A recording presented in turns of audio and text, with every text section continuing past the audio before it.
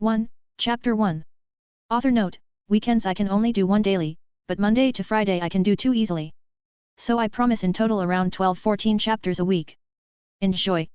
So I died, and the first thing that I see is an old man standing in front of me. I am sorry, but I have to say that you are dead. The old sighed. My death was gruesome. I was eaten by a shark. Well, partly, apparently sharks don't like humans, too many bones. So after he took my leg, he left bleeding out, so yet. I hate sharks. I imagined as much. I chuckled drily as I inspected the room I was in. We were, for some reason, under the ocean. The water stretched out as far as the eye could see, perhaps symbolizing how I died. Amidst all the water there was a living where we sat together on a European sofa, at least I think so. The old man I suspected to be God, had a minibar with chocolates and drinks, nothing with alcohol, which was what I needed right now. It kind of felt like a doctor's waiting room. The room wasn't wet, thanks to his godly powers I imagine, but in the end, it was all very classic, if nothing else. So do you greet everyone that dies? I inquired, filled with curiosity. God stared at me for a second, before answering, no, saints normally, I decided to greet you because, it's my fault you died. Sorry. Okay. I gotta ask, how is your fault thought? I was dead, and he was God. Being angry wasn't going to bring my life back, but I am quite curious how an almighty being messes up. Well, I might have accidentally dropped a shark close to you, and I might have noticed that a tad late. God offered, clearly embarrassed. How the fuck you accidentally drop? No, be the better person and don't ask. Okay, that explains nothing, but anyways, what now? Normally, you would go to heaven or get your soul recycled, but after this blunder I can't, I must repay you. God said with conviction. I suppose getting my ass back to live is out of the question. I mean, you would have offered. I sighed. Yes, once a soul leaves the mortal realm in this realm, said soul can't re-enter. I made the rules, I can't bend them, but I can send you to another world. God added in the end with a smile. What world though? If it was a bad world, I think I would rather enjoy eternal bliss, or boredom in heaven. What world? I think is commonly known in your realm as, Westeros, or Game of Thrones, God added excitedly. Oh yes, the book series that taught me to never get attached to a character ever again. I remembered when Ned Stark died, I wanted to kill Joffrey myself. Would you look at that, I can do that now.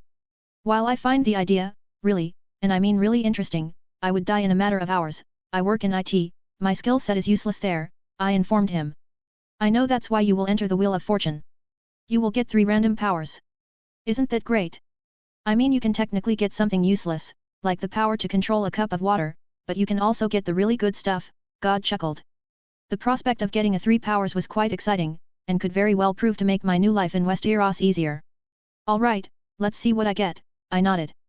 God smiled and complied, making a Wheel of Fortune appear in front of me. Roll. Nodding, I took the wheel and spun the shit out of it. I couldn't really see what was going on, the wheel was going fast and I didn't understand the language written over it, so it was extra stressful for me. The wheel eventually stopped, on something I couldn't read, so I gave God a look that said, please translate. Oh, sorry, I haven't updated the language on that thing since the dawn of humanity, never got to use it. Let's see, your first power is having Captain America's power, aka the Super Soldier Serum, God said. The Super Soldier body, that one alone made my life easier, in that world. So without further delay, I spun the wheel again, wondering what I would get this time. Once again the wheel stopped, and God translated, smiling widely at this one, you got a power inspired in me. Gondolfer, also known as the left hand of God. I knew this power, it was from an old anime I saw. If I remember correctly, the primary power of a Gondolfer is absolute mastery of any item meant for combat, from swords and pistols to artillery cannons and fighter aircraft. Not that some of those weapons are going to be available for me. Awesome, super bot and a master of arms, great, I smiled, destiny was definitely smiling at me. I spun the wheel again, wondering what would be my last power. When the wheel decided to stop, God started to laugh, as he translated, you got the right hand of God, Vindolfer. I got both the right and left hand of God, my last power. Vindolfer, or the right hand of God, has the special ability to control animals, be it a dog or a dragon. My bond with them would surpass anything. I guess that's all. I smiled, I was quite happy with the luck I had on those spins. It could have been worse, but I got some nice powers. Yes it is, now enjoy being a baby again. God chuckled, and before I could ask or say something, the world around me faded. During that brief moment, all I could think of was, fuck. Year 283 AC. Pain, crushing and excruciating pain, that's what welcomed me after my talk with God.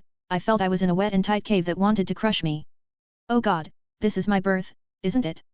If I could scream, I would, but unfortunately, my vocal cords didn't obey me. Push my lady, I can see the head, a woman said, encouraging my new mother to push the heck out of me. If I could encourage her, I would. This is bad for both of us, obviously worse for her, but still. One more push, the woman said, and a second after I was in the outside world. I was so happy to be out, I felt like I was about to die. Let me see my son, my mother said weakly, her tone was crossing a line that told me, she was going to die, my sweet, little lord, you will be known as Ronard Mormont. After that silence followed, she stopped breathing, she had lived just long enough to give me a name. War, not only I was reincarnated in a secondary house, but I was also reincarnated in times of war. I didn't even have time to process that my new mother died seconds after giving birth to me. I can see the worry on everyone's faces, they are worried, about who's going to win this war. I made my calculations, based on what I know, timeline-wise, it took me some time, but I think I know. It's not like I can do much besides crapping myself. Robb Stark, Jon Snow and I, should be around the same age, which means that the war is already ending, if I'm older than them it would be by a few months at best. Which also lead to my next deduction, my father was Yoram Mormont, in the books his first wife died after giving birth 3 times to stillborn babies. I was the change on that, she still died, but I came to this world. In a few years, he would meet a really young girl for him, and he would fuck his life over when I didn't know. Being a baby with no coordinated control over my body limits my activities to this, deducing stuff. 5 months later. Being a baby is excruciatingly painful, I can't do shit, scratch that, all I can do is shit. I have a super body, but I'm limited to what my underdeveloped body allows me to do, I never thought how hard and difficult this scenario was. Anyway, after 5 months I finally met my father, he was, just like the TV show, but taller and with dark hair, brown, like a grizzly. Hey, fitting. He was caring I suppose, he was happy that he had a son, but nothing beyond that. My grandfather, aka Georg Mormont, he apparently had gone to the wall, way before I was born, which meant I wasn't going to meet him anytime soon. 1 year later. I can finally walk, and talk, and anyone can bet their asses I potty train myself as soon as my bowels allowed me to. I finally recovered some of my human decency. I also discovered that the tattoos that should be on my hands, well, weren't, but I knew I had the power. In other matters, I discovered a few things. First, House Mormont is pretty poor, I mean pretty poor. Which was something I intended to change as soon as I could, I had many ideas already. I remembered many stuff from my world, like how to make mirrors, good mirrors, not like those craps they have around here, no wonder some think they look good. I also remembered, thanks to my dad, my other universe dad, how to make vodka, whiskey, and rum. The alcoholic beverages along would make my ass so rich. But for now, I had to bide my time. I was learning how to do everything I knew before, physically speaking again. My body even as a baby was more durable, and could do stuff no baby could. 5 years later, year 289 AC. I had forgotten entirely about the Greyjoy Rebellion, father went back to war. But I wasn't concerned with this situation. I know we will win. On other matters, I'm 6, and I started practicing with the sword a year ago, and everyone thinks I'm a genius, I can't beat adults yet, but they have a hard time winning. After the war, my father married another woman, she's young enough to be my sister, and she's quite the spoiled brat. She's 16, my father is almost twice her age. The moment he arrived from the south with her, I knew, she was the one that would ruin him. I tried to bring this up to him, she wastes money like a fucking queen, but instead of listening, he slapped me, his 6-year-old son. That was the moment I lost all empathy for him, I didn't cry or show signs that it hurt, because it didn't, I just simply stood and left. The little bitch also lives whispering that once she gets with a child, I won't be needed in this household anymore. Fucking bitch. If J.K. Rowling made a novel out of her, it would be named, Harry Potter and the Audacity of this Bitch. 4 years later, year 293 AC. I was 10 years old, I was officially unbeatable with any weapon, I was the best in any category, the Master of Arms was shocked to see how good I was, saying this level of skill was ridiculous for a kid. I feel like I'm cheating, which is good, I like cheating, makes things easier, only when it's necessary though, like avoiding certain death. My father had already started to dwell in some dark shit, slaves and stuff to pay his debts, the debt he acquired pleasing the bitch. House Mormont was in bankruptcy, thanks to the gold digger my father married. It didn't take long before Lord Stark, aka Ned Stark, discovered what my imbecile of a father was doing. My father was sentenced to death. Like in the canon, he escaped, before Ned Stark arrived to cut his head off. I knew this was the last time I would see him, and yet I felt nothing, I cared for him once, but after he started to mistreat me to please that bitch, well, I lost that feeling. The one good thing that came out of this was, that I inherited Long Claw, and that I was the Lord of House Mormont now. Are you alright, little cub? Maege Mormont, also known as the current she-bear, asked. She was my aunt. I told him that woman was only going to bring problems. I sighed as I took a long look at my new sword. We all did, my lord, Maege smiled sadly, but I knew deep down she was furious. Her brother, my father, had fucked out honor with his sins, and we would carry with it forever. Let me know when Lord Stark arrives, I said, letting her know I wanted to be alone. I wasn't sad, but I wasn't happy. Lord Stark arrived, a few days later, going immediately to my office to greet me. Lord Mormont, Ned Stark greeted. Lord Stark, I said with a small bow, as I offered him a seat. Do you know where your father went? Ned Stark went directly to the point. I looked at him for a second before I answered. All I know is that he left me this mess to fix. Sorry for the language. Ned Stark nodded, understanding what I meant. So what now, Lord Stark? I inquired. Your father will be stripped of everything. He is an enemy of the North now, Lord Stark said in a cold tone. What about me? I inquired, hoping this wasn't one of those father's sins that the son has to pay. You will have to lead, being so young, Lord Stark chuckled. I think that's punishment enough, but not that you deserve any punishment. You are more friendly than I imagined, I smiled. Too bad, we met under this circumstances. But that doesn't mean our friendship can't grow, Ned Stark nodded. I nodded. Now that I was the Lord of House Mormont, I had to fix our economic problem. I would make House Mormont one of the wealthiest houses in Westeros before the game and war started. 2. Chapter 2. After Lord Stark left, I started to go over our books, and boy, I didn't understand shit with this coin system. But after a thorough comparison with my old coin, aka the dollar, and the prices I remembered, on the top of my head, I had some understanding of how this coin worked. The coins this world has are copper coins.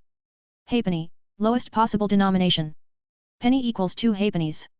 Half groat, equals 2 pennies. Groat, equals 4 pennies. Star, equals 2 groats or 8 pennies.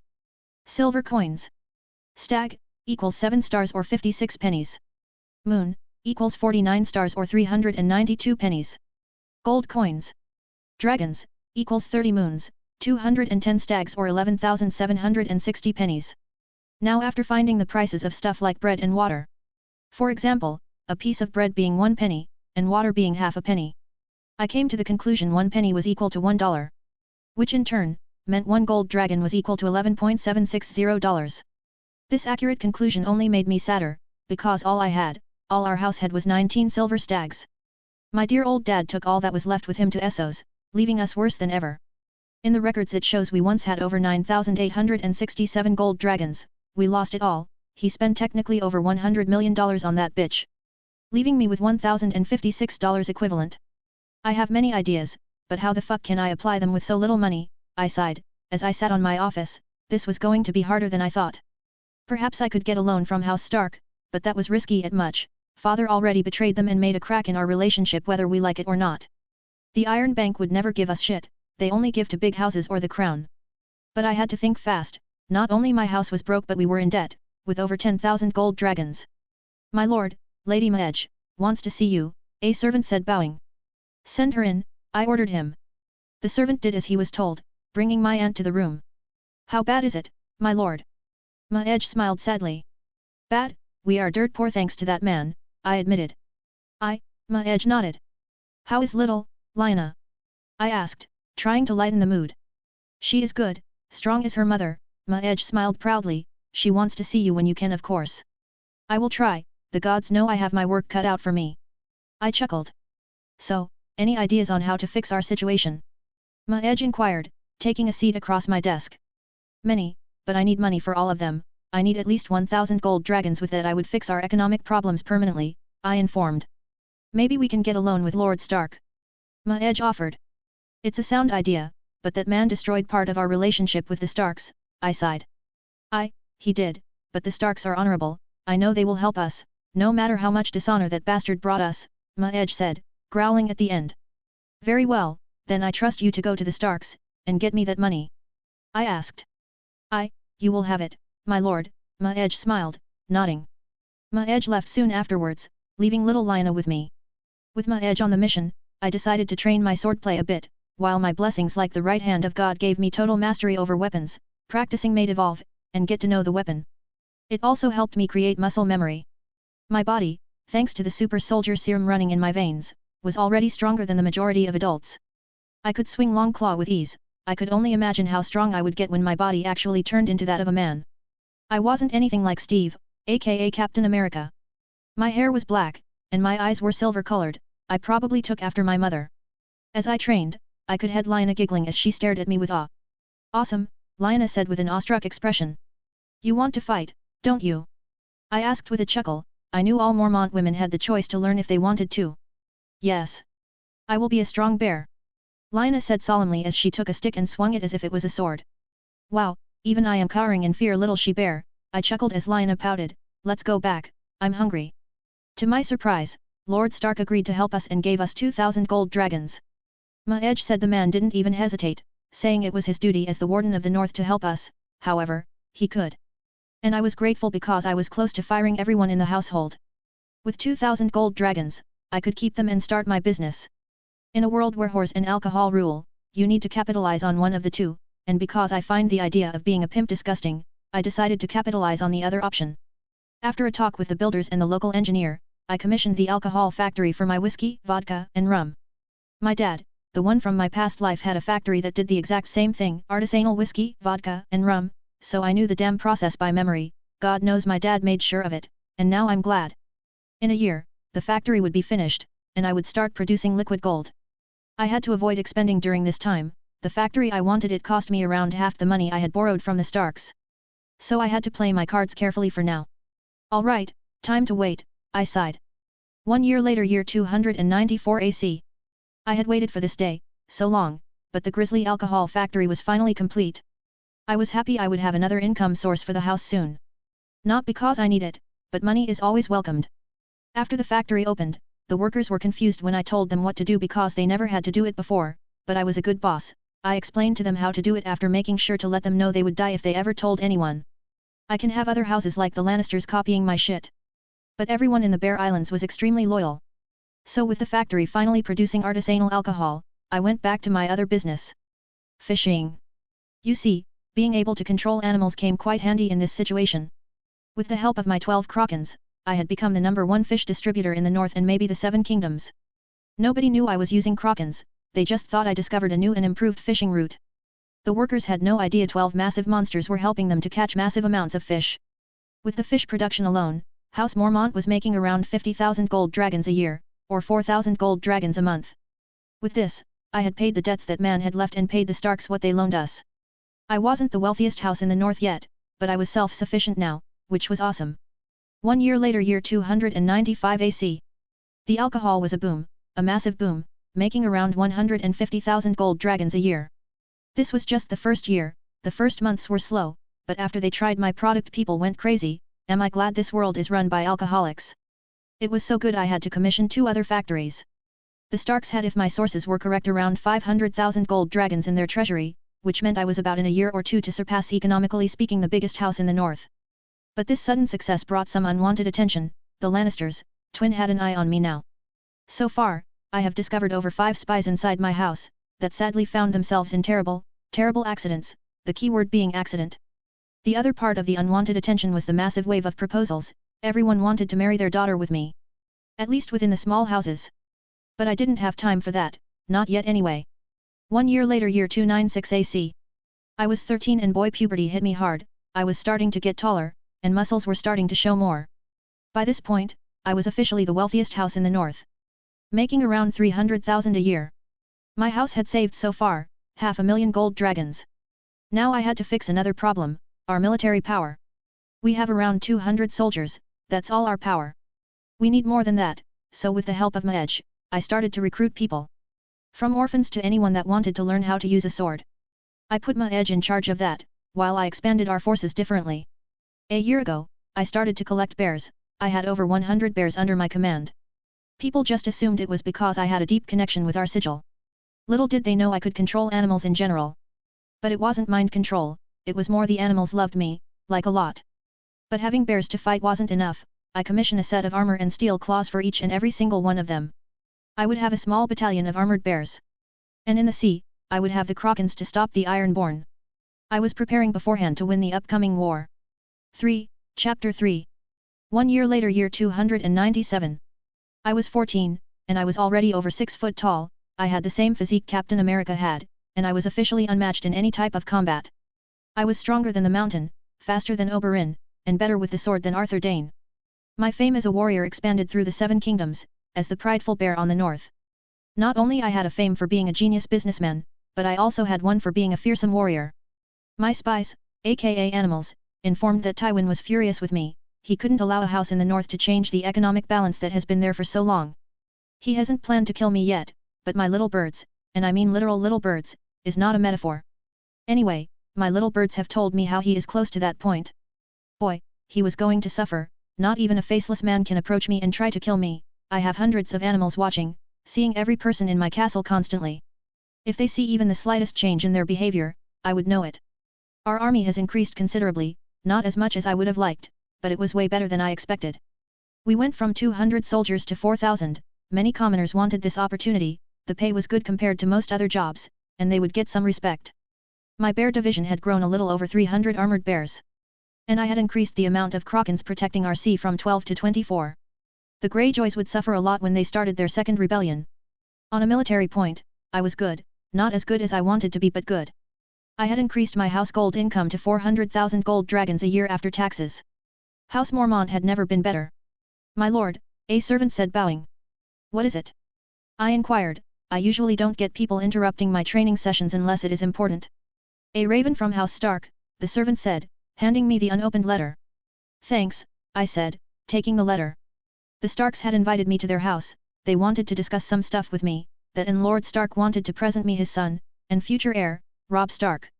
Get a ship ready, and tell Lady Maege to come to my office, I ordered the servant who ran as soon as I gave my orders.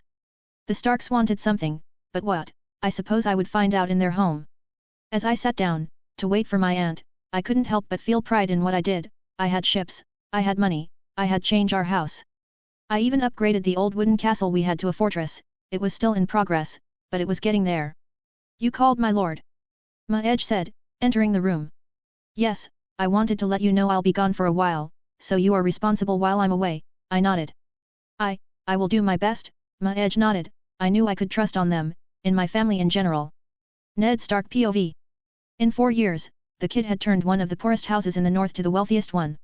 He had solved every problem House Mormont had.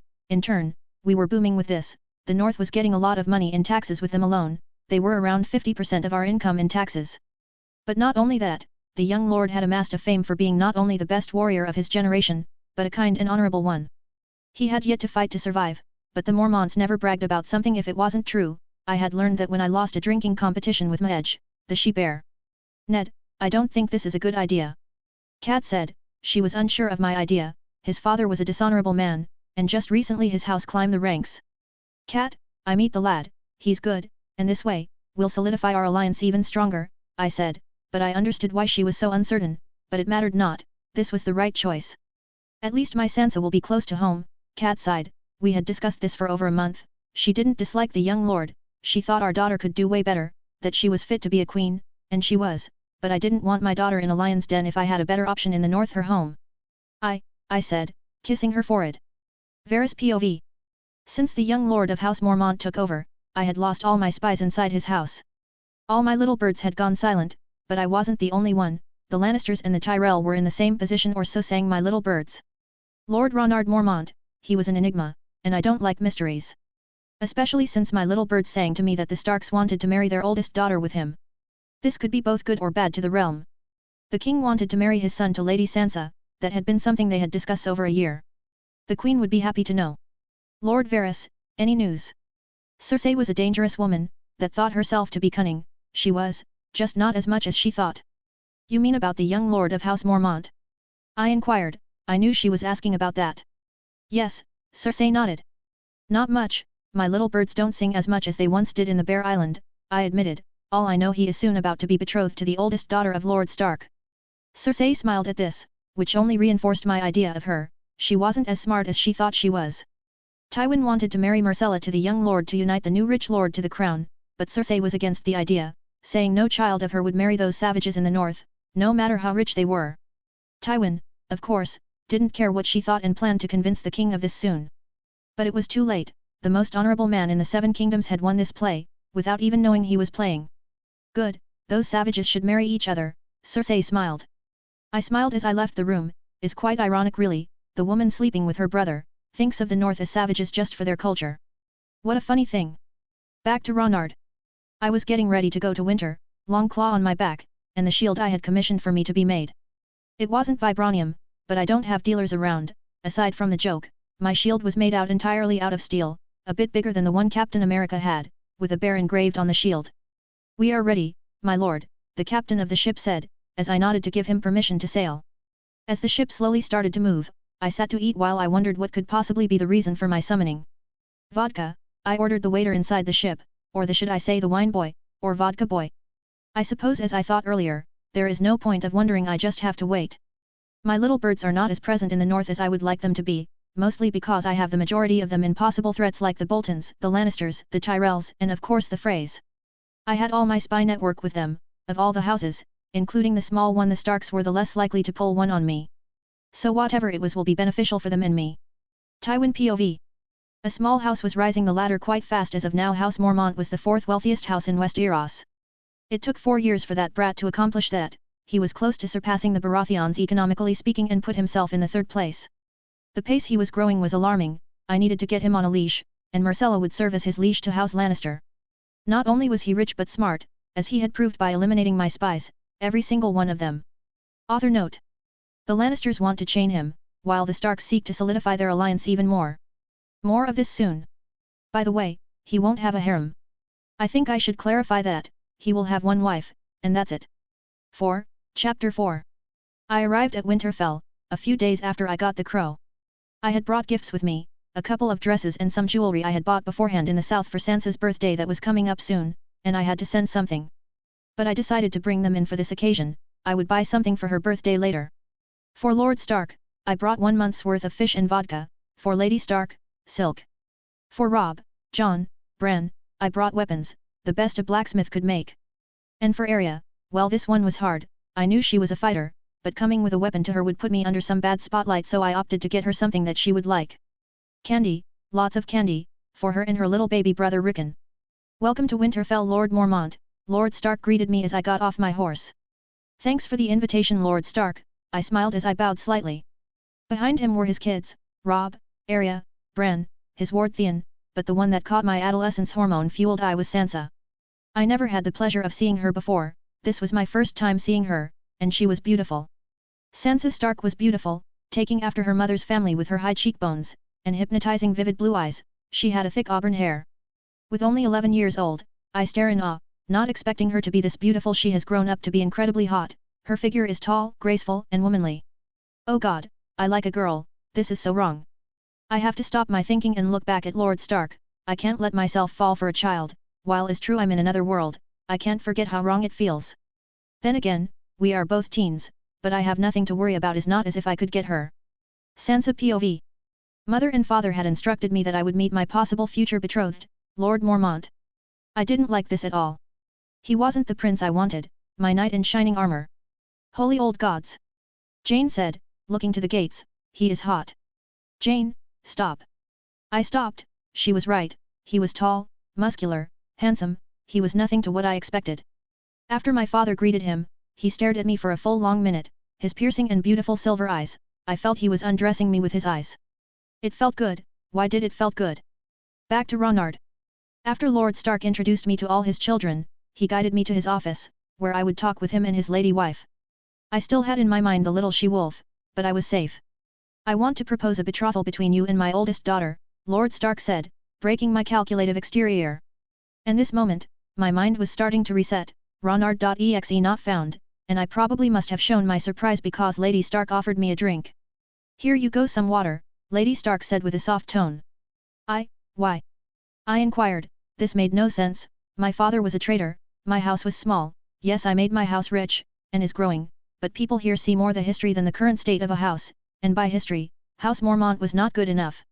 You are a good lad, honorable, and with a good head on your shoulders, Lord Stark said with a smile, I want my daughter to be safe, happy, and close to home, and I can't think of a better husband to do that than you. Oh God, this was. I mean, managing a business, easy. Improving my house, super easy, but this was unexpected. I don't know what to say. Look, I gotta be honest, Lady Sansa is beautiful, but I'm just some lord of a small house. I admitted. Then perhaps you are someone worthy enough, Lady Stark smiled. You are, of course, free to reject, Lord Stark added. Taking a full sip of my water, I started to analyze the situation. With me, she would be safe, out of the war, the Bolton bastard would not rape her, and she would be close to her family and would see them more often. I accept, it's an honor that you considered me worthy enough, I smiled. No man in the world is worthy enough for my little wolf, but you are the closest one to be worthy, Lord Stark smiled. Don't ever forget that, Lady Stark added, that woman can be downright terrifying. The look she gave me, send a message inside my brain, hurt my little girl, and I will break your balls. I smiled, good parents in this world were rare, I would know. After that, we went over the details on my betrothal, business deals with Winterfell, and stuff. I would have to marry Sansa after her first period, or how people called it, when she finally flowered. Which brought a totally new sense to the word deflowered. I was still incredibly uncomfortable with the idea of marrying someone under 18, but it was common for women to marry between the ages of 12 and 16 in Westeros. But like Tyrion, I would not lay on her bed until she wanted me to. I may have to follow this world and the rules, but I won't become a monster.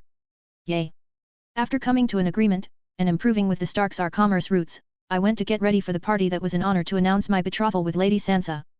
They had planned the party beforehand, they knew I wouldn't reject, because, in theory alone, Lady Sansa is the best possible lady in the north. The future Lady Mormont. I can already see my aunt, or should I say great aunt, is confusing, exploding with happiness. Everyone in House Mormont basically worships the Starks. We are the most loyal house to the Starks, in all this world. So I can only imagine that my betrothal will make them explode with happiness and pride in me. The Boltons would probably disagree, but if they tried something, I would enjoy destroying them. Especially, Ramsay Snow. There were 3 things that I hated, and I would never forgive. Those who enjoy giving suffering to others, those who rape, and those with no loyalty. He had 3 gold medals so far. The party was somewhat like all medieval parties, food, music, and wine. Maybe humanity hasn't evolved that much. So while the music was playing, I went and decided to dance with my future wife. The thought of it was weird. I would have to marry. I didn't marry in my old life. I died quite young, and thanks to God erasing part of my memory, I didn't remember much of it. But I knew for sure I didn't have a wife. And soon I would have to marry, Lady Sansa. She was beautiful, but beauty alone didn't make a marriage last. I can only hope she and I will have something in common. It would be great if she could engage me not only physically but intellectually. A dance, my lady? I said, offering my hand. Yes, my lord, Sansa nodded as she gracefully took my hand. Once we were in the dance floor, I asked close to her ear, making her blush a bit. That was good, she found me attractive at least. I heard we are to be married, my lady. Sansa took a deep breath, trying to calm and tame her blush. I heard as well. I will strive to be a good wife, my lord. I chuckled, as I whispered her once again, I know we barely know each other, and there can't be love, yet, but I will try to win your heart, if you let me. Sansa was at this point so red that her hair looked white in comparison. Before I could add something else, Robb approached me, asking for a dance with his sister. So I decided to dance with Arya. As I smiled at the little girl stepping on my feet to dance, we weren't dancing, it was more of a game, that because Arya T found the dance boring, so I wanted her to enjoy. You dance splendidly, Lady Arya, I chuckled.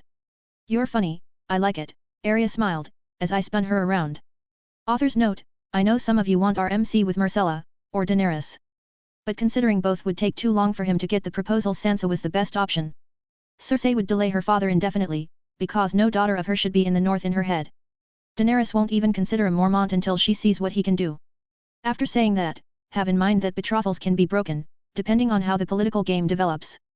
Who knows who he will marry in the end, but so far Sansa is his fiancée. 5. Chapter 5. After the party ended, I decided to hang out more with Sansa. She was going to leave with me to Bear Island. Part of our agreement, I had forgotten, in these lands the lady goes to the man, is quite common it seems. I have no idea how long does it take a woman generally to get her first period, because diets, genetics and stuff come into play, but if I had to take a rough estimation, I would say we have a year or so before it happens. So with that in my mind, I decided to date her, for that time, take her out, dinner, stuff, show her that there is more than being a lady. Maybe even teach her how to use a bow, or how to fight. Not that she will need it if we end up marrying. I won't let anyone touch her or get close to her with intentions of harming her. We leave in a week, my lady, I said, approaching her and offering a hand. I thought you might want to show me around. Sansa smiled as she took my hand while her friend Jane giggled behind her. It would be my honor. Sansa started to guide, showing me what she thought was the best in Winterfell, the gardens, towers. Do you have gardens in Bear Island? Sansa inquired. Nay, but I suppose that can change, I winked at her. Sansa giggled, well, then I will start looking where I can have a garden once we get to Bear Island. Whatever you want, my lady, I chuckled. I heard all Mormont women fight, Sansa said as she added, is that true? I nodded, but before she got the wrong idea, I added, fighting can be elegant too, you know. Sansa eyed me for a second before asking, how? I get that some people don't want to kill, or go to war, it's an understandable feeling, but like breathing we need to know how to defend ourselves, I said, and there are many ways to do so, you can fight like a barbarian, or dance around the battlefield. Dance around the battlefield, Sansa chuckled, that almost sounds poetic. The water dancers of Bravos are known for this, they fight elegantly, but with precision, I smiled. I don't know, Arya likes that. I find it unladylike, Sansa said. You are a lady, if you stab a bunny it makes it ladylike, don't let others tell you what is or what is not ladylike, I chuckled. But Septa. Sansa tried to argue, but I stopped her. The lady that will never get married, and has never had a man, I joked. Don't be mean. Sansa laughed. So how about a picnic? I offered changing the subject. But we have no food. Sansa tilted her head. I smiled and pointed at a horse that I had preciously sent to follow us from the shadows, with the picnic on his saddle. You said, my lady. I smiled as I approached the horse. How did you? Sansa tried to ask. Ah, sorry, my lady, can't reveal my secrets, is about 8% of my charm, what would I have left if you knew how I did stuff? I chuckled. One day, I will know, Sansa added. That day, you will be already head over heels for me, I whispered on her ear, making her blush. After our first official date, I can say that she's not a bad girl, just has bad ideas on her head that are the result of years of brainwashing from her mother and her teacher. I can see she doesn't want to fight or learn how to because she thinks it is unladylike, she never said she hates it, she just doesn't think a lady should do it. But I will show her a lady can do whatever she pleases, and still be a lady. Fuck the Septa. During my week prior to leaving, I made sure to talk and put some wisdom into her head while making sure we both enjoyed our dates. The first one was a picnic. The second one, I made up a treasure hunt, like the ones I used to do back on my past life, with clues, steps, and riddles, the prize a rose. The third one, I showed her how to have fun, we had a snowball fight, the winner would get a kiss, even losing I was winning, safe to say I got my kiss. The fourth date we assaulted the kitchen, she was beyond reluctant to do it. Still, with the right words I managed to convince her, and made a pie-making competition, I have no idea how to bake a pie, she won by a lot on this one, by the end of the date I was fully covered in flour, but so was she. After losing so much I started a flour fight with her, I ended up getting a small peck on the lips again this time. We had 4 awesome dates so far. Ned Stark POV. Lord Mormont started to court my daughter almost immediately, I could see he was trying to win her favor and affections, and my daughter was enjoying it. At first, they started with a picnic, but soon things began to escalate. Treasure hunts, snowball fights, and they even assaulted my kitchen. Did you saw Sansa? She looked like a ghost, haha, Arya laughed. I did, I nodded. Sansa was opening to him, quite fast I might add, I made a good decision, he's putting the effort to make this work, and sometimes that's all it takes to make a relationship work. He was a good lad, I knew that since the day I saw him, he reinforced that when he brought gifts to all my children, including John. He will be a good husband, I'm glad he accepted. Ramsay Snow POV. Lord Mormont had been betrothed to Sansa Stark, father didn't care, even though this went against his plans. But I cared, she was supposed to be mine, because soon I would be a Bolton. But it doesn't matter, the Stark bitch would be mine regardless. Accidents happen to the best of us, it will be so sad when a pack of dogs eats the young lord, so sad. And after that, I would be there to take the bitch, and make her scream. Boys, we will have a special type of food soon, I hope you guys like bear, I laughed as my dogs howled. Your Mormont POV. It has been 4 years since I left, I lost everything because of that woman, my house, my honor, my son. Varys promised me to get the king to give me a royal pardon if I kept an eye on the Targaryens. I don't want to be lord, for what I hear my son is 100 times the lord I could ever hope to be. But I miss my family, I don't want to die with my son hating me. I will be back, I muttered. Back to Ronard. It was finally the day to leave Winterfell, Sansa got on the carriage, after giving her goodbyes to everyone. I decided to have a chat with Robb, nothing serious, I just completely forgot about him during my stay. I had to look for John that day and give him a goodbye, too, he was working on the stables that day. After that, I had a talk with Ned Stark, who didn't say it but outright threatened me if I hurt Sansa. He was using the famous scary dad mode. Catelyn did the same, and while I know I can take on both, it still made me shiver. I ain't made out of steel. Alright, I nodded as I took my leave with Sansa. Author note, now the time skips will be short like days or weeks at much. The plot is approaching so, you know. I will update more after I get some sleep. 6. Chapter 6. As we made our way to the ship to go to Bear Island, I noticed that Sansa doesn't have her wolf. In fact, none of the Stark's children had their wolves, which means I brought Sansa with me before Ned Stark beheaded the deserter, and Jon encountered the dead dire wolf with her babies. But knowing the Starks, she would get her dire wolf regardless. I couldn't believe Sansa was coming with me. The actress that played her didn't do her any honor. She was way more beautiful. I still couldn't believe she was to be my wife. Not how I expected to get a wife, but I suppose it was to be expected. I'm in a medieval world, with a medieval set of rules. Things that I know or like just don't apply. Like Sansa coming with me to get to know me, and her future lands even thought she might want to stay with her family. I could see it in her eyes. She was sad, and I don't blame her. She met me a week ago. She can't feel completely comfortable with me, a complete stranger that is supposed to be her husband. Not only that, but she's leaving her family. You're gonna love the place, I smiled, trying to lighten the mood. Sansa smiled faintly and said, I sure will, my lord. Oh come on, don't be like that, think of it as an adventure, I offered as I smiled, and from now on call me Ron, all my friends do it. In my mind a cricket chuckled while saying, what friends? Sansa giggled, all right. Ron. I know you're gonna miss your family, is to be expected, but try to make the best out of it, my lady, I smiled softly at her. Yes, I will miss them, even Arya, don't you ever tell her. But I suppose I will have fun, and please call me Sansa, or I will call you my lord, Sansa smiled. As you wish, Sansa, I nodded.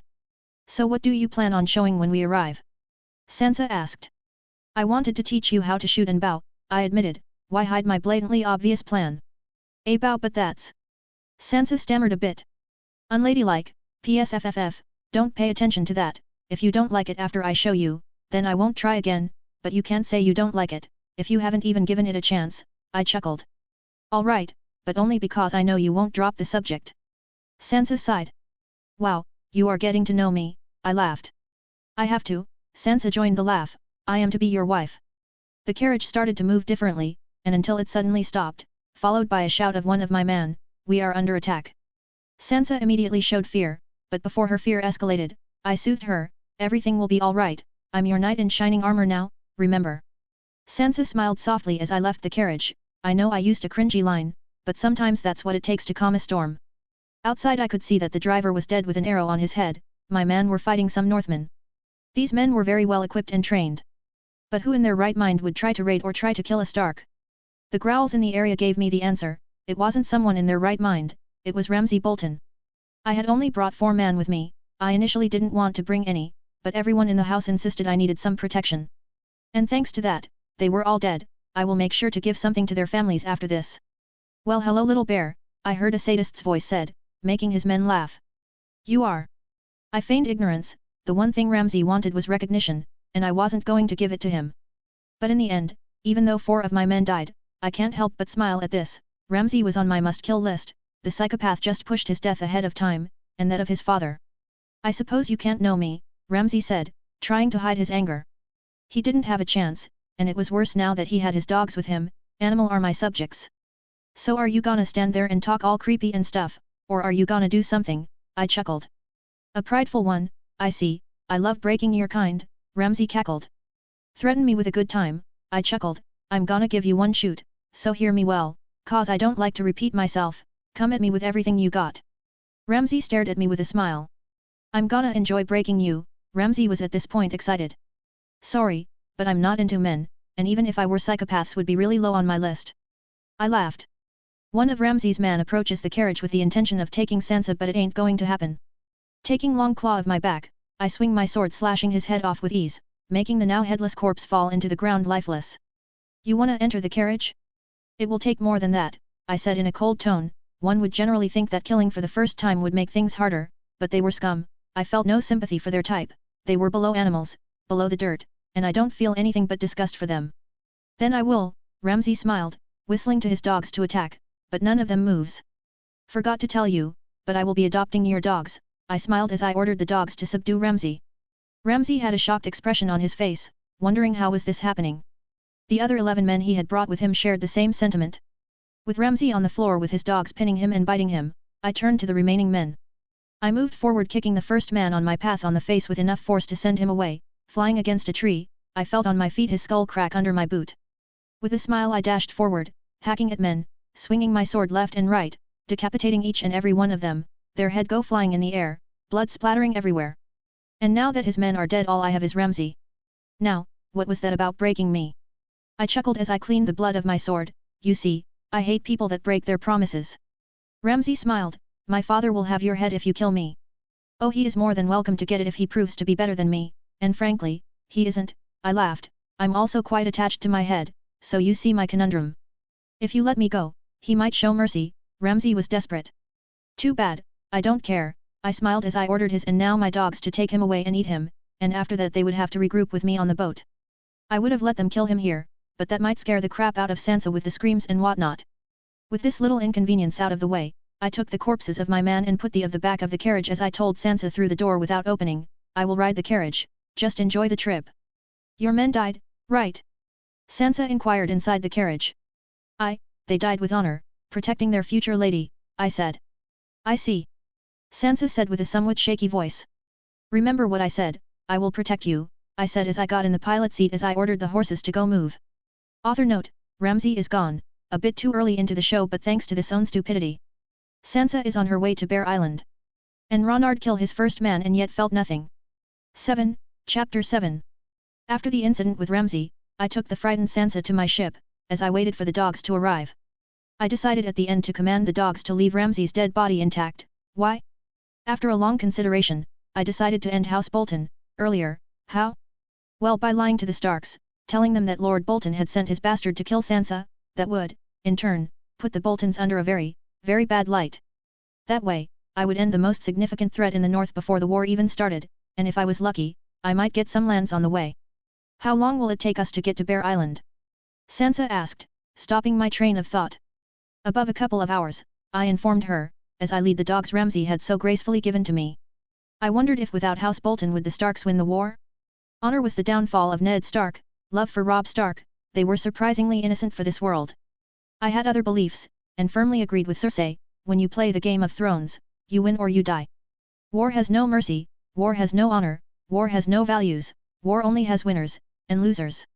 And I intended to be a winner, I didn't care for the crown, God knows that shitty crown only brings problems, but I would protect what's mine from everyone, whether I liked or not, my house words had stuck with me. Here we stand. I would stand against, the lords, the kings, the gods themselves if I had to defend what's mine. The Greyjoys tried to raid the island while you were away, one of my little birds sang, the Krakens destroyed their ships and ate their man. So the Ironborn decided to start raiding again, what an interesting development. Thanks, I'll be sure to give you some extra grain, I petted the bird as I smiled. The Greyjoys were a cancer, rapers, thieves, that's what their house was known for, nothing more. It's a grave mistake to even allow them to exist, to begin with. But I wasn't going to end them, no I would wait, killing them would bring me nothing, but if I waited for them to hurt the Starks, and then destroyed them, I would be handsomely rewarded for it. Besides my general disgust for them and their culture, I had nothing against them. Bear Island was impossible to raid or invade, I had Krakens defending my waters, at all times. Well, not entirely impossible to invade, Daenerys in a future would be able to do it. I can control animals, not familiars, and if her dragons end up being familiars, they would just fly to Bear Island. Of all the people in the world, she was among the few that represented a threat to me in the long run. But she was also among the few people I wouldn't mind seeing in the Iron Throne. She was just and fair, her main problem was her vindictiveness.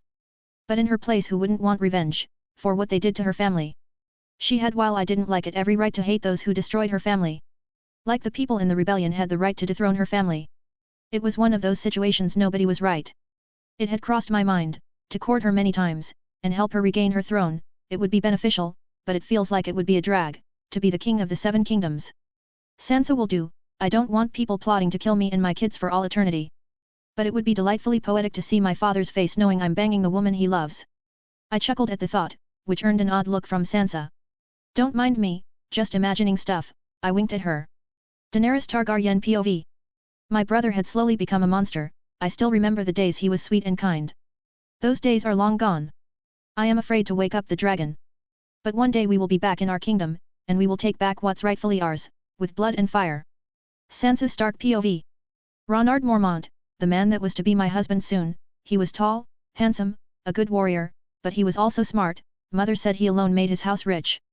Father trusts his honor, mother admires his mind. He was, by all means, the man any woman would dream of marrying. But he wasn't a prince. I always thought I would marry Prince Joffrey, and be his queen. I suppose that dream is out of reach for me now.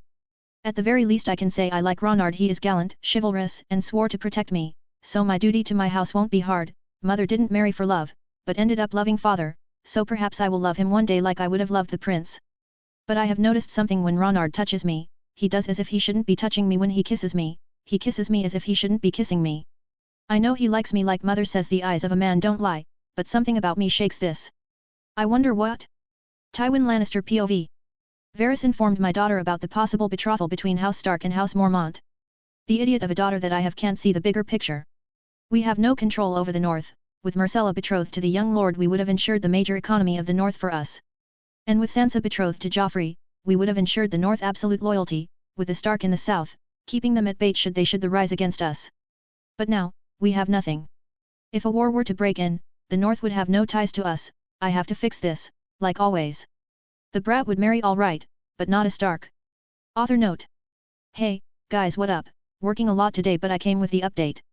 So a few things. In the last author note I wanted to put it clear things politically speaking won't go as smooth as you guys would think.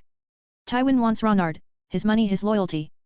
Sansa likes him, but like the brat she was, she's still infatuated with the idea of a prince she has never seen. On other things. I want to let you guys know our MC is definitely strong, no man can hope to match him. But that doesn't mean he can take on an army alone. Yes, he is powerful, but if he slips during the war coming up, he can still get hurt. But on 1v1, no one can beat him, but there is someone in the north that might give him a challenge. Anyway, enjoy. 8. Chapter 8. It's been 3 weeks since Sansa arrived at Bear Island. And my birds have already informed me of 3 plots against me. These people in the south need a hobby. Tywin wants to marry me to Myrcella, who, by the way, is even younger than Sansa because he wants to chain me to his house and have Sansa under his careful watch. Littlefinger wants to kill me, for reasons I have yet to comprehend. I know he is obsessed with Catelyn Stark, but Jesus, tone it down. Cersei wants to kill me before her father succeeds in breaking my betrothal. But not all is bad. The Boltons are now an enemy of the north, and in a few days, I will be moving with the other houses to take them down. Lord Stark has called his banners. It didn't take much. All I had to do was inform of the attack, and have my spies reveal some sensitive information for Lord Stark to find that he was plotting with someone in the south to take the north. The Boltons would go extinct quite early, I say. On the good side, Sansa has been warming up to me. I know she likes me, but I ain't the prince she wanted.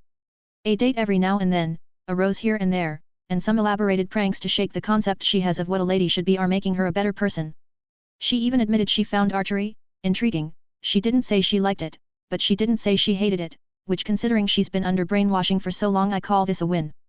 She has the potential to be great, I see it, and I will help her. If she ends up hating some stuff, then it was her choice, not others telling her it was her choice.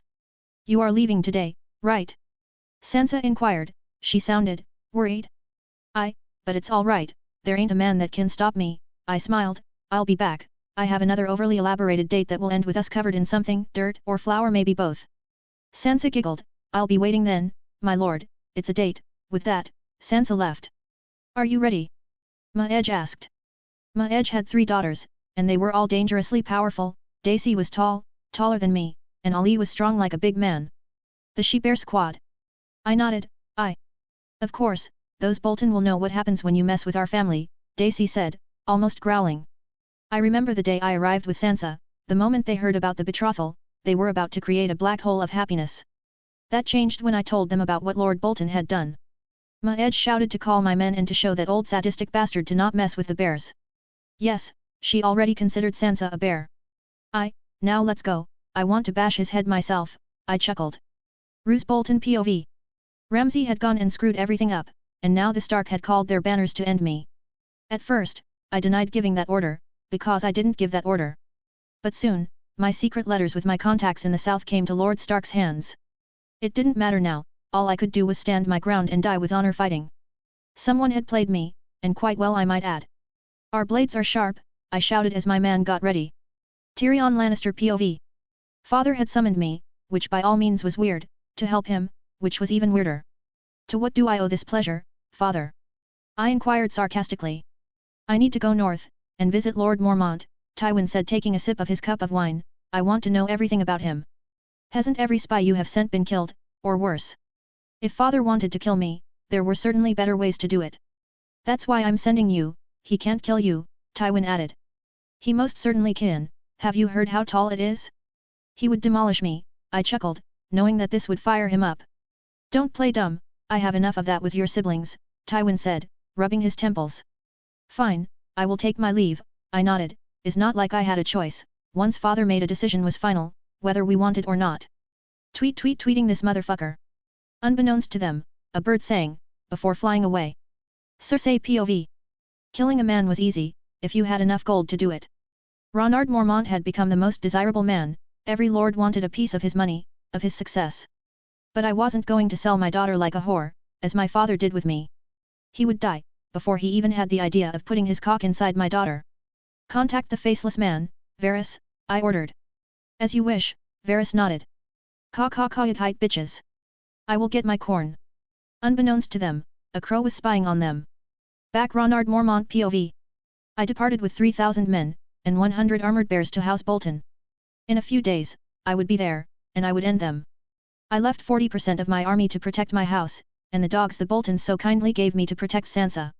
With the Boltons soon to be out of the picture, my next target would be House Frey, but that could wait for a little. I didn't necessarily have to eliminate all the Freys, no. I only had to kill the old disgusting vomit-provoking nightmare-giver bastard that leads that house. His sons and daughters weren't that bad, and with a bit of money, their loyalty could be bought. But if they proved to be like their father, well, accidents happen, and unfortunately for them, nobody would miss them. Author note, House Bolton is against the wall. Sansa is warming up to Ronard.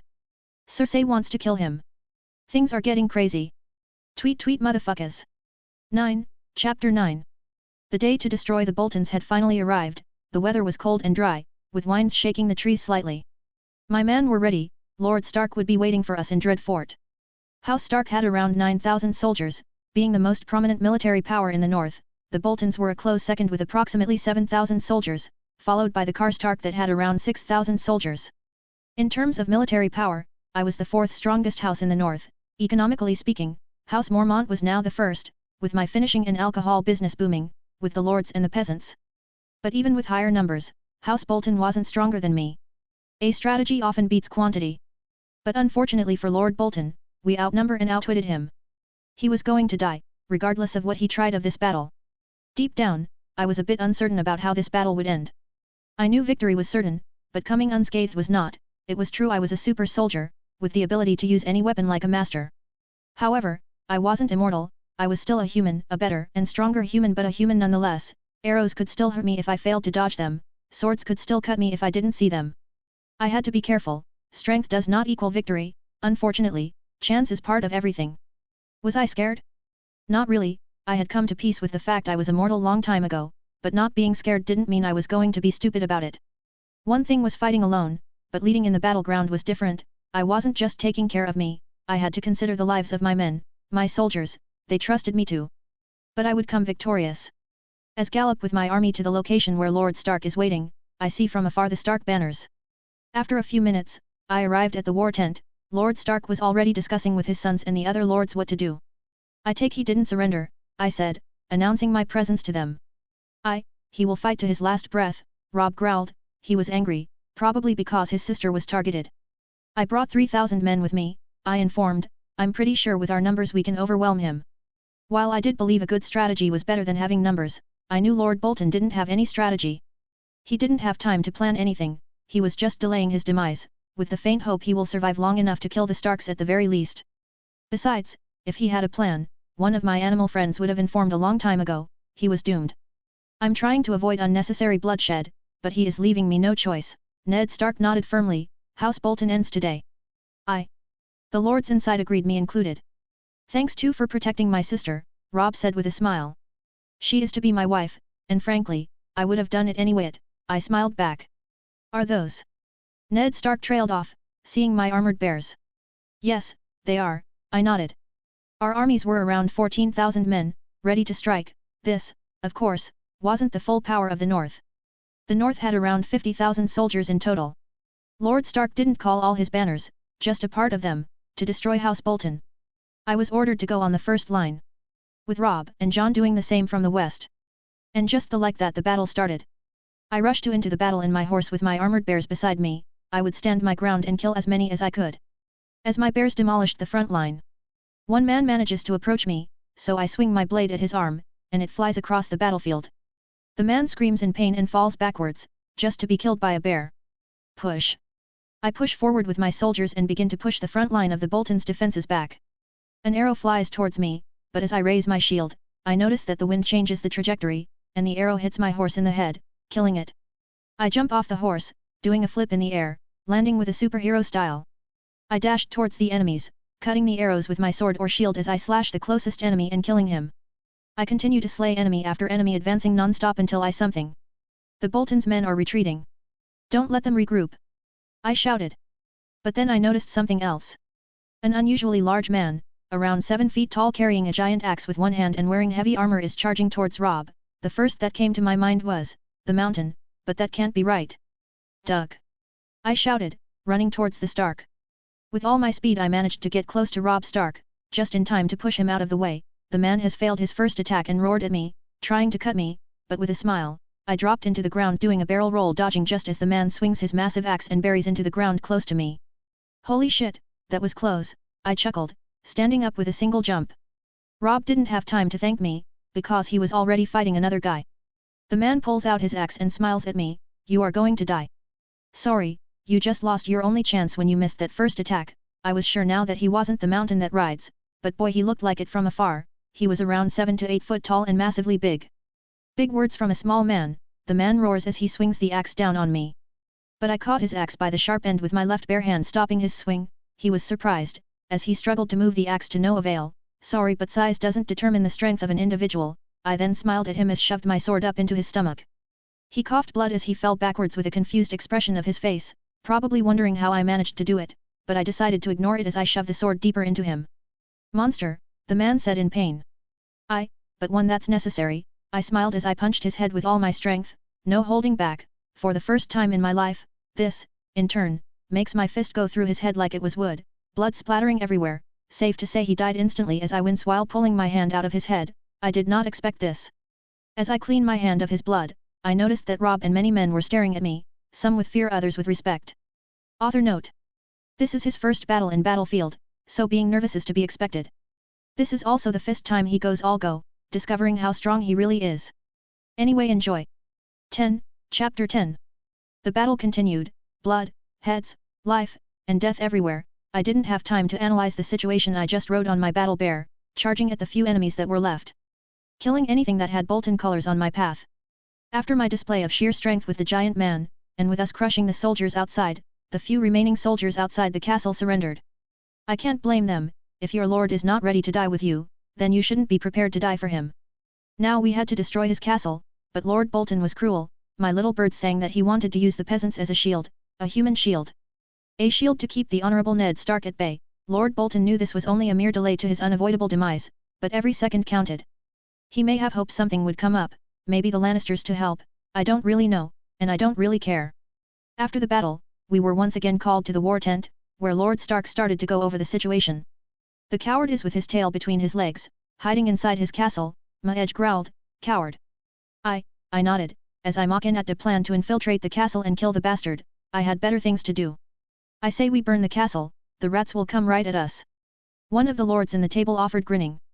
A bit harsh, but effective, but I hardly doubt Lord Stark would approve of such methods. I know I wouldn't unless it was absolutely necessary, and even then it would be a hard choice. We won't do such a thing, Ned said, sounding offended. We have won, he must understand he can't hold this charade, not for long. I knew he wouldn't go it. He is honorable and just to the point is stupid, but that makes him the only person I don't think would stab me in the back. We will wait, he will die, eventually, Robb added. I sighed as I stared outside the tent for a second, wondering what could I do to push this situation to move faster. Lord Bolton had enough food to survive a couple of months, and his castle was good enough to hold for weeks against us. I had better stuff to do than stay here, waiting for the rats to come out. I would kill rats first. Lord Stark didn't want to kill innocent people, so my plans were limited to non-lethal options for civilians. And then the answer came to me, animals, my control over them was the solution, with the right amount of animals I could stage Lord Bolton's suicide. I could have a bird or a rat put poison inside his drink, and no one would suspect of me. After his death, it was just a matter of time, to wait for his few loyal men discovered his dead body, they would immensely surrender, not having anything to fight for. That's is all, Lord Stark's voice brought me back to reality. This will be over soon, I smiled, giving the lords a foreshadow. My idea was flawless until the moment of truth, the first bird died immediately by poisoning itself. Which brought me to square one, I would use a bird to make him fall from a tall building. This idea didn't require any poison, my little birds could consume by mistake and would be considered an accident or a suicide. I sent 40 ravens to the mission, they were loyal ravens, which only desire was to serve me and get some corn, not necessarily in that order. Raven Corn Elite Force RCEF POV. We were tasked with one mission, to push the human, to make him fall, and we would complete the mission. Corn was our price, and with blood, would earn that corn. Caw. One of my partners gave the sign, the human was on the move. With all our strength me and my 40 brothers crashed against the man, pushing him over the edge of this castle, the deed was complete. Or so we thought, we were in fact wrong and had to kill the other 5 men until we got the right one. We got the right one when we heard some say get out of here Lord Bolton after we pushed the man, we left. We had killed 6 bald-looking Bolton look-alike man, but we had earned our corn, and perhaps just perhaps I would get some petting, the bears seem to think they are superior because they get it. Back to Ronard. So, you guys killed 6 people in total, I didn't know what to think of it, but if they succeeded, it was good.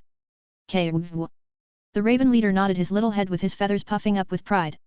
You want some corn now, do you? I chuckled. The Raven nodded but approached me, offering me his little feathery head. Oh god, the crow wanted to be petted, this is both adorable and creepy, he wants to be petted for killing 6 people. Fine, but don't tell the other birds, I can't pet all of them, I laughed as I petted the crow. Caw, this is marvelous, I have to tell my brothers and sisters that there is something almost as good as corn.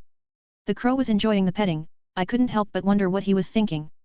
As I petted my loyal bird, one of Lord Stark's men entered my tent. Lord Bolton has been found dead. Lord Stark is calling all the lord to the war tent.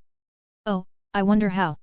I feigned ignorance as I petted the bird, before giving the man a response, tell Lord Stark I'll be there in a minute. House Bolton was gone, and in the end, the battle was not what I had expected, my fears while not unfounded were not as big. I'll pet you later buddy, I have a meeting, I smiled at the crow who nodded eagerly. Lord Stark called us to let us know about Lord Bolton's terrible demise, some said he killed himself like a coward. Others said it was the old golds delivering justice upon him. Others said it was witchcraft, but in the end they all agreed it was for the best. Now it was time to discuss the winnings. I wanted part of the lands to create new income source for me, and the north, soon the war would start and maid would be of great help. But I guess I'll have to wait and see. Robb Stark POV. Lord Bolton had jumped out of his castle ending his life. My first real battle and we had won. The soldiers will surrender, and we will take the castle, father said. I know it's a bit too early but are you going to appoint a new to the lands or just let them be, Lord Mormont asked, the man had a calculative look on his face, he wanted something out this. I haven't decided yet, why? Father inquired, probably noticing what I saw too. Well, I wanted to invest, and create new income sources for the north, I will soon reach the land capacity of my lands, so if I could expand it would be most welcomed, Lord Mormont wanted to expand his fortune and the north riches, it was no secret the man was a genius both in business and in battle. I would know I saw him pierce a man's skull with his bare fist. You want all these lands for you lad? One of the lords growled, clearly upset with Lord Mormont. Oh dear no, I just want a piece so that can add some factories and villages for my workers, I don't care how much land I get, because regardless of it I will make it profitable. Lord Mormont smiled at the lord with a mocking expression, he was saying in other words, no matter what I get I will make gold out of it, but I don't think the same goes for you. How dare? What do you plan to do? Father inquired shutting up the other lord, like me he was curious, and probably interested to invest, in a trustworthy Northman to make money for our house. Well, I had some plans to make our crops more reliably stable, we can't depend on the Tyrells forever, Lord Mormont said with a smile. I would love to hear those plans, Father said with conviction, having a self-sufficient north was his dream. Author note, here it is. Ronard is learning to use his birds for more than information. Also guys, I have a FIC I've been writing on my notes for a while. A gamer in the MCU, but the gamer power would be a bit different. Let me know if you guys would want to see that. So far for that one I have 9 chapters ready, around 14k words. 11, Chapter 11. After the remaining soldiers in Dreadfort surrendered, and we confirmed our victory, I discussed with Lord Stark what to do with the lands. I wanted a piece of the land, but it didn't necessarily have to be mine. So I proposed to make the lands an industrial area, where people could invest by renting a piece of it for factories, farms, and stuff. With this idea, I would be able to rent a piece of the land to put some farms to start making crops for the north. Lord Stark seemed to like the idea and started to ask how much money we would need to make the idea profitable for the north.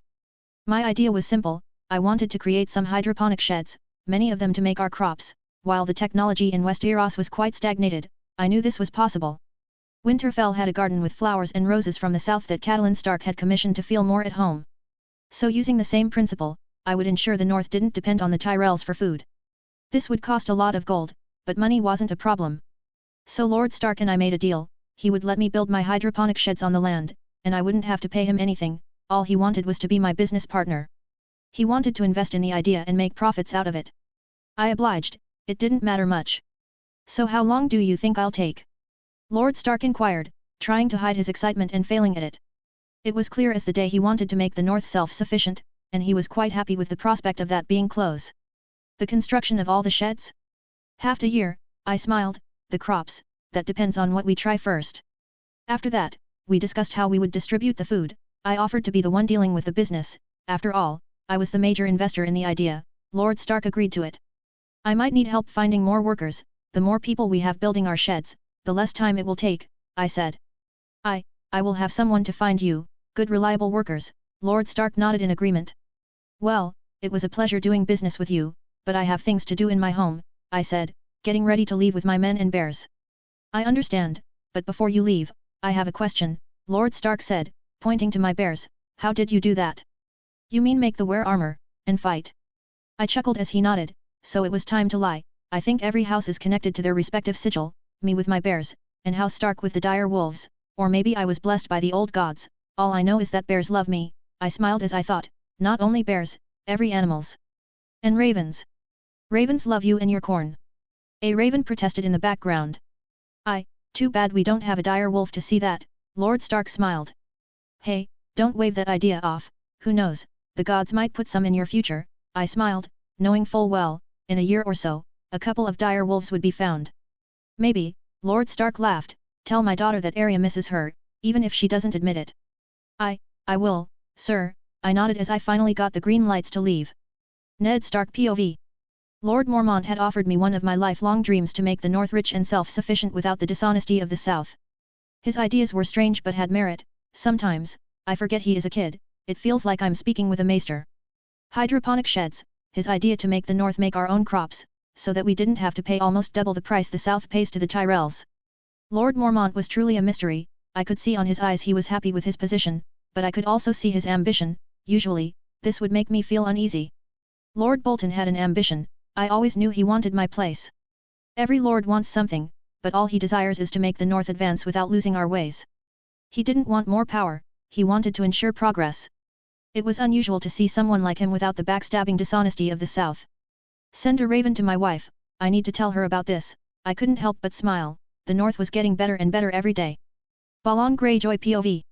The Bear Islands, the seat of House Mormont, they used to pay the iron price, we used to raid them, a lot. But now, every time I sent a ship there, all I would get is a bunch of drowned men and a destroyed ship, no survivors, nothing. In the span of 4 years, they became impossible to raid, no matter what I tried, or how I try it, it was impossible.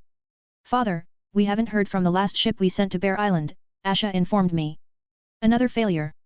I hissed, how can this be, now that they are rich, they should be paying the iron price. But we can't get our hands in what belongs by right to us, their money, their woman, especially now that Sansa Stark was there, I could bring the wolf bitch here and teach the Starks a lesson, but I can't. There is something unnatural about this, I can't put my finger on it, but one day we could raid them, and now is like the drowned god himself is stopping us, Asha said with a thoughtful look of her face. Blasphemy.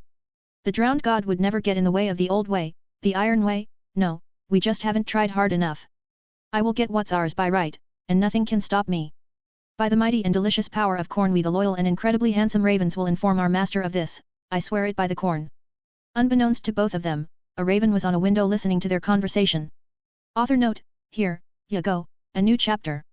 Lord Stark and our MC are investing to make the North a better place, the lands remain technically without a lord, though by default Lord Stark is the lord of them. The Greyjoy/Ironborn are fuming with anger at the prospect of not being able to make the Bear Island pay the iron price. Enjoy.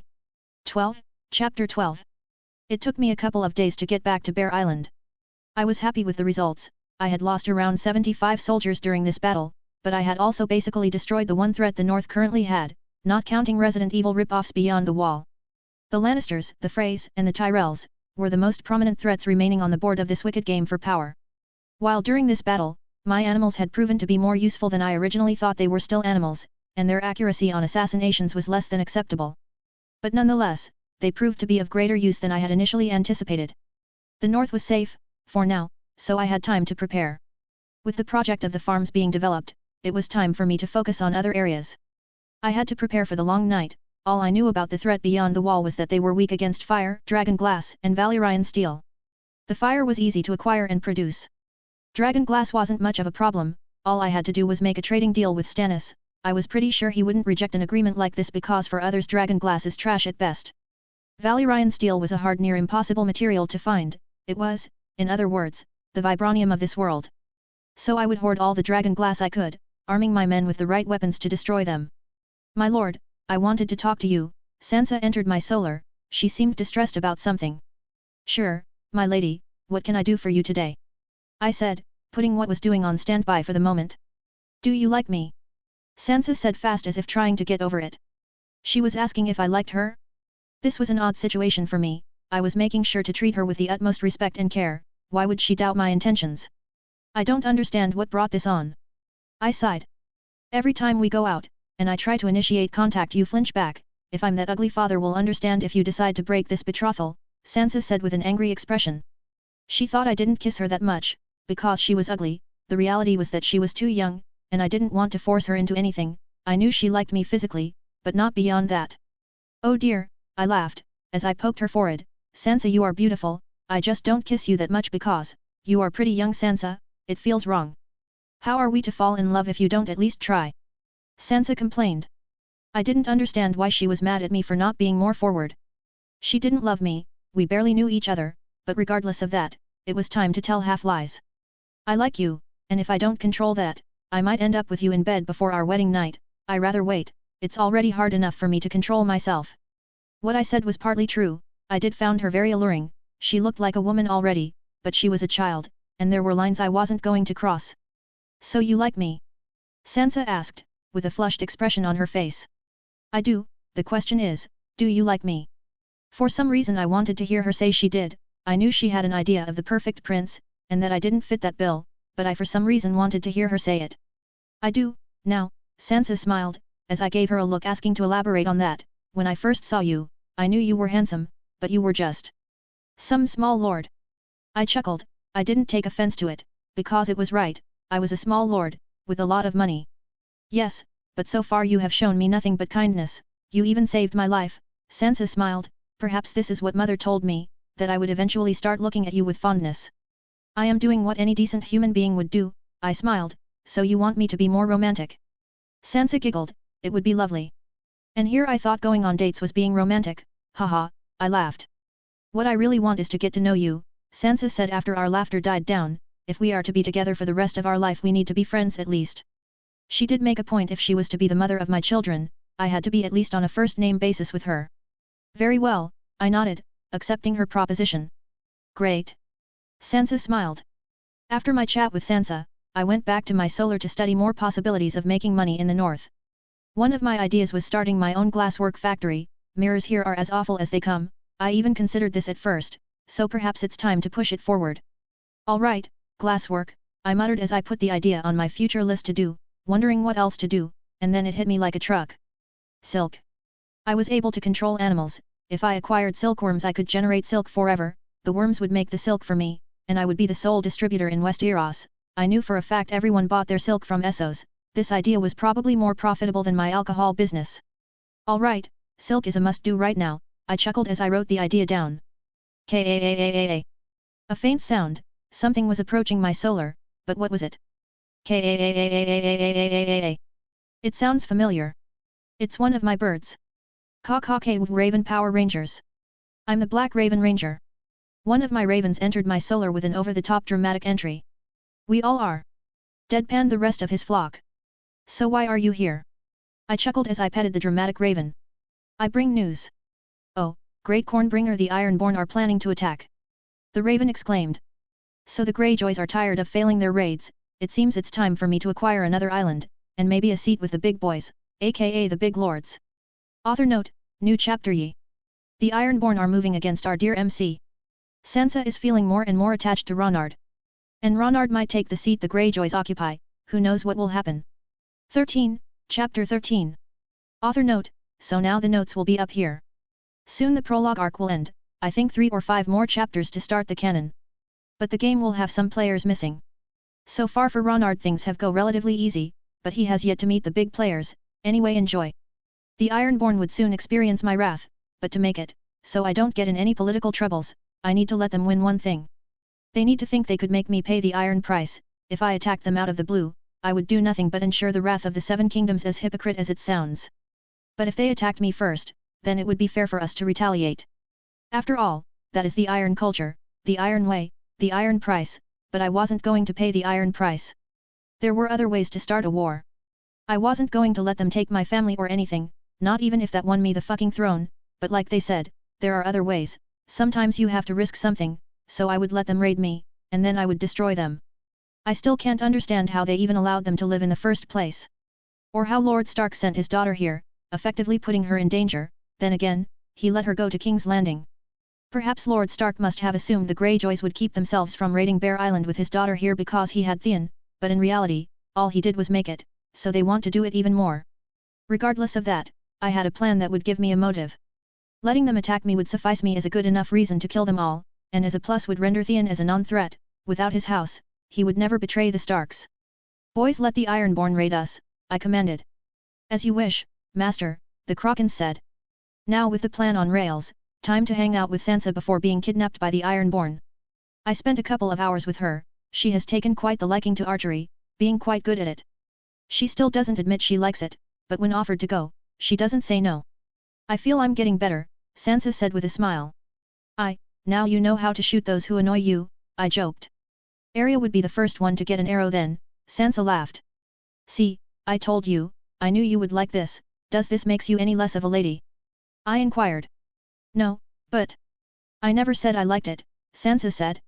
You don't need to say it, I know you like it, I teased with a knowing smirk on my face. Why would you practice alone if you didn't? I will not acknowledge that with an answer, Sansa huffed. Ha ha ha, as you wish, my lady, I chuckled. Fine. I don't find it as mind-numbing as I thought it would be. Sansa admitted quietly. Mind-numbing is what the Septa taught you, I said with a cold tone. Women are more than a decoration, more than a bag to carry a child, they are life-givers, and life-takers, they are love and hate, they have endless paths to choose from, but idiotic shit-brained people brainwash them into believing they are nothing but tools. I might have let my emotions control my answer. Sansa was taken back by answer. I didn't think you had such a strong opinion about it. I do, be it a man or a woman, you are the captain of your own destiny, don't let others tell you what or how to live life, I smiled. And so the days passed with me going over my normal lordly duties, and hanging out with Sansa. Bit by bit I was getting to know her, and she was getting to know me, to the point she admitted liking the bow, but finding swords and close combat scary, but this was her answer, not the Septa know her mother. So I bought her a crossbow I had commissioned for her. The weapon could shoot 12 consecutive bolts before needing to recharge. I made this weapon myself, well the blueprints for it, tinkering with what I remembered from crossbows and stuff. I am by no means an engineer, but I managed to make it with my blacksmith and local engineer. This way, she would be able to take many targets if she ever felt threatened. Ironborn approaching one of my birds sang. I'm afraid I have to leave you, my lady, I smiled. I'll miss you, my lord, Sansa smiled. I ran towards where the raid was going to happen, and then I waited. A couple of hours later, the Ironborn arrived, and the battle started. I rushed hacking at the men left and right, cutting through their flesh like butter. I had to make sure they noticed me. All help, Lord Mormont! One of my men shouted, rushing to aid me. And all the Ironborn turned to see me. Bingo! Come to me! I taunted the Ironborn, among them a woman. If she was who I think she was, this was a jackpot. I parried the first attack, and with a swing of my right sword, I cut the man's throat. Today I was dual-wielding, long claw on my left hand and a standard sword on my right. I continued to dash forward, killing the men left and right, blood splattering everyone, tainting my clothes as I rushed them into oblivion. Holy shit! Retreat! The woman shouted at her men, clearly disturbed by what she was seeing, but before she even had the chance to get into her ship again I lunged my sword into the ground and threw with my now free hand a knife at her hand, nailing her to the ship. Shit! You ain't going anywhere, Greyjoy. I chuckled as I grabbed my sword and continued to kill the Ironborns one by one. Her men tried to protect her, but my forces were overwhelming hers. I alone was overwhelming the Ironborn. It wasn't before long that all her men were dead, either by blood loss or dismemberment, as I stood above the piled-up bodies with a dark grin on my face. Hello, Asha Greyjoy, how wonderful to have you here, I chuckled with a dark undertone, grabbing her face. She tried to punch me, but I stabbed another knife into her free arm. Ah! Fuck you! Asha growled. Feisty, we can't have that now, can we? I smiled, punching her stomach with enough force to make her cough some blood. Phew, she tried to insult me again, but I cut her off with a kick to her chest. I despised the Ironborn. She encouraged her man to rape and sack innocents, for that she wasn't a woman to me, not even a human. Tatata, what would your father think of that language? I scolded her. What are you going to do with me? Asha asked after a minute of silence, probably recovering from the hits. With you nothing, maybe make you feel what all those people you raided felt, but with your house, that's a different matter, I answered, as I ordered my man to take her away. 14, Chapter 14. Author note, I was in accident, a guy crashed into me and broke one of my legs and arm. I was in a taxi, the driver thank God is okay, with one arm my speed will be, you know. I won't drop though. Truck kun needs more than that to stop me. It wasn't a truck, it was a Civic Honda. I have one of those weird things in my neck, haha xd I feel so bad, anyway enjoy. Since 1 week ago, Asha Greyjoy was on my hands. Now, it was time to play the right moves to ensure I wouldn't be targeted politically speaking. I sent a raven to Lord Stark and informed him on the situation, with a few additional things to it. I first added that the Ironborn had purposely tried to attack and capture Sansa. This, of course, was a half-truth, but it would give them the reason for what I was about to do next. Destroying the Greyjoys, and erasing the Iron out of the picture. Lord Stark would, of course, try to find a peaceful resolution. The Greyjoys were a big house, one of the 7 kingdoms, but for me, peace was never an option. At least with them. So with the ships they have brought to raid Bear Island and the ones I had commissioned years ago, I sailed, not before ordering my Krakens to make sure none of them escaped the Iron Island. In my raven I informed Lord Stark this was the last insult I would tolerate from them, trying to hurt my future wife, and my family. Of course, this was a lie. If I wanted I could keep them forever in line without raiding, but I didn't want them alive. They were a waste of space and fresh air. I brought with me the majority of my army. I knew that if I waited, Lord Stark would try to stop me, but not now. I would deal with the political mess later. Let's see how the old Kraken fights, I smiled with satisfaction. Ned Stark POV. A raven from House Mormont arrived bringing terrible news. House Mormont had declared war on the Iron Islands. After the attack they suffered where my daughter found herself in danger, her betrothed decided to put an end to it. Foolish boy, one win in the battle does not make you unstoppable. I need to stop them. Asha Greyjoy POV. The Lord of House Mormont wasn't what I expected. He was cruel, yet disgustingly kind. He had yet to make me suffer for my sins. But now we were on our way to my house. He wanted to bring the fight to us. On the sea, we are unstoppable. He is a good fighter, not a smart one. You will die, you know that. I chuckled, as I stared at him. He would soon pay for what he did to my crew, and me. Good thing, the thoughts of an idiot are often forgotten. He chuckled, he was amused. We have more men, more ships, we are the Ironborn. I growled, trying to break free of my chains. He had me tied like a dog, eating from a bowl. And I don't care, soon all of you will be dead, and I will laugh about.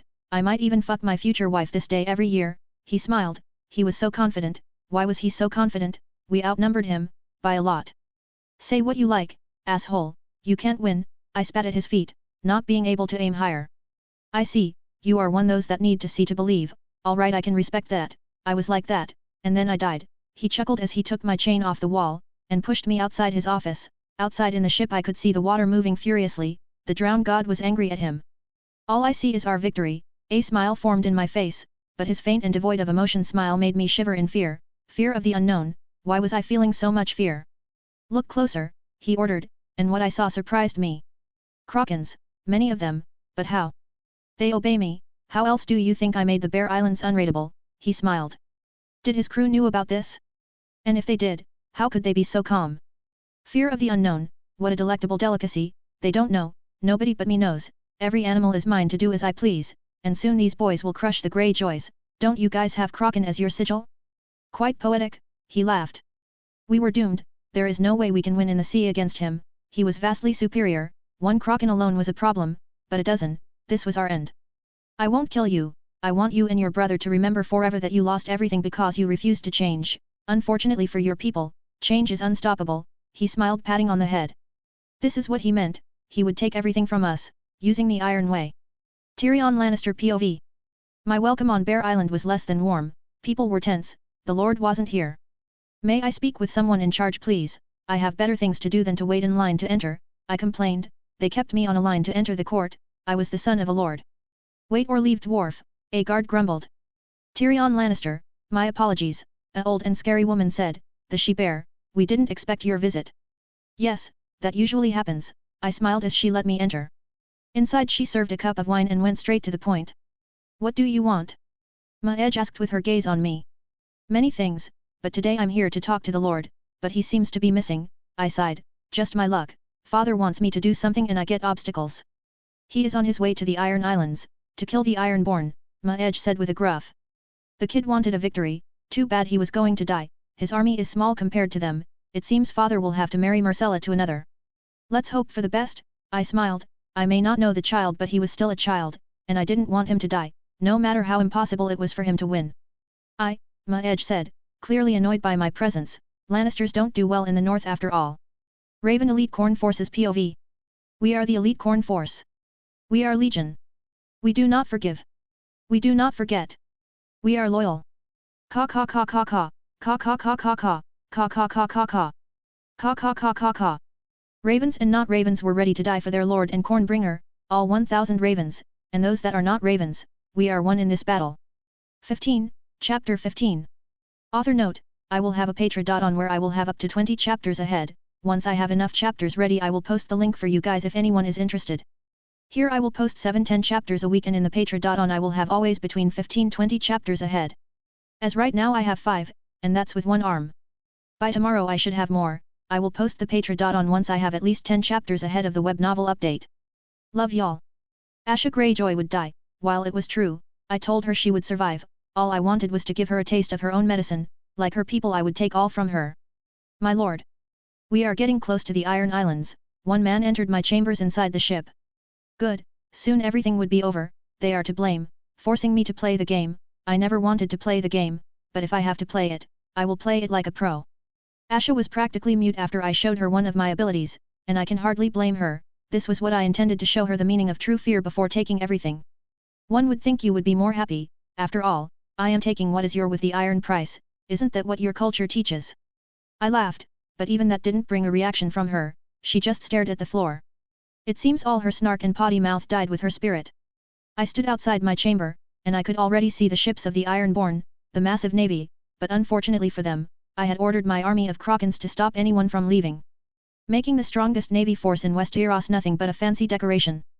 But they still had a big army, over 20,000 men, that was if they had the time to call all their banners, and they didn't, the Greyjoys would fight me mostly alone, and then I would force the other houses in the Iron Islands to submission or oblivion. Or maybe I would kill them all, who knows, all I knew for sure was that the Iron Islands would be mine, whether they liked it or not. My lord. We are to arrive at the coast in 2 hours, a soldier said, approaching me. In 2 hours, and my men, my battle bears and Krakens would unleash their wrath upon the bastards ruling the Iron Islands. Thanks, go back to your post, and tell the men to be ready, I nodded, soon very soon, I would have a seat in the game, I didn't even want to play. I didn't want the throne, I didn't want to play this stupid game, but I was forcefully invited, and I am afraid that unlike the Honorable Ned Stark, I was a ruthless player. Sansa Stark POV. He left me again, to fight once again, why did he have to leave me, I am to be his wife, shouldn't he be with me? I'm afraid he would die, mother was right, men are stupid when angry. Please keep him safe. I prayed to the gods to help him. Why was I so worried, was this love? He was undoubtedly charming and caring, playful and funny, he wasn't the prince I had always imagined, but he was everything a woman would dream of. I wanted him to be by my side, perhaps this was love, all I know is that I wanted him here, be it love or not. Ned Stark POV. I couldn't stop him, he had already sailed to the Iron Islands. We need to go to Bear Island, I informed my men. Ned, love, we have to bring Sansa with us, she is no longer safe there, Cat, my wife said with a worried tone. She is to be his wife, Cat. I refused to think the young lord would die, but that's what we were expecting. She can't marry a dead man. Cat was scared they would kidnap Sansa, and hurt her. She can't, I nodded in agreement. The young lord might have had the reason for his attack, but he didn't think things through. Tywin Lannister POV. I had been informed by Tyrion that Lord Mormont started a war against the Iron Island. My foolish son thought the lord had signed his death sentence. I knew better than to think he would die. A man capable of destroying any spy within his domain, and improving his economy at such a fast pace was no idiot. He knew the risks, but he had a plan to overcome this situation, whatever that was. Maybe I was overestimating his skill, but I usually don't. This kid was more than the eye could see. It seems we might have a new High Lord in the Iron Islands. Soon the game would change. This kid was a dangerous player that I had to take for the benefit of House Lannister, or find a way to kill him. Back to Ronard. My ships were about to arrive. The Ironborn were already waiting for us at the coast. I smiled. Fools. I knew they would do that, so I ordered my Krakens to basically produce waves, powerful waves to knock the men down, killing many of them. My Krakens would break their lines, and I would break what was left. They would continue the assault of waves, drowning, and killing the men by knocking them against the rocks and walls. Well, time to relax, I said with a cup of wine as my Krakens did all the dirty work. What is with these waves? A man asked in disbelief. I can't tell, I chuckled. Ignorance was a blessing sometimes, a blessing that I wanted to keep my men under. Chaos would break if they found out I controlled the animal kingdom. I would probably be hunted for witchcraft. 16, Chapter 16. Author note, Patreon is coming up. I will post the Patreon link when I have at least 10-15 chapters ahead. Anyway, enjoy. The Krakens started doing their job marvelously, breaking their ranks with massive waves of water, killing some of them by crushing them against rocks or other surfaces. If this continued, by the moment I reached the coast, their formation would been broken, completely shattered, and I would be there to cut through their ranks with ease. Bit by bit we're getting closer and closer. After a couple of minutes we finally were on range to leave the ship, so I rallied my men, as I led the attack, shouting the name of my island, the name of my house, wielding long claw in my right hand, and a shield in the left, as I dashed into the broken enemy lines, with my army following close behind, bears, crows, humans, and Krakens all together in one mission, to kill and destroy the Ironborn. Archers normally would be a problem, but I had the most loyal soldiers on the case. My ravens. I had previously ordered my ravens to attack and eliminate as many archers as they could, and obediently that they did. My 1,000 ravens were killing the archers one by one. One raven might be easy to fend off, but 1,000 can kill a man, many men with relative ease. With my men taking over the coast, I dashed to the enemy lines, cutting and hacking at them, left and right as the bodies fell into the ground, dead, leaving behind me a trail of destruction. My Krakens had stopped their wave assault on the coast, or at least on the part of the war my army was fighting, but they still had another mission. They were in charge of keeping anyone from escaping the island. Their job was to ensure no one would leave until I said so. They were trapped in this wretched island until my blade ended their lives bathing in their blood. The Ironborn were slowly but surely retreating, which brought a smile on face as I continued cutting through them like pigs in a slaughterhouse, using my shield as a blunt weapon to bash their heads against any hard surface. Unlike Captain America, I couldn't throw the shield and expect it to bounce back. That shit only works with vibranium, but I could still use a simple steel shield as a weapon. Bastard! An Ironborn growled behind me, trying to pierce me with a spear. In a swift and precise motion, I broke the sharp end of his weapon, and with my shield I hit said sharp end that was still spinning in the air against his throat, effectively killing him with his own weapon. Each swing of my sword meant that another dead man was piling behind me. There was nothing else in the world for me right now but the battlefield, my shield and sword. I had lost count of how many men I had killed so far, but it must have been a lot considering the Ironborn were starting to run away from me, in fear. But I didn't understand why. Why would they fear me? There was no point in being afraid of the inevitable. Not that it helped their cause. I was faster, and I would kill them whether they wanted to fight or not. I didn't care. Those serving the Greyjoys would die, and serve as an example to not mess with the bears. My battle bears were beside me, backing me up, destroying the Ironborn, advancing as if there was no opposition, with each of them taking at least 10 soldiers at the same time, and my men being aided by them. We were winning by a huge margin. I smiled as I continued with my slaughter, killing everything in my way, regardless of its gender. All it mattered was, they served the wrong house. Was this cruel? Perhaps. But I wouldn't stop until the old Kraken was at my feet, and my sword at his neck. It took roughly 6 hours to complete control over the coast. We killed around 2,000 men, but this victory was not without loss. I had lost around 400 capable in this fight and 20 battle bears in this fight, but in comparison our losses were minimal. The Greyjoys had around 5,000 soldiers, without their banners, and had lost a big chunk of their army, and the best part was, they couldn't ask for help. Any raven that had a message would come to me. their new master. My ravens would ensure the message was delivered to me with the raven joining my ranks, or dying should they refuse. 100 men came to surrender, my lord. This was odd. Well, not really. The Ironborn were cowards that once they started to feel the tide was against them they would surrender. I stood outside my tent, to find the men kneeling in the ground. I couldn't kill those who had surrendered, but I could force them to take the black, or free them into the sea. What do you want? I inquired in a cold and rough tone, denoting I would have no mercy. We surrender. The leader of the group said, somewhat shaking. Killing them was easy, but it would set a bad precedent of me in the north. You'll take the black, or my blade, pick your poison. I had to offer them the black, it was customary for these situations. And like I expected, they all decided to take the black. Chain them to the ground and kill them should they try anything funny. I would keep them close to the sea where I could drown them if they decided to free themselves and try to kill me. With this ordeal over, I walked back into my tent to plan my strategy. So far I had ordered my ravens to kill any scout, archers, or men they could find outside the castle. 1,000 ravens, one was a bother, but 1,000 fighting together was quite effective. Dying by 1,000 pecks was truly a gruesome and painful death, but it was effective nonetheless. While they weren't exactly accurate for assassination missions, they were super useful for these types of scenarios. They were basically piranhas in the sky. With them clearing the area alongside my bears, I had quite the special task force. As for now, they were the only ones outside killing anything and anyone they saw with a weapon. Status update. We have killed 182 men and we have lost 10 brothers. A raven flew into my tent, his beak and wings covered in traces of blood. Good, continue with the mission, we will avenge your brothers, do not worry, I smiled, petting the little killing machine, who ruffled his feather in happiness. Balong Greyjoy POV. The brat had come to us, and was winning. He was but a lad that still reek of his mother's milk. How could we be losing?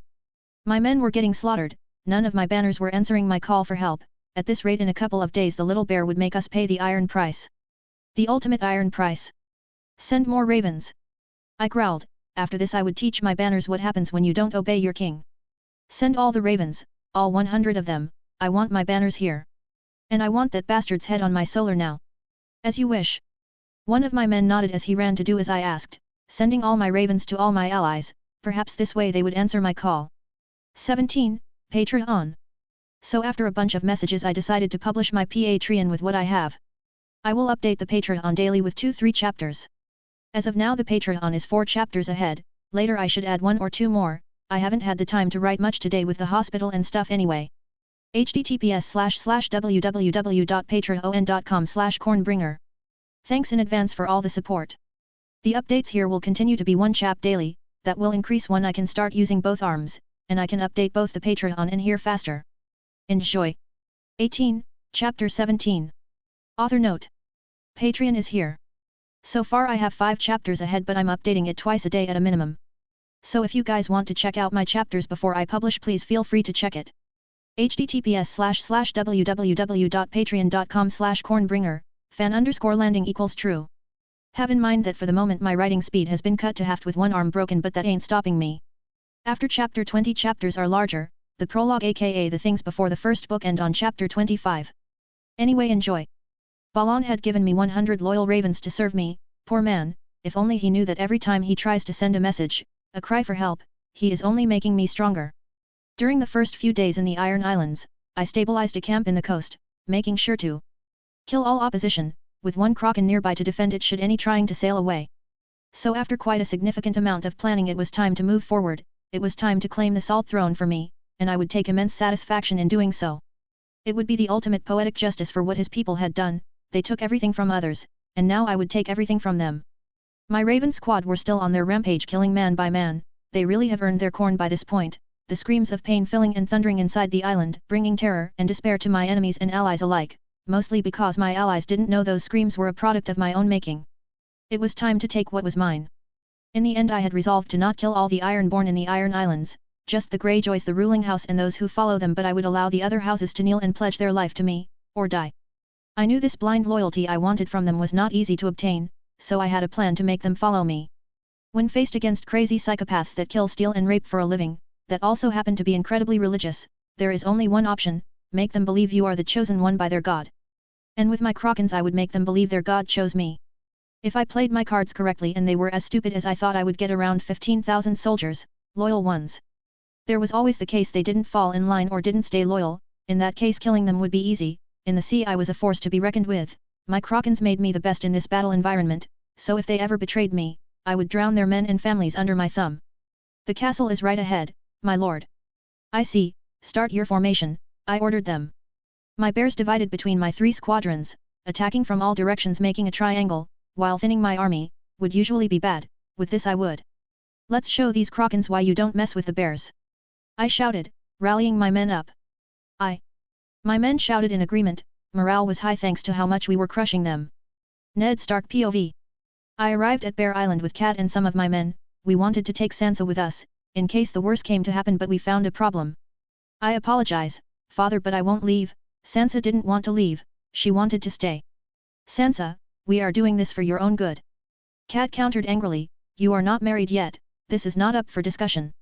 I know he will come back. Sansa said, trailing off, was my little she-wolf in love?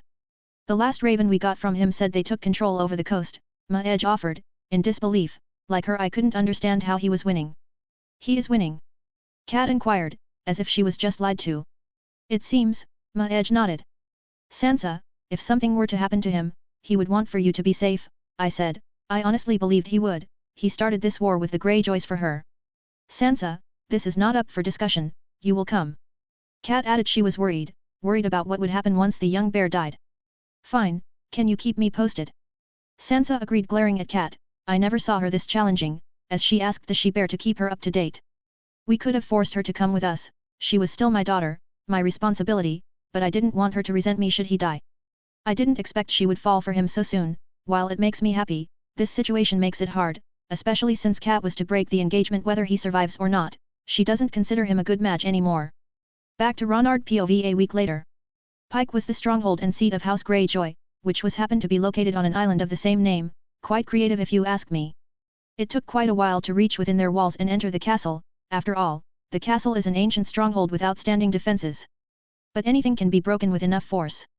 So far, I had taken control of one of the towers that make the castle, but the coward delayed his imminent defeat by cutting my path to the other tower and for this, he would die slowly and painfully. The towers were connected by swaying rope bridges, and the old bastard cut them, making it nearly impossible to cross. So I had to improvise.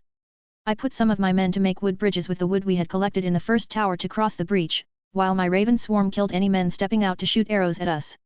Message. Lady Stark wants to break the engagement, Lord Stark does not, one of my ravens in Winterfell came, so it seems they took Sansa. Taking a deep breath I took a piece of paper and wrote. Lord and Lady Stark, I must apologize if I had by any means make your life and those around me go in danger, it has come to my attention that Sansa is no longer in Bear Island, while I understand why you took her, I must ask you to not break my betrothal with her, I know what I did may seem a bit reckless, but it was a long time coming, and I will come back victorious, so rest assured I will win, and I will honor my word to protect and care Sansa and be a good husband like I know you will. Honor yours by uniting our families. Lord Mormont. Well, with that, and appealing to his idiotic honor side, he would keep his word and would put a stop to his wife, seriously that woman is despicable. Sir, we have one of the bridges ready, one of my men entered the room. Be sure to check it, it needs to be able to withstand many bears and men, if I fall, I will climb back just to kill you, I joked, but the poor guy took it to heart and ran away to test the bridge. Oh yeah, as a lord everything I said is in a literal sense, I chuckled. If my calculations were corrected, the old Kraken had around 500 men inside the other tower.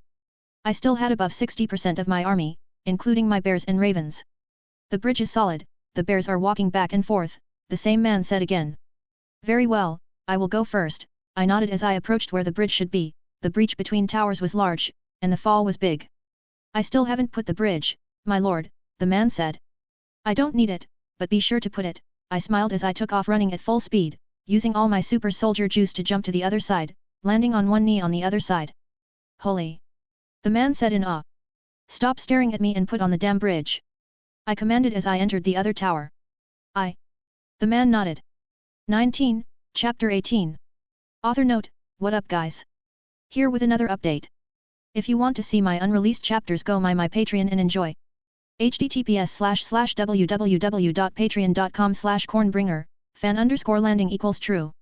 Anyway enjoy. The men inside the other tower were scattered, but it didn't matter much, I was on an assassination mission, the old Kraken would be mine, and I would end this, once and for all. Someone go they never learn, shouting before getting their weapon out is a bad idea. I continued running through the castle, killing men and avoiding large groups that could have a chance to overwhelm me as I advanced to Balan's chambers. In front of the door leading to the hallway that led to the man I wanted to kill, there were a couple of guards, defending the old rat. There was no avoiding this, so I stood out of the shadows and whistled at them, getting their attention. So you guys wanna die now, or when my army crosses to this tower? I asked, expecting my men to be getting over here anytime soon. My question wasn't as humorous to them as it was for me, and soon enough, I had every single one of them attacking me. I cut the first man's throat with a long claw while I brutally bashed another man's head against the wall, splattering his brain matter all over the wall. I jumped doing a flip in the air dodging a spear going for heart and decapitated the guy. Killing the 3 guards, defending the door. You know, I think this world has seriously messed me up, I chuckled, killing was just a part of my life these days, I was so numb to this shit. I opened the door leading to the hallway that would guide me to the old bastard in the castle. On the other side, I immediately noticed there were around a dozen soldiers patrolling a single entrance. If my raven were correct, the old bastard was there, so with nothing else to do, I charged out into them. Killing the fist ironborn in my way before he could even react, stabbing him in the heart with long claw. He yelled out in pain, coughing blood as he fell to the floor dead. Bastard! An angry ironborn tries to attack me. But I dodged the attack taking a single step to the side, and with one quick swing of my blade, I severed his head effortlessly from his body, splattering his blood on the castle walls. The next 3 soldiers rushed to attack me, but I ducked under the first attack, dodging it and pushed my sword through his neck, killing him. I blocked the next attack with my shield and using the momentum I bashed the next man head to the wall with enough force to pop it like a water balloon. With him done for I turned to kill the last of the guy in front of me, but a crossbow bolt flies into the back of my leg stopping me, making me flinch in mild pain. I grunt in pain as I turn around to see the future dead guy with a crossbow reloading his weapon. Taking this chance, the ironborn close to me tried to attack me with his spear, but even with a crossbow bolt on my leg, I outmaneuver him, disarming him and killing him with his own weapon. The guy with the crossbow started to panic, trying to load his weapon as fast as he could while I pulled the spear out of his comrade's dead body and threw the spear at him. Wait. He was probably trying to surrender as if I was going to let him leave, but regardless of that, the spear impaled his chest before he could even finish his last words soon after he dropped his crossbow and died. Motherfucker, that hurt, I grunted as I took the bolt out, that's gonna be an inconvenience for about 2 hours. I immediately turned my attention to the shaking remaining soldiers, who were too afraid to approach. I dashed towards the remaining ironborn protecting the old Kraken and cut one of them in the throat. He falls to the floor dead, not wanting to waste any more time. I push up, killing 2 more before they can even react. Not wanting to lose any more time, I spun around using the momentum to swing my blade and cut through all of them, decapitating 5 soldiers in one motion. I pull my sword out the last man's neck, as the last iron tries to kill me, but I cut his arm and shoved my sword through his mouth, piercing his skull in the process. Well, the wound didn't make me any less efficient, I said stretching my leg, but I need to be more careful, one of these days the bolt will go a little bit higher.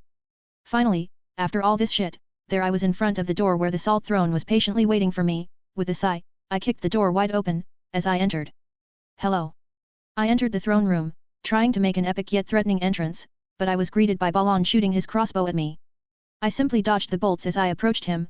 Do you really think that's going to work? If so, this is sad. Fucking brat. Balan shouted, grabbing his sword, and running towards me, or trying to. He was struggling to move fast. I bashed my shield against his arm, breaking it and making him drop his blade. You lost, I sighed. My men should be entering the tower right now, killing your remaining forces. I won. Fuck. Balan tried to insult me, but I slapped him so hard he lost half of his teeth. I guess this is where Asha gets her potty mouth, I chuckled as I pulled out Long Claw. Normally, I would love to talk more, but I have better things than to waste my time with a piece of shit, so goodbye, I said as I stabbed him in the kidney area, to ensure his last moments to be as painful as possible. Avrg. Balan shouted in agony, as I left him there, walking to his throne, sitting, waiting for my men to arrive. It took my men roughly 5 hours to arrive at the Salt Throne, where by that moment, Balan had already died. We have killed every soldier in the castle, my lord, one of my men said. Good, stabilize the bridges connecting the towers and bring Asha, I ordered them. We have eliminated all the scouts and archers. What else do you need, oh great Cornbringer? A raven flew into my lap, eyeing curiously. One last mission, I want every you guys to deliver some messages, to every house in the Iron Islands. It's time to take control of this shitty place, I smiled petting the raven. 20, Chapter 19. Author note, what up guys? Here with another update. If you want to read ahead, be sure to check my Patreon. I am 7 chapters ahead of the web novel update, currently in chapter 26. https://www.patreon.com/cornbringer. Enjoy. After taking complete control of Pike and its citizens, avoiding as much havoc and chaos as possible, I decided to send one raven to each house in the Iron Islands, with a single message. Come to Pike, and kneel to your new lord, for I have been chosen by the drowned god himself to change the old ways. Come and see how I can't be drowned and confirm by claims. I also sent a raven to my house and Lord Stark, informing them about my victory. Dear Aunt, I sent this message to inform you, I have won, I have taken control over Pike, and as you read this, I'm taking control of the Iron Islands as a whole. There will be no more raiding, no more iron price, for now the bears rule over the Krakens, with love.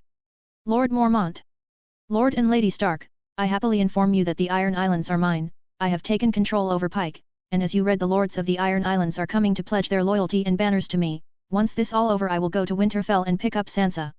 I will ensure there is no more raiding or anything of the sort. I will eliminate the old ways the Ironborn believe in. May our families be united through blood, love, and honor. Lord Mormont. I knew I was playing dirty by using his honor to keep our betrothal, but considering they are the only house I mildly trust and I didn't want Sansa to go over all the shit she went in the series, I had to do it. Now it was time to wait. I was sure the lords in the Iron Islands would come with their army to take me down, but that was part of the plan. I would prove to them that their so-called god chose me. How? By having a Kraken raise me above the sea. This would make them kneel in admiration or shit their pants, one of the two. You won, just let me leave and I won't bother you ever again, Asha said weakly. I did say I was going to let you live, but only long enough for you to understand how fucked you are. I smiled as I cut her chains. Take a boat and leave. This was my last act. I would take everything from her, the last thing a human loses hope. I led her to the coast where she took a boat and sailed. For a moment she thought she had escaped, for a moment she felt relieved, for a moment she felt hope. That was until a Kraken pulled her deep into the sea, eating her. I have stolen everything from you, your house, your dignity, your hope, I chuckled as I walked back to the castle. 1 month later. It took 1 month for all the Iron Lords to come, their ships and armies approaching, threatening to end my life. Everything was going as planned. I would use their fate to my advantage. I was in the sea, on a ship alone, waiting to meet them alone, with my Krakens close by. Just when they were close enough, just when I was sure they all could see me, I jumped into the water as the Kraken destroyed my ship. In a dramatic setting, the Ironborn started to panic. I smiled as I waited underwater, and just when I was sure they felt how fucked they were, I ordered the Kraken to rise me above the water and their ships gently, as I stood on one of his tentacles. It was time for the religious scam of the century. I am the chosen one, the drowned god chose me to lead the Ironborn. Who here doubts of this? I shouted as the Ironborn stared at me in disbelief. Eventually they started chanting in approval, as they knelt before me. I had succeeded in my mission, the Iron Islands were mine. I had lost a lot men, but I had won 15,000 soldiers and the greatest navy in Westeros. With a smile of satisfaction on my face, I ordered the Kraken to gently put me on one of my newly acquired ships. Let's go to Pike, I ordered, and the Ironborn obeyed. Their anger had turned into fear and fear into admiration, and soon that would turn into loyalty. 1 month later. The coronation to the Salt Throne was not what I saw on TV or the books. Apparently they skipped various, considering the so-called drowning god himself chose me. It took a while to convince them their old ways were done for. I was close many times just to kill them, be over with this. But I decided to be more rational. After a while, I made them understand that with my guidance we could be rich without stealing, without raiding.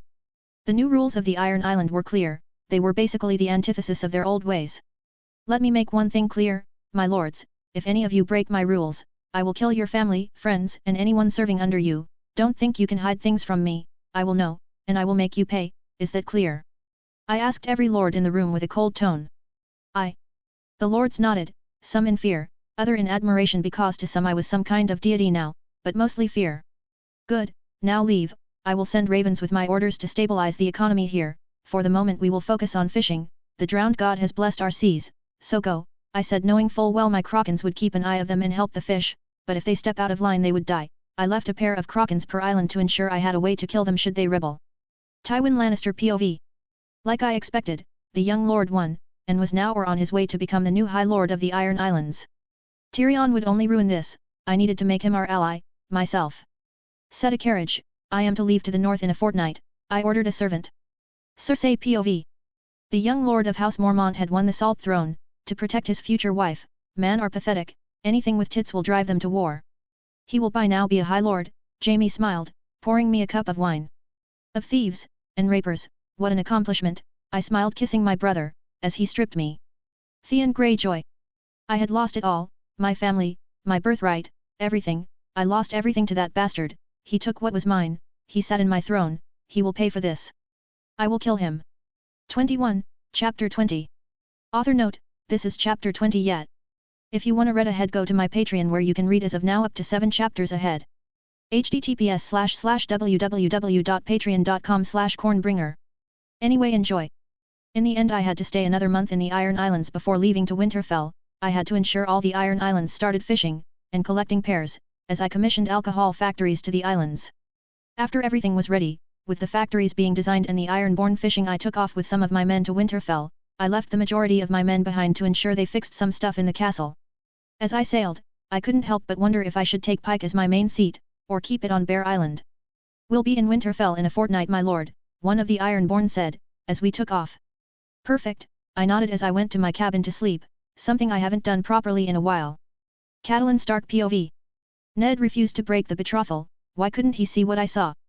Ronard Mormont was reckless, and didn't think things through. He might have won the war against the Iron Islands, but what if he starts another war brings our end? Ned, I beg you, please, consider this. I pleaded. Cat, I know what you feel, but I gave my word, he did what he did to protect Sansa, and I think Sansa loves him, I can't break her heart, Ned said, standing his ground. Theon is the rightful heir of the Iron Islands, he won't stand by and let him take it, I said as I took my leave. He can't take anything, without men, Ned muttered as he sighed. Sansa Stark POV. Ronard had won, it's been months since I last saw him, and I can't help but feel happy he won, that he is safe, that he is coming back to me. Maybe I am in love? I don't know. But the thought of him dying was painful. I prayed to the gods he would survive, I prayed for his victory. I miss our dates, the way he laughs, how carefree he is, how charming his smile is. I miss kissing him, I simply miss him. 2 weeks later, Ronard Mormont POV. I was finally seeing the gates of Winterfell from afar. 2 weeks of sea and months of fight and war were really taxing, but I had won, and that's all it mattered. I was now the High Lord of the Iron Islands and the Bear Island, that was loyal to House Stark. Though I knew many lords in the north would fear this new political power I had acquired, and would want to marry me to the north, to ensure my loyalty. If Lord Stark broke my betrothal, it would be a political suicide. I was the biggest taxable income in the north, and now I was a military threat. But even if he didn't care about that, his honor would bound him to keep my betrothal, because I had kept my word, I had made Sansa as happy as I could and I had protected her. We are here, my lord, one of my newly acquired men said, snapping me out of my reverie. Inside I was greeted by Lord Stark and his children once again. Sansa this time was smiling at me, as if eager to run out of her family formation and hug me. That was new. Lord Stark, I greeted, but unlike last time I was here, I didn't bow to him. Lord Mormont, Lord Stark offered me a handshake. My lady, I approached Sansa, kissing her hand. My lord, I prayed to the gods you would come back to me, Sansa said with a sweet smile, raising an army of red flags. Perhaps it was a bad idea to make everyone believe I started the war for her. I didn't expect her to fall for me this fast. Then your prayers have been answered, I smiled back, putting a mental note to deal with this later. Lady Stark, I greeted, and if eyes could kill, she would have my head on a spear. Lord Mormont, Catelyn Stark practically hissed. I eyed her carefully for a minute, wondering what the hell was her problem, but I stopped my quest for an answer when I realized I don't care. Robb, good to see you, I smiled, noticing he had conflicting feelings about me. For one, he was happy, and at the same time mad I took what was supposed to belong to his friend Theon. I'm glad you came back, Robb said with a serious look. May we speak in private, Lord Mormont? Lord Stark requested. As you wish, I nodded, following him to his solar. Inside of his solar, Lord Stark sighed as he served 2 cups of rum and sighed. Do you have any idea how many problems you caused? Ned Stark, rubbing his temples.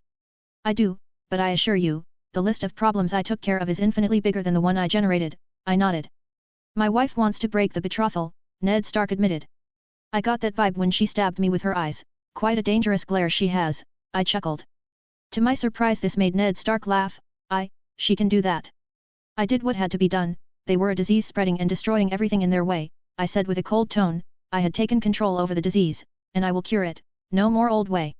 Ned Stark eyed me curiously before he sighed, perhaps it was for the best. It was, I nodded, without the Ironborn doing what they used to do, I would ensure a safer north as a whole, and I would also erase a threat in the map. Theon Greyjoy POV.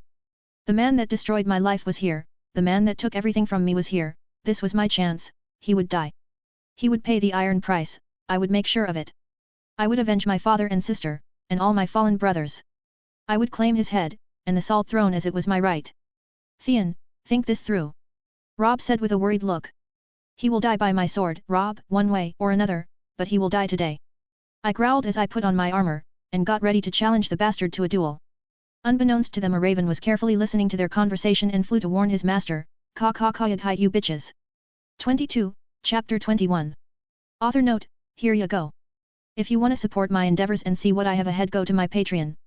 I have 7 chapters ahead of this. As of now, we are in chapter 28. https://www.patreon.com/cornbringer. Anyway, enjoy. It seemed that for now my betrothal was safe, but now I had to deal with a girl in love. I wasn't so sure how to deal with the conundrum. While she looked like a woman, she was a girl, and what mattered for me. But I suppose everything ended the way it was meant to be. "John, how have you been?" I inquired. Right now, John was working on the stables, cleaning the horses and brushing their manes. "I've been good, Lord Mormont," John smiled, trying to be polite. For him I was a lord, and he was a bastard. Social stigmas in this world are quite troublesome. "Just call me Ronard or Ron," I offered, cutting him off when I saw he was about to refuse. "Consider that my one lordy order for you, shall we?" "I suppose," John smiled. "Where are you, bastard?" Theon Greyjoy shouted, his tone full of anger and hate. "That much I could tell." "I suppose that's for me. I'll leave you to your work, and by the way, should you ever need employment, be sure to reach me out." I smiled as I started to walk out of the stable. It seemed Theon had exploded earlier than I anticipated. "Don't hide!" Theon shouted, and many people started to gather close to him to see the show he was putting. "I'm gonna take a wild guess and say you are looking for me." I chuckled, walking towards him. "I will kill you." Theon growled with a sword in hand. "Or disappoint me, go ahead, flip that coin," I taunted him. Theon rushed towards me, sword in hand, and started to hack his blade wildly, as I dodged his attacks with my hands on my back, purposely mocking him. "Stop running!" Theon growled, angry at not being able to hit me. "Stand and fight like a man." That's not how fighting works. You attack, I dodge, simple," I laughed, as I dodged another incoming attack, ducking under his swing. "Ah!" Theon started to shout, losing all coordination, swinging his blade like a child throwing a tantrum. "You are more likely to hit yourself than me if you keep going like that," I smirked at him, which made him shout even louder. "Theon, stop this madness!" Lord Stark arrived, shouting angrily. "Don't worry, Lord Stark, it's not like he can do much, just let the toddler throw his tantrum, and then after he tires himself out he can take a nap to chill things out." I turned to full attention to Lord Stark, as I continued to dodge Theon's assault. "You think you have won everything, don't you?" Theon said, panting. "You may have won my lands, this battle, and everything else, but I have won something you haven't." "And what is that?" "A pity contest." I chuckled, but mildly interested to see where he was going with this. "Sansa's cunt," Theon smirked, and gasps could be heard in the crowd. "While you took my lands I made her a..." I didn't know what happened next, but something snapped inside of me. Was it anger? Yes. Was it for what he said? Not really. I knew he was lying, but anger blinded my mind, and in the split of a second, I was in front of Theon, swinging at him with my bare fist, hitting him in the jaw with a powerful punch. I could feel its jaw shatter under my fist as tooths flew out of it. Not letting Theon recover, I grabbed him by his right arm, throwing him into the air. Then I jumped up, delivering a powerful kick to his back and feeling his spine shatter into 1,000 pieces. Theon slammed into the ground with a heavy thud, screaming in pure pain, but it wasn't enough. I wanted more. I dashed towards the screaming bastard and punched in the face, feeling his nose shatter. I punched him again, tearing off part of his cheek. I continued to punch, with each hit being even harder than the last one, eventually making one of his eyes burst. Theon tried with all his might to cover up his face with his arms, but with a pair of powerful blows, I broke his arms, bending them beyond recognition.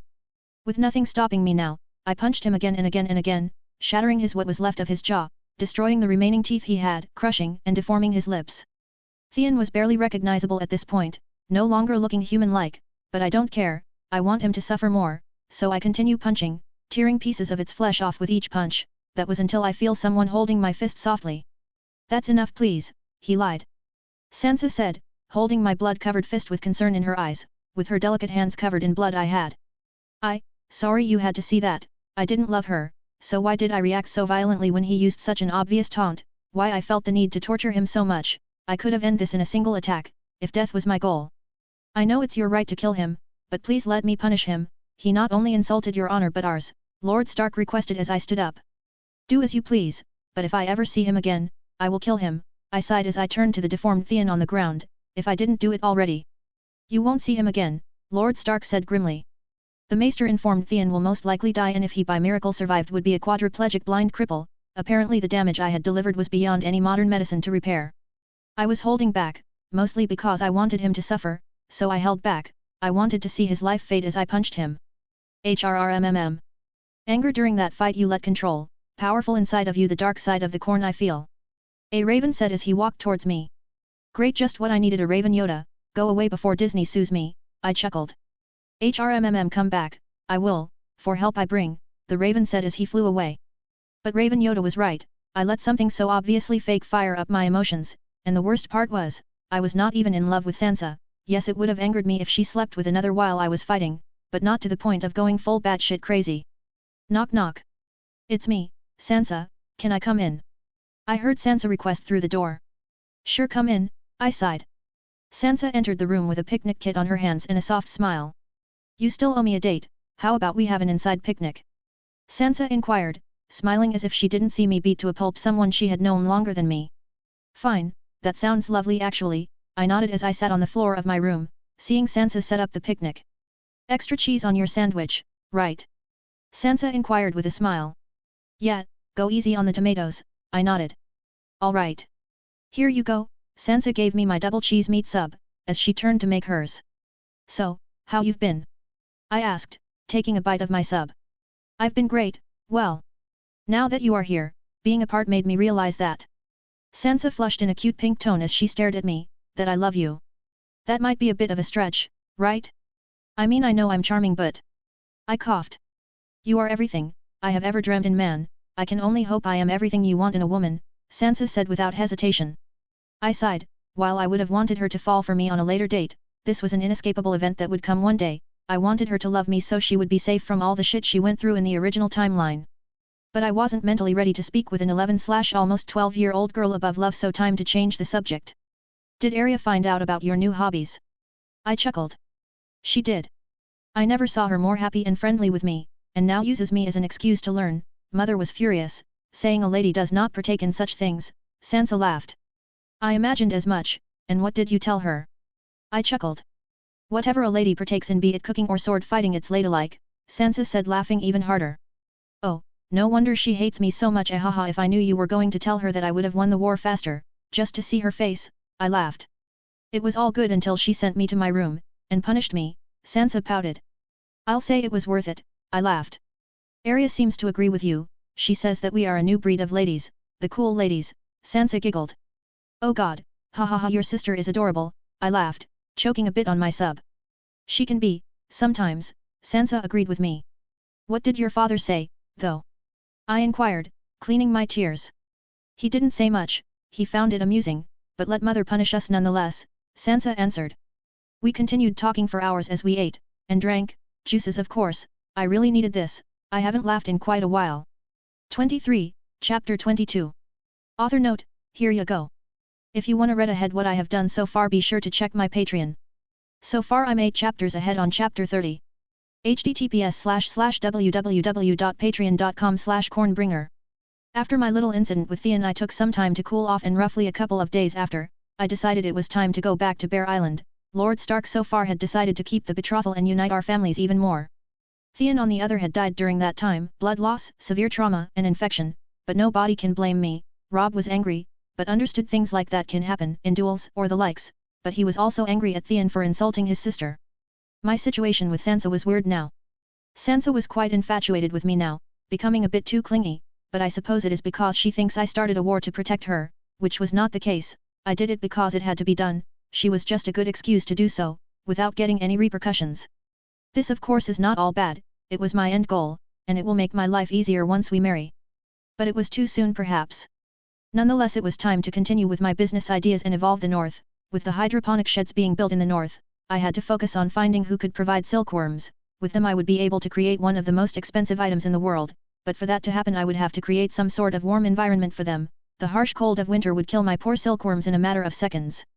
But now that I had Pike, I could expand my business there. After all, the climate there was warmer and more welcoming to this type of business. While by southern standards it was still cold, it was considerably less than any place in the north. Welcome home, my lord, Maege said with a warm gruff. Her eyes showed she was uncomfortable, not with me, but with our two visitors. Tywin and Tyrion Lannister, I had known for quite some time the lions were in my cave, and I knew why. and frankly it was getting boring. Take me to them, I sighed, as I turned my gaze to Sansa. I'm going to take care of some businesses. Take care, Sansa smiled. Follow me, Maej said without even questioning how I knew the lions were in my house.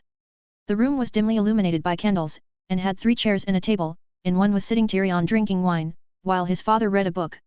Lord Mormont, what a pleasant surprise, Tywin said, not even looking up from his book.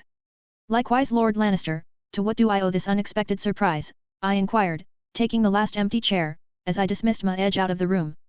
Please, let's not, I am well aware you knew I was here, Tywin said, putting his book on the table. Your spy network is on par with the spider, the difference is that unlike the spider, you can't be spied on. This was refreshing. I didn't expect him to be so straightforward. So you sent your son to do that? I think there are other ways to get rid of him, I chuckled. I agree with Lord Mormont, Tyrion chuckled back. You know why we are here, so let's talk about that. Tywin ignored us. Fine, my answer is no. I can also recite that in Low Valyrian it was already bad enough that I had to marry a teen soon. I was not going to downgrade this age situation to a kid. The Starks were trustworthy. If I married a Lannister I would wake up one day with a knife on my back, or simply I would not wake up. We can offer you so much more than the Starks, Tywin offered, and his tone said I will give you the North. Of course, he didn't voice this out, but he implied it. Tywin, while a cruel ruthless, never went back on a deal. He would ensure I had the North if I took his deal, but that deal had a unspoken underline, that if I took it I would basically be kneeling to him, for Tywin doesn't have allies, but subordinates, underlings. I know, but I most decline. I'm not interested. I had to thread carefully with him. If he considered an enemy too early into the story, things could get complicated. I gave my word, and I must uphold my honor. Tywin scoffed. Use that sentimental crap with Lord Stark. The offer will be always available, but hear me out. You will never marry Sansa Stark. I chuckled as I stood up my chair. That sounded like a threat, Lord Lannister. It's a warning. I might be interested in breaking the betrothal, but I won't be the one to do it, Tywin said, staring at me. When that unavoidable day comes, reach me out.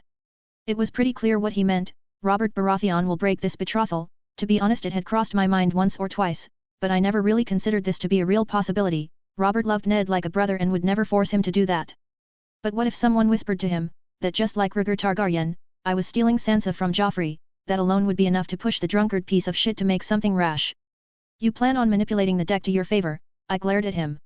Until then, Lord Mormont, Warden of the Iron Islands, Tywin said, leaving the room. A piece of advice, father always gets what he wants, Tyrion said, leaving the room. So do I, the old lion has his ways, so did I. After the Lannisters left my house, with the imminent warning of a plot starting to boil, I had to prepare. The king could break out betrothal, if was his right as the ruler of the 7 kingdoms. I couldn't stop that without going to a war I knew I couldn't win. But he can't break a marriage. If I married Sansa, I would ensure to cut the cards Tywin had. But I couldn't marry Sansa until she had her first blood, which brought me back to square one. They can't leave me the fuck alone. Shit just continues to come. Everyone wants to force me into the game. I just saved my betrothal and now is in fucking danger again. I can't catch a break, can I? Fuck my life. With new problems in my way, I decided to let things flow. I had little control over what the king decided, but maybe I had control over what he heard. It was no secret Cersei Lannister was against the idea of me and Myrcella all the way. If I played my hand correctly I could acquire a temporary ally, to destroy the plot Tywin is boiling. But Cersei was a wild card. She was as unpredictable as they come, so I had to be sure of thinking this through. My other option was to befriend the drunkard bastard, and ensure he would not be manipulated against me. Or option C, I could use Lord Stark connection to the king. So how was the meeting? Sansa inquired, entering my solar. Well, good is not a word I would use it to describe it, I sighed while getting a cup of wine. What happened? Sansa inquired, and for a moment I pondered, whether to be honest with her or not. She is to be my wife, so I should start trusting her more, and if by some reason they broke the betrothal she needed to know why, so I decided to explain what happened. Well, you might want to sit down for this one, I sighed as I started to explain in detail the situation currently threatening our betrothal. She had to grow up sometime and understand that in this world, everyone plays the Game of Thrones whether they like it or not, and that even if she didn't want to, she was another player. Varys POV. A few months ago, the Queen ordered me to request a faceless man to kill Lord Mormont. Frankly, it was a tad much, but the Queen is like that. The faceless man operate in mysterious ways. The harder the target to kill, the higher the price. How they know how hard a person would be to kill is unknown, but they have their ways. When I asked for a quote, they gave me none. They simply informed said contract was no possible. It was clear they didn't want to take the contract, but why they didn't want to was unclear. Their words were even more mysterious. A man cannot kill that man, A life that has been blessed by the stranger is hard to take away, the faceless man said, leaving with me a new enigma. If a group of assassins that considered any life to be expendable considered him to be, as they called, blessed by their god, something was going on. Lord Mormont was already an unexpected mystery for me, and now things continued to make him more and more enigmatic. The queen will not be happy with the price, I sighed as I walked down the hallway to meet her. If there was one thing I hated about this was not knowing, and I didn't know a thing about him. 24, Chapter 23. Author note, here you go. If you wanna read ahead what I have done so far, be sure to check my Patreon. So far I'm 9 chapters ahead. Chapter 32. https://www.patreon.com/cornbringer. It's been a month since I explained Sansa the situation we were in. She understood with simplicity of what was going on but reacted as one would expect of a child, panicking, but like me, she shared the idea that I should contact the king. But considering Lady Stark wanted to end our betrothal, this was quite a delicate situation, so I decided to send a raven to deliver the message. Telling Lord Stark about the plots the lions were cooking, while I focused on other important matters, getting my silkworms. Apparently there was one merchant in Essos that sold the little bastards, and he happened to be the one that had something I wanted. 3 dragon eggs. Magister Illyrio, not only he had a contact with someone that distributed silkworms for silk farms but also had 3 dragon eggs at his disposal, and he didn't know about their real value. If I managed to buy those little eggs, I would ensure that Daenerys never became a threat, to me at least. But those weren't the only dragon's eggs in the world. In total there were 5 eggs in this world, according to the books at least. One would be found or will be found by Euron Greyjoy, who will proceed to be an idiot and throw it into the sea, and the last one location is unknown. Some say is in Dragonstone, others say in Beyond the Wall, but no one can say for sure. With this in mind, I ordered one of my Krakens, 2 ravens and many other fish to find Euron, and keep an eye on him. Should he find the dragon egg, I would take it from him and kill the last Greyjoy. If I managed to collect all the dragon eggs, I would acquire 5 dragons, 5 mythical flying fire-breathing beasts. And I would become nearly unstoppable. I heard you are leaving, to Essos, Sansa said, entering my solar. It has been a month since we got back to Bear Island and she was clearly not happy with me leaving so soon, but things had to be done, and I needed her in Winterfell to advocate against the Lannisters' plans. I'll be back, besides you get to be with your family for a bit. I know you miss Jane, I smiled as I whispered with a smirk, an area. Fine, but just so you know, Mother will try to persuade me to break our betrothal, Sansa pouted. That's why you will talk with your father, only he can convince the king. As of now he hasn't break anything.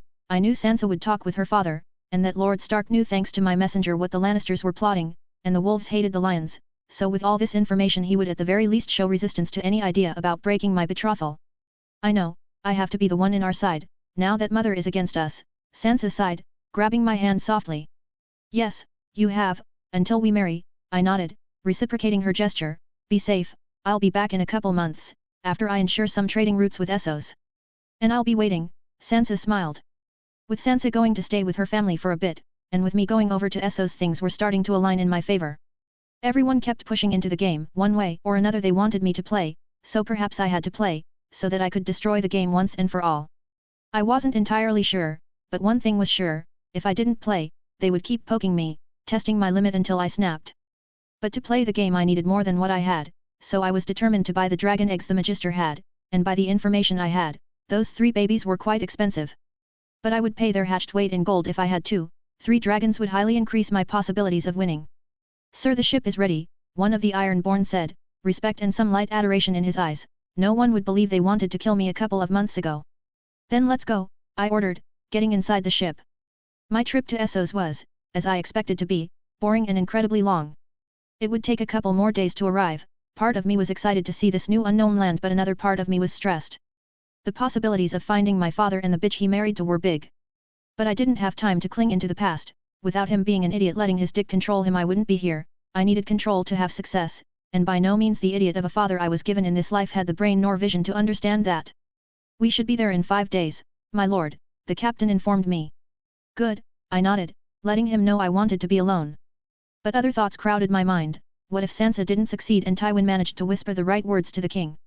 I had no political power to stop that. If the king said so, I was destined to lose her. Perhaps this was the way of the gods to show me, I should be king.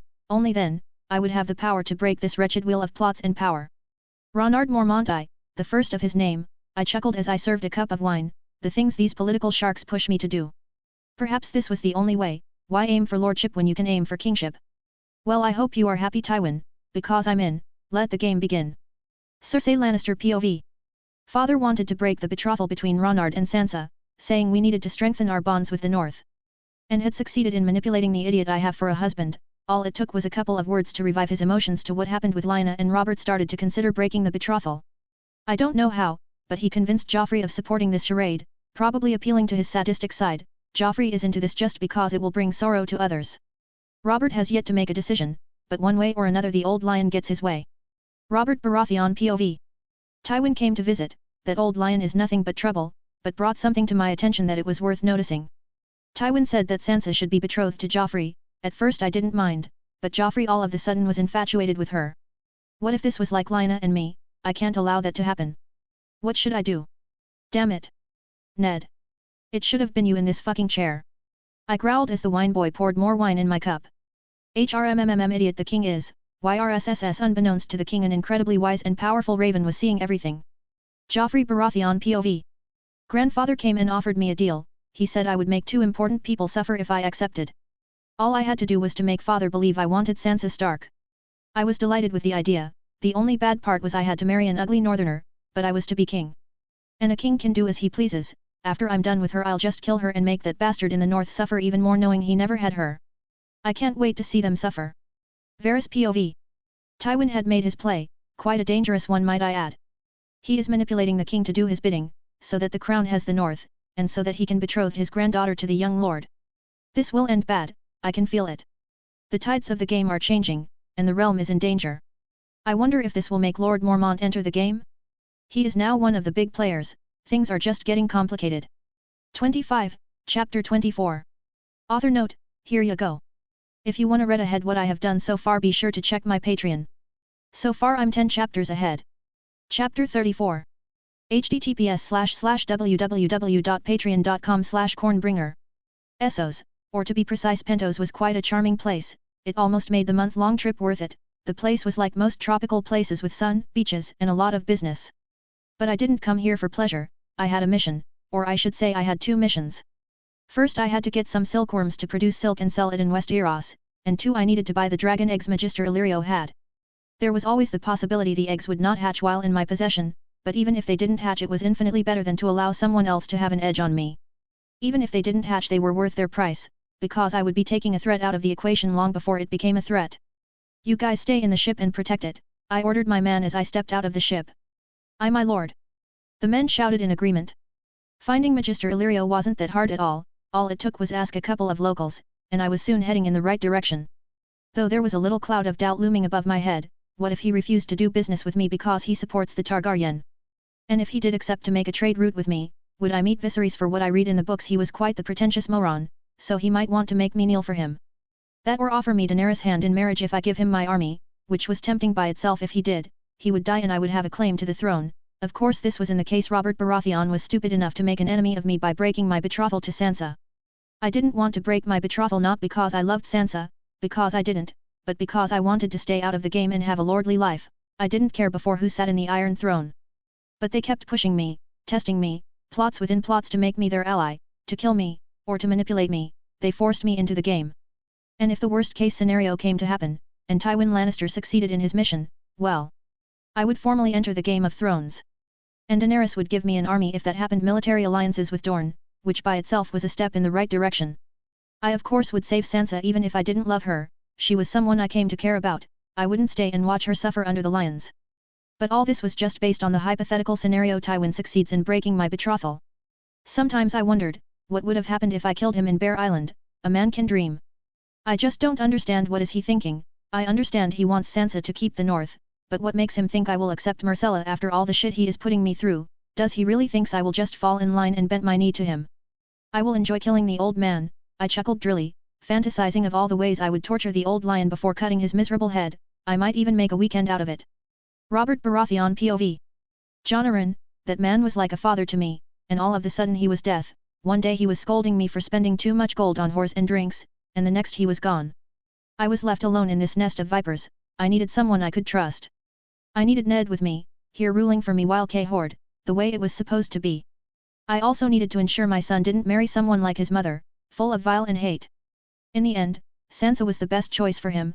Ned was honorable and so were his kids, the Mormont brat would understand. My son wanted Sansa, and perhaps if he married out of love, and not like I did with the viper of his mother, he would have a better married life. It was time to go to the north, and get my last friend alive to help me rule this shitty place. Back to Ronard POV. Magister Illyrio was quite the extravagant man, his castle was extravagant or sure, full of gold and over-the-top expensive decorations. Physically Illyrio was morbidly obese, complete with pig's eyes and fat cheeks with a disgustingly oily-looking beard. Personally, all I knew about him was that he was one of the only friends Varys had, and that he supported the Targaryens. "Welcome Lord Mormont," Illyrio said warmly. He didn't seem to have any hostility against me, then again he was a businessman and it was a requirement to hide your emotions while making businesses. "A pleasure to be here, Magister Illyrio," I smiled, offering my hand for a handshake which he took reluctantly. "So what brings you all the way here to Essos?" Illyrio inquired as we walked through his garden. "I want to make some trade routes, and buy some things I was told only you can provide," I admitted. "I see," Illyrio hummed, "I'm glad I can be of assistance, and by the way, if you don't mind, can I ask you a few questions?" "Sure, be my guest," I nodded, intrigued to what he wanted to know. "How is Westeros? All I get is outdated information," Illyrio chuckled. "Well, that is one complicated questions with an even complicated answer," I chuckled. I knew what he was doing. He wanted to see where my alliances align with, well, for starters, the Ironborn are no longer raiding or raping. "Did the god themselves descend?" Illyrio inquired. I knew he knew about it. He is friends with the spider, he has to be at least well informed. "In a way," I sighed, "I was tired of their ways, so I took control over them." "So you are the new warden of the Iron Islands," Illyrio said in a matter-of-fact way. "Yes," I nodded. "Very well, so what did you wanted to buy from me?" Illyrio inquired, seemingly done with the questions for now. "I want silkworms, as many as you can provide, and a collectible item you have." It was the moment of truth. Would he sell me the eggs or deny their existence? "What item, may I ask?" Illyrio inquired curiously. 3 dragon eggs, I informed him. "I want to buy them from you." For a moment Illyrio was quiet and didn't say a word, and I expected the worst, but after a minute he said, "Sure, I will be sad to part with them, but the gold will soothe that pain. They are quite expensive, you know." "Gold is not a problem," I smiled. I had succeeded at least in one of my endeavors so far. "Just what I like to hear," Illyrio laughed, making his belly and man-tits bounce in a disturbing manner. "The silkworms will take a couple of months, they are brought from far away, you are welcome to stay with me during that time." I smiled. "That sounds lovely, I just have to let my men know we'll be here for a while then." "You came without guards to my castle, while the trust is appreciated, Essos is not safe. I'll send some Unsullied with you," Illyrio said. Little did he know, unless a battalion came for me I was good. "Thanks once again," I smiled, as I took off back to my ship with a dozen Unsullied guards protecting me. Varys POV. I had contacted Illyrio beforehand, when I found out the young lord of the Iron Islands and the Bear Island was on his way to meet him. If we played our cards well, we could gain a powerful ally to the realm. All my old friend had to do was ensure he stayed for a bit. The king, Robert Baratheon, was never a good man in keeping relationships. Dorne already hates him, and now that he is in process to break the betrothal between the young lord and Sansa, and he will also make an enemy of the Iron Islands. But like they said, the enemy of my enemy is my ally. This opened a new realm of possibilities. The young bear was smart, capable, and a dangerous foe, but if we moved the tides to our favor, his tides to our favor, and presented him with an option once his betrothal ended abruptly, we would gain his support to put the Targaryen dynasty back in the throne. It was certainly better to marry the princess to someone in the realm. Her brother had other ideas. But I didn't know how he would react. He was in the end a wild card. "I'll be leaving to Essos for some business, tell the king and queen," I told Pycelle. "For what?" Pycelle inquired. "To renegotiate the price of a life like the queen asked me to. Lies, lies, lies, lies make the world run and keep castles together. How I dream of a world without lies." 26, Chapter 25. Author note, here you go. If you wanna read ahead what I have done so far, be sure to check my Patreon. So far I'm 10 chapters ahead. Chapter 35. https://www.patreon.com/cornbringer. This place really makes me forget all the shit I have to deal with back home, I chuckled, seeing the view through my balcony. The room I was given was quite luxurious, nothing to what I was accustomed to, making me feel like in a 5-star hotel. From the balcony I could see my ship from afar. Everything was quite comfortable. But all good things have to come to an end. Sometime later, after my arrival at Pentos, one of my raven arrived with dire but no unexpected news. Jon Arryn had died like he did in the original series, and the king wanted to break my betrothal and get Ned to be his hand. Tywin managed to do what he wanted for the last time. Ned of course could still say no, but my chances were low. Caw-caw. What do we do? Caw-caw, Raven Rangers. The raven started to sing the new theme song for his squad. Nothing. Any news about Euron? I inquired, chuckling at my feathered friend. Nothing so far, Ka, but we know the spider is coming to Essos. The raven shook his head in shame. It's okay, I have these for now, I smiled, showing him the dragon eggs, who cost me a big, and I mean big chunk of money. Ka, do you want me to sit on them and brood them? The raven said, approaching the massive eggs and sitting on them, trying to give them enough warmth to hatch them. No, but you can try, I chuckled. Brothers, we have to brood these eggs. The raven shouted, and immediately after 12 raven entered and sat on the eggs. We will be good parents, Ka. I Ka. Will teach them the pleasure of corn. I will teach them the pleasure of killing. Ka. They will be super ravens, my maternal instincts feel it, Ka. I laughed for a good time as I saw the ravens shifting positions to make sure every inch of the eggs was covered in feathers and warmth. After a few minutes all I could see was a ball of feathers that was composed of ravens. Pushing the laugh out, I started to focus. After all, it was time to play the game. They managed to push me to the point I actually joined this disgusting game. If King Robert did in the end break my betrothal, I would answer accordingly, in war. If I didn't do anything after what he was about to do, I would be seen by my men as a coward, and I would lose their respect. And I couldn't let that happen. War was looming above my head, and was one of the main reasons I traveled all the way to Essos. While I was safe in my lands, because none of the 7 kingdoms had a chance to invade me, I didn't have the firepower to win the war. But here in Essos there were many possibilities, many things I could acquire for the upcoming war. The Unsullied, the Dothrakis, the Second Sons. If push comes to shove, I would have many options to increase my military power, and take control over Essos and the 7 kingdoms. How is your day, Lord Mormont? Illyrio inquired as he entered the room he gave me. Fine so far, worried about stuff in my home, nothing to concern you about. It has been almost 2 weeks since I got to Essos, and I had yet to see the Targaryens. I see. Illyrio trailed off, seeing my ravens, all staring at him. My pets, don't pay much attention to them, I laughed, aren't they adorable? I suppose, Illyrio said, still eyeing my ravens. So any particular reason you wanted to see me, Magister? I inquired, eyeing the man carefully. I wanted to let you know, my contact for the silkworms will be arriving in 3 weeks, Illyrio smiled. He thinks that I'm not aware of this, but I'll let him play his game until the spider arrives. Thanks for letting me know. Daenerys Targaryen POV. It's been 2 weeks since Lord Mormont arrived. Magister Illyrio is making sure we don't meet him, because as of now he is unsure where his alliances align. All we know about him is that he was about the same age as me, and that he started as a small lord that ended up taking control of the Iron Islands, becoming the warden of them. We were in different areas of the castle to avoid seeing each other. My brother didn't understand why we were hiding from him. He said that any lord should kneel before him, for he was the dragon. You think he will help us? I asked Viserys. Magister Illyrio is making sure he is trustworthy, Viserys answered, not even looking at me, but it doesn't matter, soon he will kneel to the dragon. Nobody should wake the dragon, it's something Viserys has burned into my soul. Ned Stark POV. A lot of things were happening in my lands at the same time, bad omens for the north. Lord Mormont had gone to Essos, dire wolves that were thought to be extinct, appearing soon after. Jonaran, a man that seemed he would outlive us, died. King Robert was coming. Things would end bad, I could feel it. Jonaran is dead, and the king is coming, I sighed. You know what he wants, Ned, you can always say no, Cat begged. I can't, I couldn't let my old friend be alone in the south, he needed someone to rely on. Yes you can say no. Cat shouted, you fought a war for him, you know as well as I do Starks don't do well in the south. I sighed. But if not that you can't, is that you won't, Cat said, angry. Back to Ronard Mormont POV. I decided that while I waited for the spider, I would get to know the city and see how my men were doing, leaving my ravens brooding the eggs affectionately, which was weird, they were all mom mode now. The city was full of life to say the least, with people buying and selling stuff, and it generally gave a vibe that seemed to match the Middle Eastern in my world.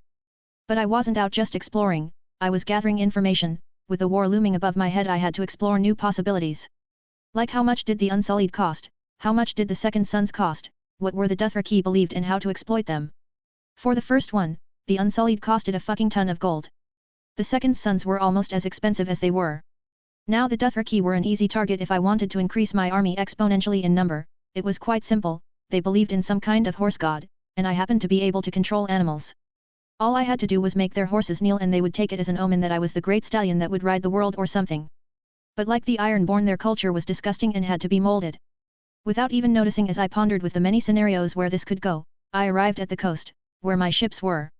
My lord, how is everything? One of my men asked, as I approached. The same as always, I sighed, had you guys had any troubles with the locals? Nay, we are keeping ourselves inside the ship, we take turns to go out and... The man started to get nervous, which by his body language implied they were going for whores but were afraid to tell me. I don't care if you fuck all the whores in Pentos, as long as they willingly accept, I chuckled. The man started to laugh out loud, well they aren't complain they are sucking the gold out of our dicks. I laughed, seeing how visibly relaxed he got knowing I didn't see whoring as something bad, not necessarily, I don't see you complaining about the gold you are losing. Nay, is a good way to lose gold, the man laughed even harder. I suppose, I chuckled as I took a sit close to him, don't bring me problems with the locals, their compliance is necessary, for now. I will be more careful, I'll tell the man they can't get too drunk, the man nodded. Make sure you do that, I nodded. 27, Chapter 26. Author note, here you go. If you wanna read ahead what I have done so far be sure to check my Patreon. So far I'm 11 chapters ahead. Chapter 37. https://www.patreon.com/cornbringer. Sansa Stark POV. It has been almost a month and a half since Ronard left to Pentos. I missed him every day, but now I had a new friend to keep me busy. Lady. Father and my brothers had found some dire wolves while they left for an execution. Lady was the best, I always wanted a dog, but this is certainly better.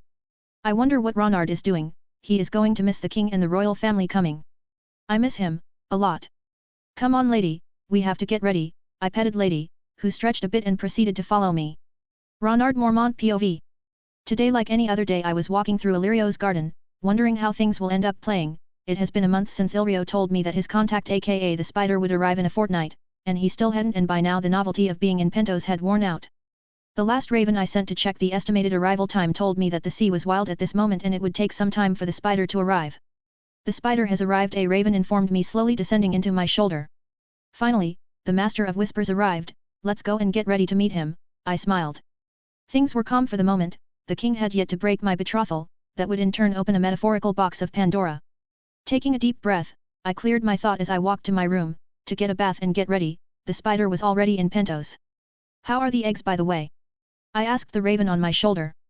Caw. Nothing so far, we are increasing the amount of brooding, the raven answered.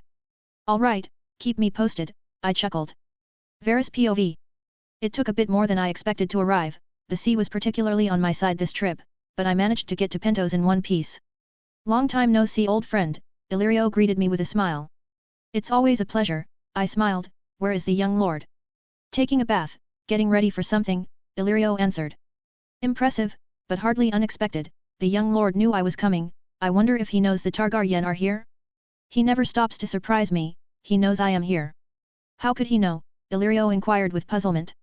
The young lord is full of surprises, one of them is how well informed he is, and how little informed we are about him. Information just goes one way with him, I admitted. He was the hardest person in the world to spy on, every house knew this for their spies would suddenly appear dead or worse. I see, if you said so, it's hard not to believe it, Illyrio sighed. Let him know we are waiting for him, it was time to see if we could move the tides of the young bear to our favor, and ensure the safety of the realm. I will, Illyrio nodded. Back to Ronard POV. I was ready to personally meet the spider, while I originally expected to meet him on King's Landing, this was also acceptable. The game pushed me out of the path I was walking, it sucked into this wretched world, I was still with one foot on my old path and one in the new one. If they broke my betrothal, I would be officially and irrevocably in the game, but at this point my betrothal was just an excuse, I knew my breaking point was near whether they broke my engagement or not. I knew I would join the game one way or another, because I was tired of it. Tywin just pushed me into this path earlier than it was supposed to happen on its own. My contact is here, Illyrio entered my room with a smile, but something was different, he was looking at me differently, he knew I knew, neat. So the spider is here, well time to crawl into his web, I chuckled, getting a mild look of surprise from Illyrio. Follow me, Illyrio finally managed to say, walking out of my room, with me following him close behind. And there he was sitting in the shadows, the spider, waiting for me. To what do I owe the pleasure? I inquired, sitting on a chair in front of him. Illyrio also sat down on the opposite end. Not many would consider meeting me a pleasure, but I suppose you are the exception for many things, Varys said, serving himself and me a cup of wine. I grabbed the cup and took a sip, and smiled, so how in the realm? Good, for now, Varys sighed. Is my betrothal still active? Being honest with the spider was possibly the best, he was already cryptic enough. You can consider it broken, Varys took a deep breath, Lord Tywin wants you, and with Sansa in the south and your alliance to the north he would get you even if you didn't marry Myrcella. I chuckled, anger building within my very core. But the old lion, while terrifying, lacks something, Varys said with a soft smile. He lacks vision, he thinks himself above anyone, including the king, he thinks like the rest you will fall into line and do as he pleases, but you won't, am I right? I stared at Varys with a excruciating look before bursting into laughs. For not being able to spy on me, you sure know me. I used to gather information before having spies, while certainly harder, I know some bits about you, not much but enough to get a general idea of who you are, Varys admitted. Impressive nonetheless, I nodded, as my tone grew colder and my eyes became darker. You do realize, while I don't love Sansa, I have to respond to this insult, right? I do, I just thought I could use this for the betterment of the realm, Varys nodded. You want to use me to put the Targaryens on the throne, the same ones in this castle, I chuckled darkly, making Illyrio choke on his wine. Varys looked impressed for a short amount of time before he sighed and nodded. I do, you must know the next in line to the throne is even worse than our current king. And as we have seen during the last few months, that threshold is vast, I chuckled. It is, Varys chuckled.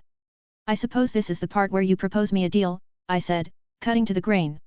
I do, Varys nodded, you will be without betrothal soon, how about we make a new one? You want me to marry Princess Daenerys Targaryen? I chuckled, already expecting this development. I do, Varys nodded. Daenerys wasn't a bad match, but if the spider thought I would kneel to Viserys, he had another thing coming. Daenerys Targaryen POV. Viserys has started talking with Magister Illyrio about my future possible betrothals, to ensure him an army. I didn't want to marry anyone in Essos, I wanted to go home, but Viserys didn't care, he said he would let a Dothraki horde fuck, including their horses if they gave him an army. Gods please help me. Back to Ronard Mormont POV. I told Varys I couldn't just accept the betrothal while I still had one with Sansa, but if we thought the betrothal broke, I would accept under certain conditions. He would have to ensure safe return for Sansa and Arya to the north, if he provided that I would join his crusade to put a Targaryen on the throne. While I didn't love Sansa, I came to care for her. She was but an innocent girl too young that was about to learn the harsh truth of reality. She didn't deserve all the suffering coming her way, and if it was in my power I would stop it. Though I never said what Targaryen I would put on the throne, I didn't pretend to put Viserys on it, and besides, if Daenerys was to marry me, she would be a queen, my queen. It's not my fault Varys left so many blanks on his deal, but perhaps, the spider knew about them, and didn't care, he seemed crafty enough. After our mutual agreement, where he would ensure the Stark sisters went back to the north when all the future shit of the game exploded, and in return I would marry Daenerys and help him save the realm, he left, saying that his presence was needed in the realm, not without telling me I would meet the Targaryen siblings soon.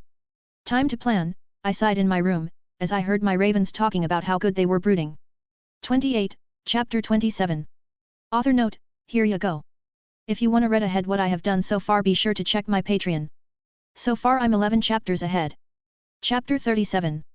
https://www.patreon.com/cornbringer. After my meeting with Varys, and our mutual agreement to help each other out, him because he wanted the best for the realm, and me because I was tired of the game, I took a couple days to cool off and organize my thoughts, before the imminent war started. I knew Varys was right, I knew before he even said it, my betrothal was as good as broken. The king had that kind of power, and Lord Stark, while probably not happy with this development, would do nothing to stop him. So much for honor, and to add a cherry over the top, Catelyn's love for me didn't help. She hated me, and wanted to get rid of my betrothal with Sansa, so the idea of her daughter being a queen in the future would sure sweeten the deal. They are ready, Illyrio announced, letting me know the Targaryen siblings were ready to meet me. Very well, I nodded. I followed the Magister through his castle, while deep in thought. This time my marriage, if both parties agreed, would be immediate. I would have to sleep with her after the ceremony. She was older than Sansa by 2 or 3 years, being around me age, but unlike my time with Sansa, there would be no room for romance, or make her fall in love with me. I would have to do that after we married. Life finds a way to fuck with you. We are here. Illyrio woke me up from my train of thought, just in time to see the royal siblings standing in front of me. Daenerys and Viserys. Daenerys was a young woman in her early teens. Daenerys had the classical Valyrian look, with beautifully unique violet eyes, pale skin, and long, pale silver gold hair. She had a slender frame, with average-sized breasts. Daenerys, in other words, she was beautiful. Viserys, like his sister, had the classical Valyrian features, with pale skin, silver blonde hair, but instead of having purple eyes he had pale lilac eyes. Viserys was the first one to approach, and I could already tell I would not like him in the least. He had that air while walking that said, "I'm superior to you in every way, and you should kneel." "A pleasure to meet you," Viserys said, expecting me to bow. Likewise, I nodded. I could practically hear him shout inside his head, because I didn't bow. "So we have things to discuss, right?" I said, taking a seat. Viserys nodded, gesturing to follow him. I ignored him and proceeded to introduce myself to the princess. A pleasure to meet you, my lady. I kissed her hand, trying to make a good first impression. The pleasure is mine, my lord. Daenerys smiled shyly. It was hard to imagine that in the original timeline she would grow to be quite the fearsome leader. Right now she was a shy sheltered girl. With my introductions done, I followed Viserys, who wanted to kill me for ignoring him, to discuss our alliance. I didn't like to lie, but I could manipulate by omission. As you know, I'm the rightful king of the Seven Kingdoms, Viserys said in a matter-of-fact tone. If this wasn't a political meeting I would have laughed at him, but for now I would indulge the king of nothing. I heard, I nodded. You can provide me an army, I can provide you a wife. Viserys sat down with a smug expression. Seems like good trade, don't you think? If I loved her, then yes, it would an equal exchange, but it wasn't. One woman for army was utterly ridiculous, but she did had her political advantages, that after Viserys died, as her husband I would have a claim to the Iron Throne, and more. So you want my army, and you'll give me your sister? I inquired. Yes, that, and for you to bend the knee. Viserys nodded. We'll talk after the war. There was no way in hell I would kneel to him. Viserys shifted his position on the chair uncomfortably, not expecting opposition from me. I'm your king. Don't worry, I will give the Targaryens their rightful place in the throne. I chuckled, making him relaxed visibly, but he didn't read the underline of my comment. I said I would give a Targaryen the throne, I never said who. Then let's prepare the wedding, so we can leave and take what's mine, Viserys said, not pushing the kneeling thing any longer. We can't win, not with my army alone. I stopped his idiotic train of thought. Are you going back to what we just agreed on? Viserys inquired angrily. I don't recall agreeing to anything. Is he really that desperate? But let's follow his train. No, what I meant is I need a bigger army, and Essos can provide that. Viserys eyed me for a second before asking, what do you plan to do? I plan to increase my numbers, only then taking the Seven Kingdoms is plausible, I informed him, wondering how stupid he was. Not once in my conversation I said, I would give him an army, yet he assumes so. For now that will do. I see, and how do you plan to increase our numbers? Viserys asked. By making a deal with the Dothraki, I smiled, little did he know what I had planned. Very well, I give you permission to proceed, Viserys said, and I had to control my urge to slap some sense into the entitled bastard, but the wedding must proceed, immediately. He really wants to see our alliance be sealed. Sadly he didn't have much time ahead of him.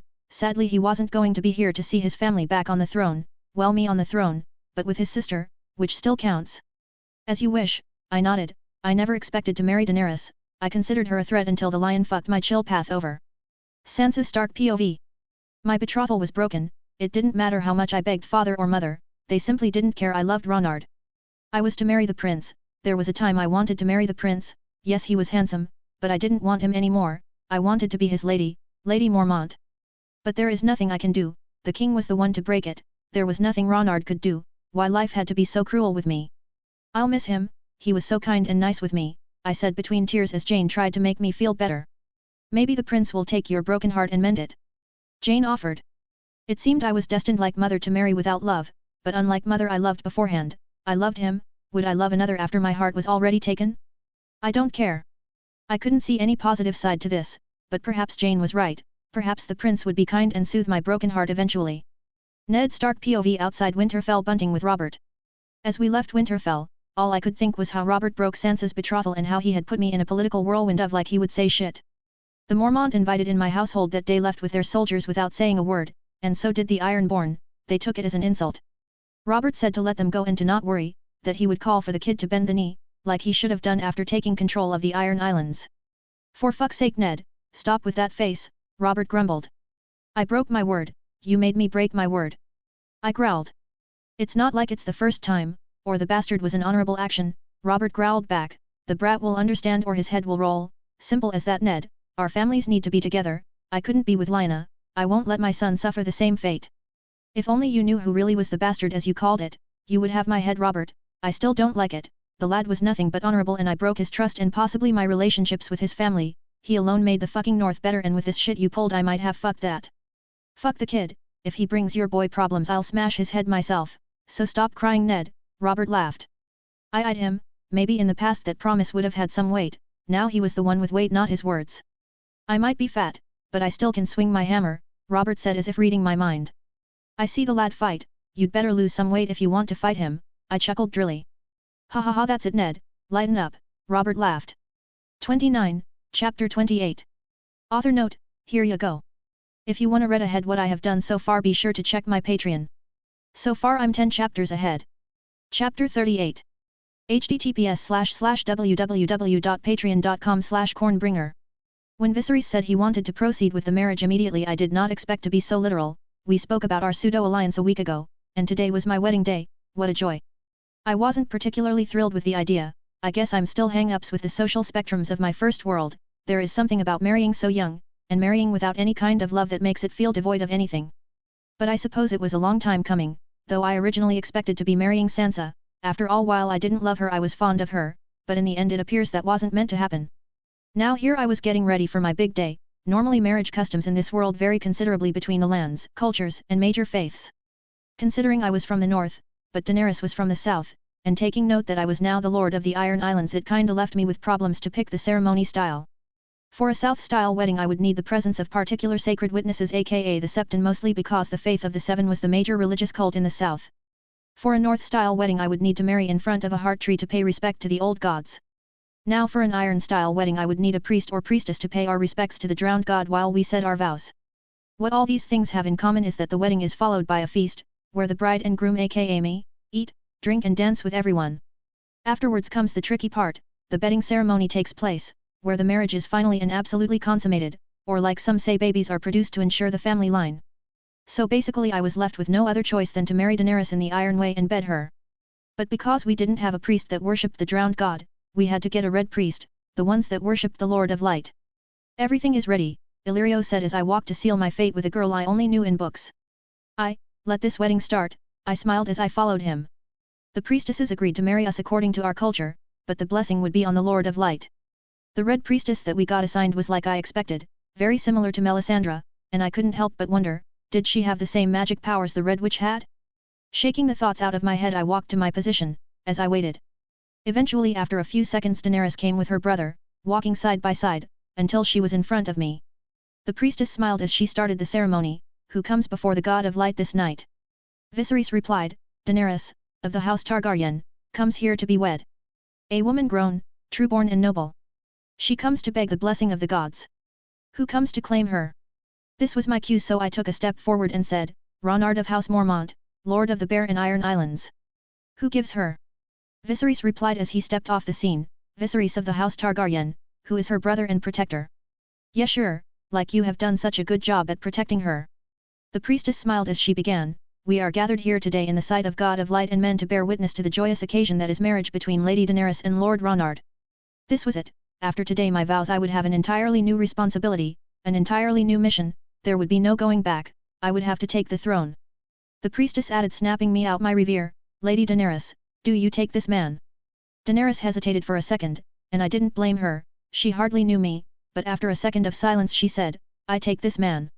The priestess then turned her ruby-colored eyes to me and asked, Lord Ronard, do you take this woman? This was the moment of truth, the moment when I officially entered the game, I take this woman. Daenerys and I joined hands, as the priestess tied our hands together with a red ribbon as she said, in the sight of the Lord of Light, I hereby seal these two souls, binding them as one, for eternity. After that the priestess instructed us to look upon one another and say the words, our vows.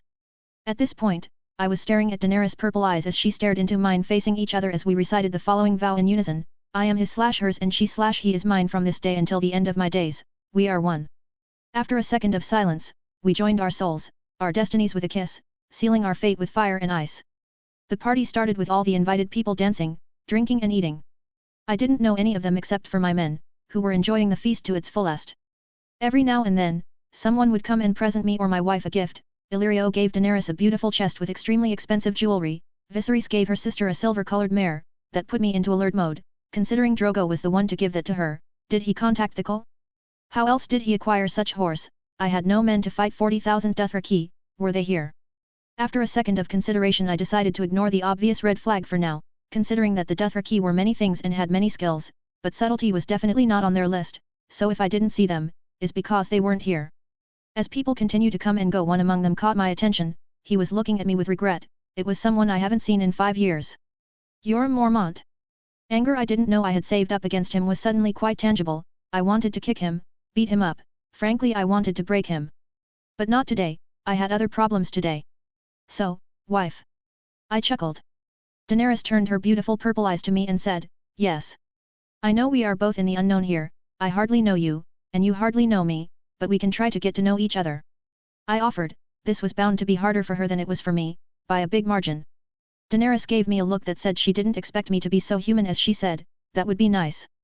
The party continued with Daenerys considerably less scared than she was before with the anticipation of how or who was I as a person. She certainly was feeling better, still full of doubt, but at least now she didn't look like she was going to die at any given moment. I, for the other hand, was showing a completely different face to what I actually felt. I was smiling on the outside, but inside my inner mini Ronards were having a mental breakdown. Any time now I would have to bed her, and yes, we were around the same age, and for me it was bad, but frankly at this point it wasn't so much that she was younger, it was that I didn't want to hurt her, to do something that would scar her. Bedding ceremony. My men shouted, and they really should thank God. I didn't have heat vision as a power or they would be long gone.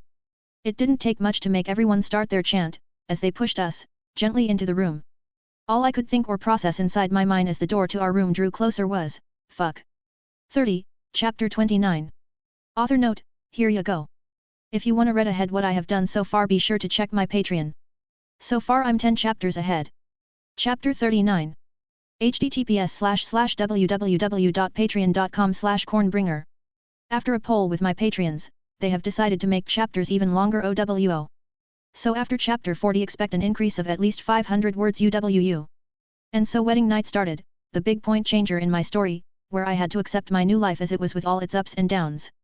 I can't keep running from things that don't match my understanding of my past laws. I was whether I liked it or not in a new world, and they were things that were expected of me. This of course would have been easier if it wasn't because my ravens had warmed the bed for me, filling it with what they called soft feathers, as the whispered in my mind several mating rituals, to ensure, let's forget it. Of course I ignored them.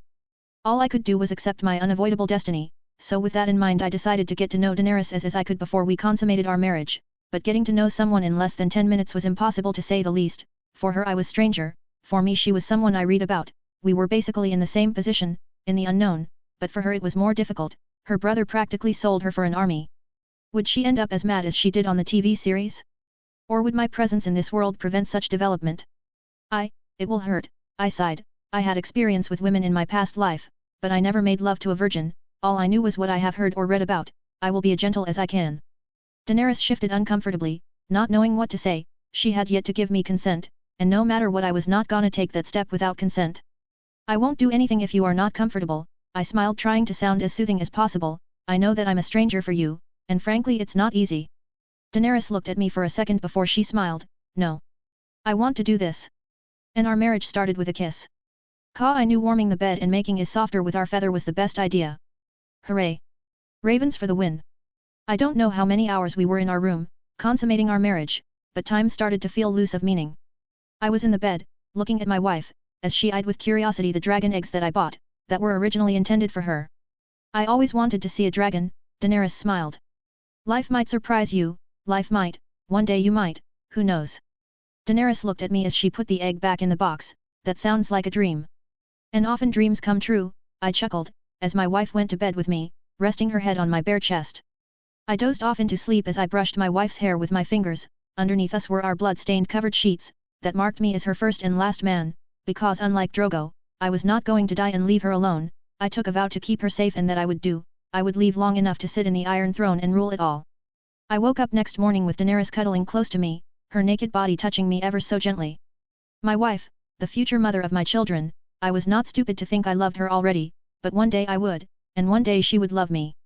I carefully got out of bed, making sure to not wake up my possibly sore wife. Once I was out of the bed I started putting on my clothes, getting ready to face the new problems ahead of me. Once I was fully dressed I got out of the room, being equally careful to not wake her up with a sudden noise or something. I then proceeded to walk to meet with Viserys, and discuss our plans. He would have to die, but the how and when was the thing.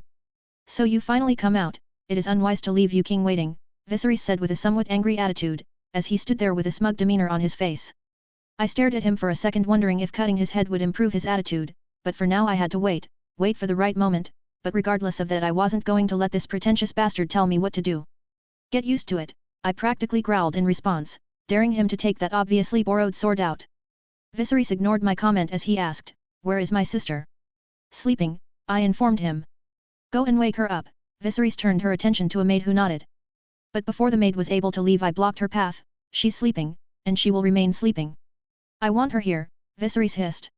And I want to leave my wife sleeping, I growled, who the fuck he thinks he is? She is my wife, and is my responsibility now, that means I get to decide things like this, so don't test me, unless you want to try true despair.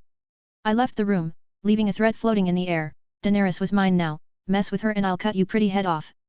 Viserys was visibly shocked, as I left and his hand moved towards his sword but didn't do much more than that. Yoram Mormont POV. In accordance with my deal with Varys I came to pledge loyalty to the Targaryens. What I didn't expect was to find my son marrying Daenerys. He was so different from what I remembered, he had grown so much without me. He had fought 2 wars, and won. He was a man, maybe he never needed me. Yora! Viserys shouted entering my room. Yes my king. I inquired, not knowing why he was so angry. You are my loyal subject, right? Viserys inquired angrily. I nodded in response, I am your majesty. Then, if I ordered you to kill your son, should I need it? Would you do it? Viserys inquired, grinning like a madman.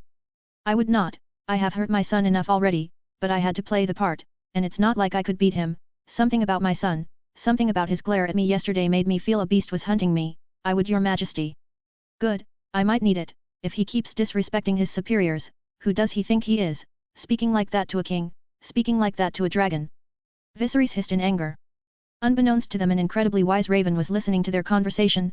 HRMMM. To inform the great corn bringer of this I have. After his mating I must, yes the dark side of the corn I feel growing is. Back to Ronard Mormont POV. I entered my room, a couple of hours after my disgusting conversation with the entitled king wannabe piece of shit. Daenerys was currently brushing up her morning hair as I entered, her beautiful long silver hair barely covering her tits. You didn't wake me up, Daenerys said, but the tone was more of a question than a statement. You looked so peaceful sleeping, so I thought you deserved a good long rest. I nodded as I walked into the bathroom, feeling Daenerys looking at me from behind, her eyes drifting slowly into my ass.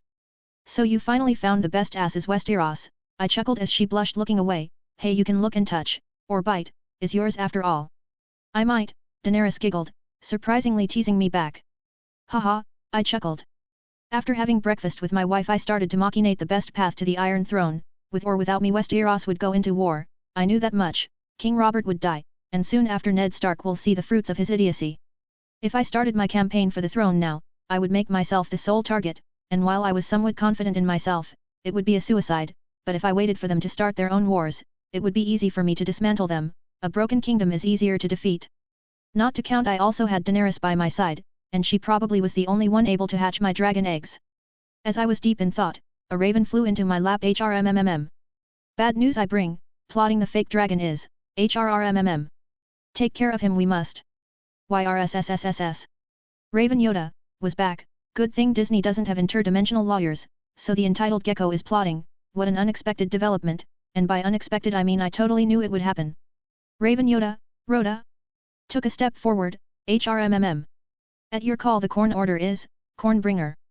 YRSSSSS. Very well, I chuckled, and how could I not? Hey, do you think you can fly with a robe? I kinda want to dress you up with a small Yeti robe. 31, Chapter 30. Author note, here, you go. If you want to read ahead what I have done so far, be sure to check my Patreon. So far, I'm 10 chapters ahead. Chapter 40. https://www.patreon.com/cornbringer. After chapter 40 expect an increase of at least 500 words UWU. Enjoy. I took a couple of days where I completely ignored the King of Nothing, letting him know he wasn't my first priority and that I would come to him when I decided to, and only then. I had also instructed my man should he threaten Daenerys or hit her in any way to kill him. With that bullshit about waking up the dragon, she was my wife now, and I would be damned if I let her brother or anyone for that matter hurt her. I had more important things to do anyways than to indulge the idiot, and I didn't have time to lose with his idiotic plans and ideas. I had to first take control over Essos, and their forces, and only then it would be plausible to conquest Westeros. So here I was sitting while looking at a map, wondering where to start my mission. What are you doing? Daenerys asked as she approached me, looking at the map. Trying to see where is the best place to start, I answered. Where to start getting the throne back? Daenerys asked as she sat on my lap, surprising me. I didn't expect her to sit on my lap. It wasn't unwelcome, but it was unexpected. Then again, she warmed up to Khal Drogo quite fast. Not exactly, we need more men to do that, so I'm seeing where to get them, I explained to her, without telling her about my plans of conquering Essos. Conquering Essos would be considerably harder than anything I have done so far, but if I did it, conquering Westeros would be technically speaking easy, then again in war and love anything is possible. I might be the strongest man in the world, but that alone doesn't win wars. So you want to get more men, maybe some Unsullied? Or you plan to recruit some Dothraki? Daenerys added, understanding to some degree of the underlining of my plan. That's the plan, for getting that old throne back. It won't be easy, but I will certainly do it, I nodded. I see, I don't think Viserys will like it, Daenerys added, unsure. He wants the throne now. I started to chuckle, until eventually, I was full on laughing. If he wants the throne immediately, he is more than welcome to go alone to King's Landing and slay his way to the throne. He is your king. Daenerys tried to defend his brother but was amused at my comment. If I am to kneel, it will be in bed, going down on my wife, I chuckled, making a dirty joke to change the subject. Before the moment I married you I decided not to kneel anymore, I decided to stop bending for others. I am the king of the Iron and Bear Islands, and that makes you a queen, don't forget it, because I won't. With that, I left Daenerys alone to process what I told her. After leaving Daenerys, I went to talk with Illyrio. He was the one that knew how to contact the Dothraki. It would certainly be helpful if he guided me to one of them or someone that knew their language to learn it. Son, someone behind me said, putting a hand on my shoulder, making me stop. Remove your hand out my shoulder, before I remove the hand out your body, I said with a cold tone. I cut my father off by bending his arm in a swift motion, throwing him into the wall, breaking the arm he used to touch me. Don't ever touch me again, I rather die, the feeling is repulsive. I gave him a glare, that was so devoid of any good emotion all he could stare in disbelief. And by the way, if you get close to my wife, I will show you there are destinies worse than death, and that's a promise I can deliver. I couldn't stomach that man, but I also wasn't going to be the one to kill my own father, whether the man deserved for what he had done or not. As I walked towards Illyrio's solar, I heard him and the prince having a conversation. The funny thing about a super body, is that every sense is enhanced. He is not doing what he promised. Viserys practically shouted, we should be marching to King's Landing, I should have my crown by now. He is trustworthy, at least my sources say so, perhaps he is planning for your victory, my king, Illyrio offered. I don't care, he is taking too long, we'll start over with the original plan. I'll marry Daenerys to those savages and get 10,000 soldiers, we will kill that insolent fool and give his father his lands, who would then work for me, is frankly the best plan. I will get more men, and undying loyalty. I'm a genius, as expected of the future king of the Seven Kingdoms. By this point, I had managed to sneak into the room, and had managed to serve a cup of wine. Well, that's a mighty good plan, but who's going to kill me? My question made both turn their necks so fast that they almost broke them. You. I pointed at Viserys. Hardly, I don't even take my own sloppy seconds with you. How dare you? Viserys hissed. The Unsullied protecting the castle. I hummed, they at least know how to fight, but hardly a challenge. I am your king. Viserys shouted. Or maybe you plan to have Illyrio fight me? I said, turning my gaze to the trembling fat man. Don't think so, look at him, he is losing weight by just looking at me. I would never attack a guess. Illyrio offered, still trembling. Or maybe you would send my father. I chuckled, please tell me, is my father? You will not. Viserys started to shout, but I dashed towards him and slapped him, putting his entitled ass on the floor. I am king, I bow to no one, I said, holding my sword to my side. Consider this the end of our alliance, not that it ever started. Out of courtesy for giving me such a wonderful wife, and with that claim to the throne, I will talk with my wife about your fate, plotting to sell my wife like a whore and get me killed. Frankly, it's so sad and yet poetic. You will die in the same manner you originally did, for the same reason. You can't wait. At least this time he was right, I was never going to give him the crown. I grabbed Viserys by his shirt, not before knocking him down, as I dragged him across the floor, not before giving the old fat man a warning. I hope you don't try anything stupid, or you will find how terrifying I can be, Illyrio, so don't fuck with me, buddy, or I'll kick your ass so hard you'll have to unbutton your collar to shit. With that done, I proceeded to get out with an unconscious on my back, Viserys being dragged across the floor like a sack of shit. As I walked down the hallway to my room, while I wanted to kill Viserys, I didn't want an angry wife for the rest of my life, so I would discuss with her his punishment, but either way, he wasn't in the game any longer. Daenerys would either condemn him to his death like she did on the original timeline or ask for a lesser punishment like imprisonment. Either way, he would not see the light of day again. Illyrio POV. The eyes of that kid, he can't be human. I saw nothing but death and despair if I ever wronged him. I was a mercenary, I know of fear, I know of monsters, and yet this kid makes all my past terrors look childish. Varys, what in the name of the gods you were thinking? We can't tame this monster, I muttered, as I remembered what Varys said before he left. Perhaps only the dragon can tame this mighty bear, Varys chuckled. He never meant Viserys, no, he meant Daenerys. He plans to have that shy girl keep that monster in check. What an utterly ridiculous plan, have you lost your touch Varys? 32, Chapter 31. Author note, here, you go. If you want to read ahead what I have done so far, be sure to check my Patreon. So far, I'm 10 chapters ahead. Chapter 41. https://www.patreon.com/cornbringer. Daenerys was not exactly happy when I entered our room dragging Viserys alongside me, and it was to be expected. She had no idea what had just happened. Why is my brother in that state? Daenerys inquired, pointing at her brother on the floor with an accusatory look on her face. I sighed, trying to word out what had just happened. It wasn't easy to find the right words to basically say, your brother wanted to kill me and whore you out to a Dothraki horde to get some men. But oftentimes times is best to go with the harsh reality of the situation, that can be easily explained. I went into detail how Viserys was plotting to get me killed and have my father take my throne, and now then he would marry her to savages just to gather even more men. I can't believe he would do such a thing, Daenerys said in disbelief, eyes full of tears. I sighed as I shrugged my shoulders. You can ask Illyrio, he can fact-check. Daenerys shook her head off. No, I believe you. Well, that was frankly easier than I originally thought it would. I came here so you can decide his punishment. I wanted her to be the one to select his fate. If I did it there was a big chance she would resent me for it, but if she did it was a totally different story. Daenerys eyed me for a second, possibly weighing the options. It was either death or imprisonment. After a few seconds where she was walking around the room trying to decide, she finally said, I know death is the most acceptable punishment, but whether he was good or not, he kept me safe all this time. I want to imprison him. While it wasn't the result I had desired from this outcome, it was still good. Nonetheless, it was a matter of time before he did something stupid and forced my sword down his neck. I'm not going to lie, I will cherish that moment with all my heart. Very well, but if he takes a wrong step, I will kill him. I nodded as I approached her, grabbing in a tight embrace by her hips. You are my wife, and whether we love each other or not, is my duty to keep you safe. Daenerys nodded in understanding, as I left the room with the sack of shit. I mean the king on my back. It took roughly 2 hours for Viserys to wake up, and his expression finding himself on one of the cells in my ship was priceless, unique, formidable. It almost made him still being alive worth it. Seriously, seeing his smug facade turned into one of total and absolute despair was a delicacy. So you finally rise, oh mighty dragon, I mocked, getting a hateful glare from him. Mhhhqg. Viserys tried to say something, but his mouth was covered with homemade cloth gag, and some might wonder what a homemade cloth gag is. Well, it's a piece of used underwear from the dirtiest man under men, that was utilized for this purpose. I hope you like the flavor. Petro hasn't taken a bath or changed underwear for the last 4 months, I laughed, seeing how Viserys started to join the dots on his head, to the point he was almost throwing up. Haha, Petro laughed in the back.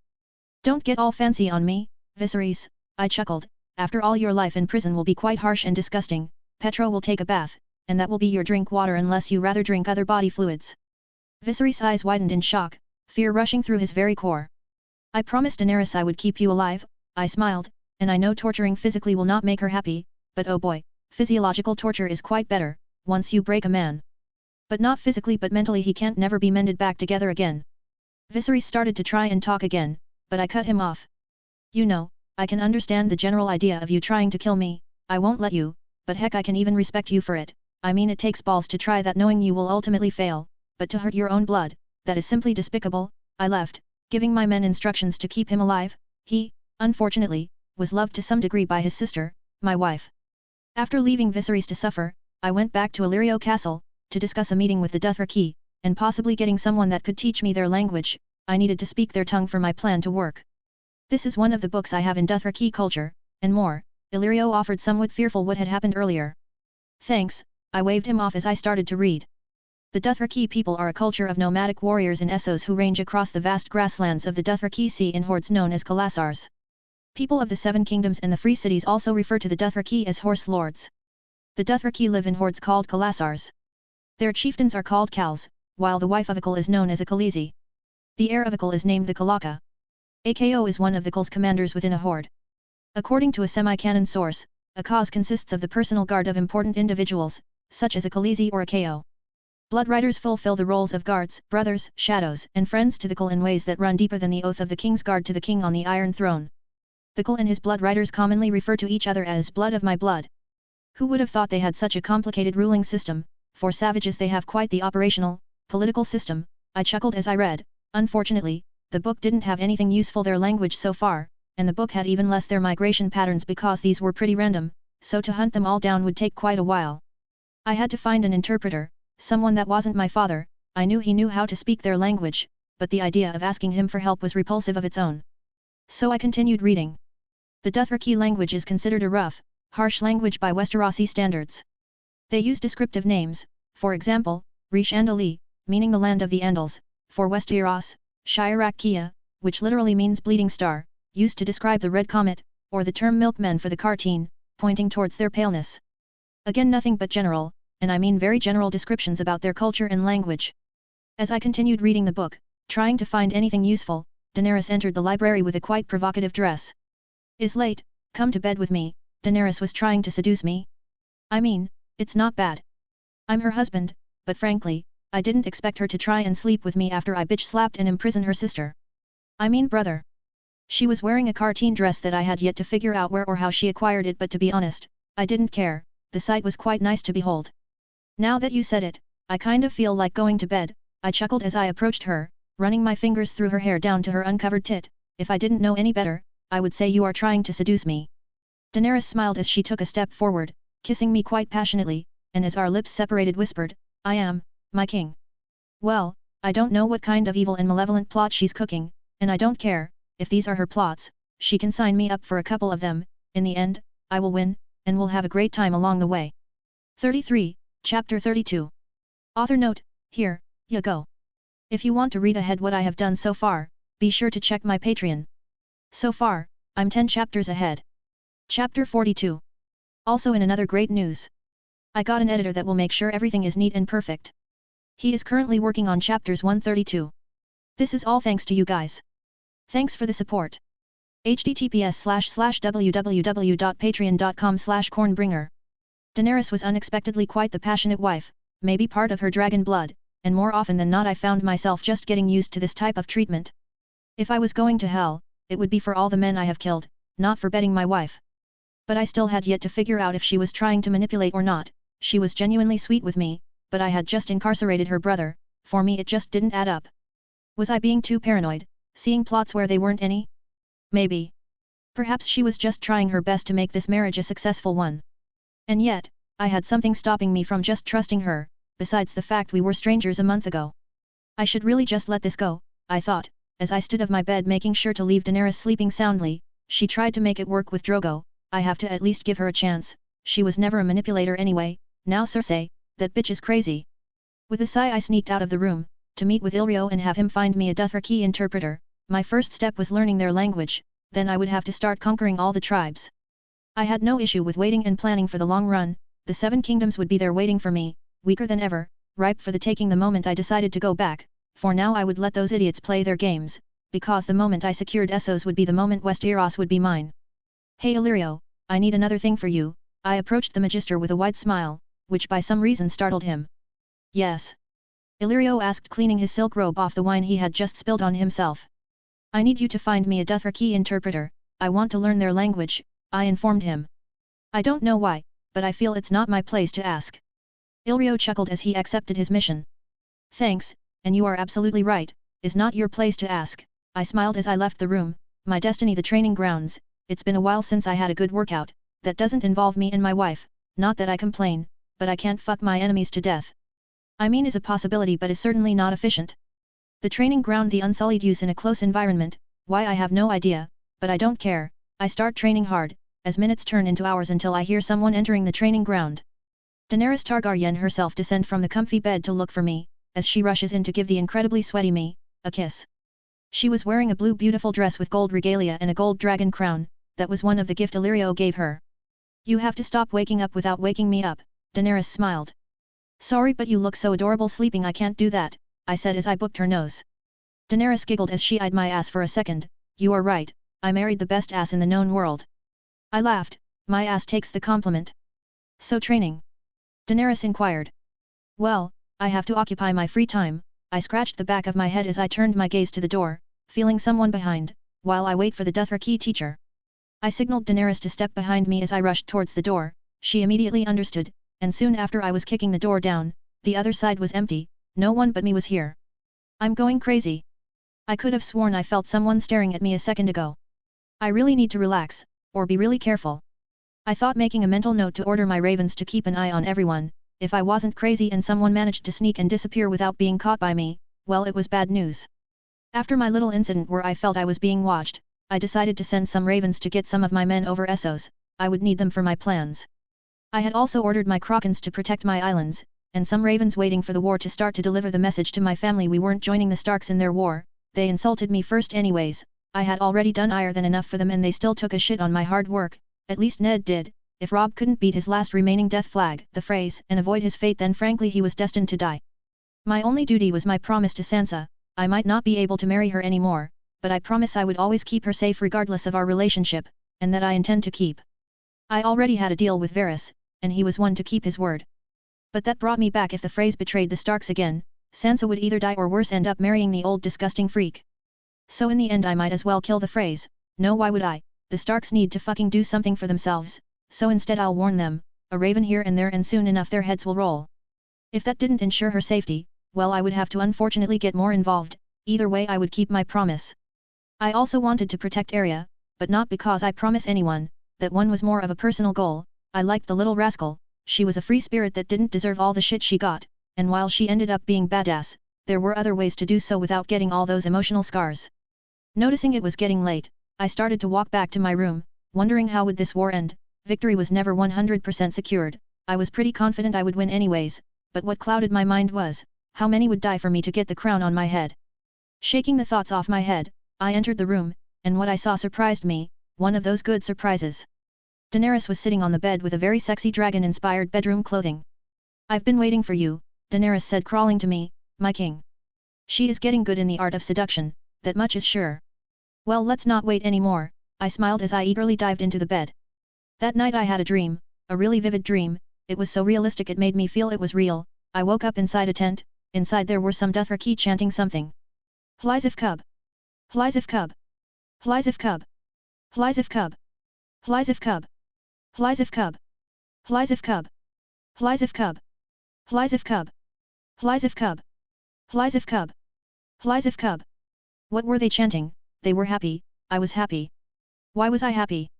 I started to look around, trying to make sense of the situation, trying to understand what was going on, but a voice I had grown to recognize the last few weeks caught my attention. Daenerys was in my dream, covered in blood, but no hers. She was eating something, the heart of a horse. The fuck does this mean, and why does this dream make me happy? This shit makes little to no sense, I murmured in my dream as a white fog covered everything, leaving me with nothing but questions. 34, Chapter 33. Author note, here, you go. If you want to read ahead what I have done so far, be sure to check my Patreon. So far, I'm 10 chapters ahead. Chapter 43. Also in another great news. I got an editor that will make sure everything is neat and perfect. He is currently working on chapters 132. This is all thanks to you guys. Thanks for the support. https://www.patreon.com/cornbringer. It took Illyrio roughly a couple weeks to find a good Dothraki teacher willing to teach us. They were pretty rare.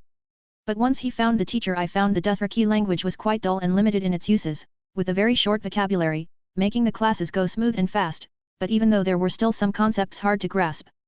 But I suppose I was a bit distracted with the bizarre dream I had a couple of weeks ago, and was focusing mostly during these classes to make sense to the chant I heard. Hlizif Cub.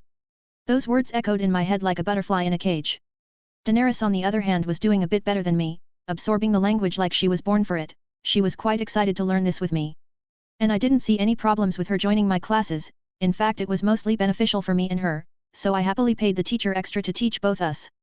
Their culture is so fascinating. Daenerys was happy to expand her knowledge, and eager to learn new things. This frankly made her pretty adorable at times. "Can you translate something for me?" I asked the teacher, who turned his gaze to meet mine. "What do you want to translate?" the teacher inquired, accepting my request. If I knew how to write it, it would be easier to ask him what I want, but because I didn't know how to do it, I imitated the sound, Hlizif Cub. I think that was it. Well, that can only mean bear cub, but why would you want me to translate that? The teacher asked, as I started to analyze the dream I had. My head was probably playing games with me, using the fact I've been sleeping with Daenerys every day and that I want to conquer the Dothraki to create that very specific dream. Or at least that would make sense if it wasn't for the fact I didn't know any Dothraki words before that dream, and thanks to my teacher I confirmed those words meant something, so perhaps it was more than a simple dream. I couldn't help but look at my wife. My eyes slowly drifting her flat stomach. Was she pregnant? She wasn't drinking anything to stop or prevent a pregnancy, so it wouldn't surprise me if she announced that she was with a child any time now. I don't know how it hasn't occurred to me that I might be a father soon, how that fact didn't dawn on me sooner. We will soon, Daenerys smiled, noticing that I was looking at her belly. That would be great. I was lost on what to say, so I decided to say something positive, nod and continue with the class. After the Dothraki class I went on with my daily routine, training, and stuff. I still didn't have the manpower to move, so all I could do was gather information. As I trained, a maid entered with a cup of water, but some time was off about her, her aura, her general vibe was immensely more dangerous than any other maids working in the castle. Who are you? I inquired, as I dropped the cup of whatever she tried to poison me with. What do you mean, Master Mormont? The maid said with slight fear, but something inside me told me it was fake. You either tell me who you are, and I will personally introduce you to my sword, and believe me, your relationship will be intimate. I smiled as I grabbed my sword. A man is impressed, a man was right all along. All of the sudden the voice of the so-called maid changed. You are a faceless man. I muttered. A man would be correct, the maid/faceless man nodded. A man wanted to see the Blessed One, and a man was right to do so. So who paid you enough money to kill yourself? I inquired as I approached him, cause you must know, this is a suicide, you can't win against me. A man will not and have not taken any contracts against you, but others can use a man to hurt you otherwise, the faceless maid answered. He basically said, he would not accept contracts with my name on the list, but others I care about they would. Daenerys, Sansa, my family, or my future sons and daughters. You are basically begging for your religion to go extinct, I growled. A man would expect nothing else, Vala Morghulis, Vala Dohaeris, all men must die, all men must serve, a man is done here, the faceless man said as he removed his face changing into another one. He came to warn me others would target my loved ones, and what did he meant by blessed one I thought as I watched him leave. After that ominous chat with the assassin I decided to step up my security even more. I ordered 50 ravens to be on high alert around the castle, with Rhoda leading this. Yes, I named the raven that behaves like Yoda, Rhoda. HRMM protect you, I will, YRSSS. Rhoda took the assignment with great honor. Thanks, I'm counting on you, I chuckled. After setting an ever tighter security I went to talk to Illyrio about the accommodations for the 5,000 men that were arriving in a week. Once they arrived I would start my campaign to take over the Dothraki. But I needed food, supplies and other things before we left this place. One of the reasons Illyrio would come quite handy, supplying us with all that and more for an affordable price. Magister, I announced my presence as I entered his office. King Mormont, what an unexpected surprise, Illyrio had learned to call me king, was it out of fear or respect? I didn't really care. I started to explain to him in detail what I wanted, weapons, food, making a very detailed list of supplies he would have to provide before we left his castle. Is that all? Illyrio inquired going over the list. Yes, I hope you continue to be our supplier, I smiled leaving an unspoken threat in the air, betray me and I will gut you. Then I will get to it, Illyrio nodded, not daring to look me in the eyes. With that done it was time to sleep, I had a wife to see and do married things with.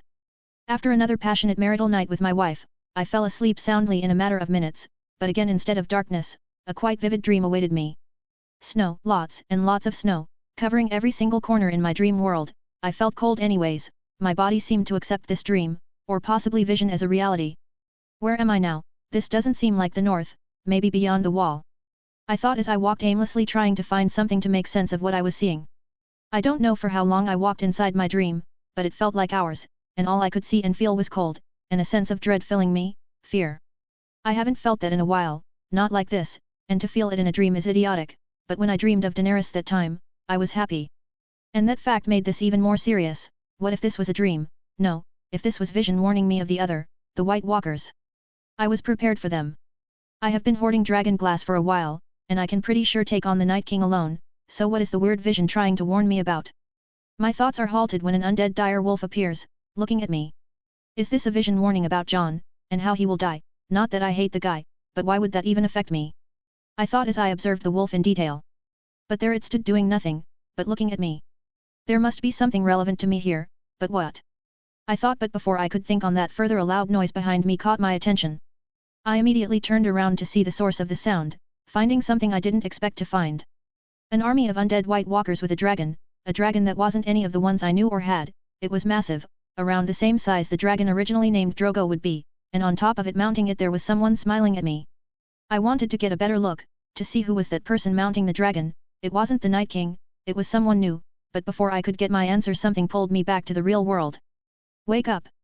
Daenerys was shaking me, with concern. I'm up, what happened? I inquired mildly, annoyed that I didn't get to see who was mounting the dragon. You were sweating, and shaking. I got scared. Daenerys breathed out. It took me a second to see that I was indeed soaked in sweat. I had probably scared the ever-living crap of her. I'm okay, it was just a bad dream I had, I soothed her, as I hugged her. 35, Chapter 34. Author note, here, you go. If you want to read ahead what I have done so far, be sure to check my Patreon. So far, I'm 10 chapters ahead. Chapter 44. Also in another great news. I got an editor that will make sure everything is neat and perfect. He is currently working on chapters 133. This is all thanks to you guys. Thanks for the support. https://www.patreon.com/cornbringer. It didn't matter what I tried, the dream, no, the nightmare I had haunted me, not only with fear but doubts. Why did I dream that? What was the message? And who was that man riding that dragon? And how the hell did they find a dragon to begin with? The image of that man, the dragon, and the army, it was vivid in my head. Every time I closed my eyes, or stopped thinking, I would without even noticing make my mind drift into what I saw. Perhaps I had been underestimating an army that only grows every battle. No. I didn't underestimate them. I have been using the knowledge I have of this universe to prepare to win on the long night. But all this time, I had been neglecting something that might as well put my life on the line if I keep ignoring it. It has been said that something as small as the flutter of a butterfly's wing can ultimately cause a typhoon halfway around the world. Every action we take creates an echo. I was the flutter. By all I know my sole existence fucked the world. I brought changes into this world, and one of them might be what I saw. I possibly created a chain of events that ultimately made my life harder. I need to prepare even harder for the long night. That feeling of dread and fear I felt weren't normal. I might not like to admit it, but I was scared. But that's good. Fear motivates us to grow stronger, to prepare ourselves better to face what is to come. That I will do. I might be afraid, but I will fight. Our men will arrive tomorrow, right? Daenerys inquired, sitting beside me. Yes, so far that the information I have, I nodded. For now, I had to put those dreams aside, whether they were a warning or not.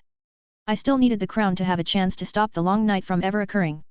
One more step to take what is ours, Daenerys said, filled with determination. She had no doubts in her mind we would take the crown. I chuckled. I will put that crown on your head before I burn the damn throne and crown and forge a new pair, for us. Daenerys smiled satisfied with my answer as she leaned in kissing me, a throne worthy of their new king and queen, their rightful ones. Yes, I nodded, kissing her back. Let's go to our last class. Daenerys kissed me once again as she guided me to our teacher. I had continued with my classes, learning Dothraki every day more and more, and by this point, I could understand fluently everything, and hold conversations in their language. I had an accent, but it was to be expected. Daenerys was doing a lot better than me in the accent department, though I was ahead on the writing part. After the final class, our teacher left, leaving us with the reminder to study the little we still had to learn by ourselves. We finally know how to speak their language, Daenerys said, clearly proud of herself. Now it's just a question of waiting for our men. I nodded. Soon our conquest would start, and every victory would be a step closer to the Iron Throne. The first ones to come into the fold would be the Dothraki. I would start conquering the free cities, one by one, ensuring that the entirety of Essos is under my banner. Once all the free cities were under my banner, I would move to conquer the Second Sons. With that, Essos would be mine. But my plan to conquer didn't end there. Unlike my wife, I wanted all Essos, including Bravus, and I would have it. Bravus, their army, and the Iron Bank with all its gold. After that, well, whatever that was left of Westeros would be mine, though there were a few things I wanted to do before leaving Essos. For one, I wanted to investigate the ruins of Valyria and see what can I salvage, and also try to find more dragon eggs there. Valyria, the Broken Empire, I muttered as I opened the book I got from Valyria in Illyrio's library. Valyria, also called Old Valyria, is a ruined city in Essos. It is a long-dead city of wonderment and was once the capital of a great empire called the Valyrian Freehold. It was destroyed by a cataclysmic event known as the Doom of Valyria. It is the ancestral home of House Targaryen, House Celtigar, and House Velaryon. I only recognized House Targaryen. I continued reading about how House Targaryen was the smallest house of the three, and how the other two houses fucked their own empire in a struggle for power. But what interested me was that the book said that it is rumored that Valyria holds many treasures of its past glory there. That meant Valyrian blades and maybe more. And to be honest, I would be happy if I found the recipe, the trick in how to make Valyrian steel. I knew you needed a dragon, but besides that, the method was unknown, but all books agreed on one thing, you needed dragons and magic to make said metal. But besides going to Valyria and conquering Essos, There wasn't much I wanted to do in this part of the world, for now. It's late, come to bed with me, Daenerys' sleepy voice called me out, begging to be cuddled, and frankly, I was tired, so I didn't see any reasons to say no, I could always read more tomorrow. Fine, I shall warm you to oblivion, wife, I chuckled as I got inside the blankets, moving close to her. I am a dragon, you are the one that will get burned, Daenerys said teasingly. I don't mind that type of burn, I smirked at her, as we both started to chat, and slowly but surely drifted into sleep. I woke up the next morning to my wife kissing me, with a smug look on her face, as if she had won something. What's up with that face? I yawned, stretching my body still under the comfy and warm blankets.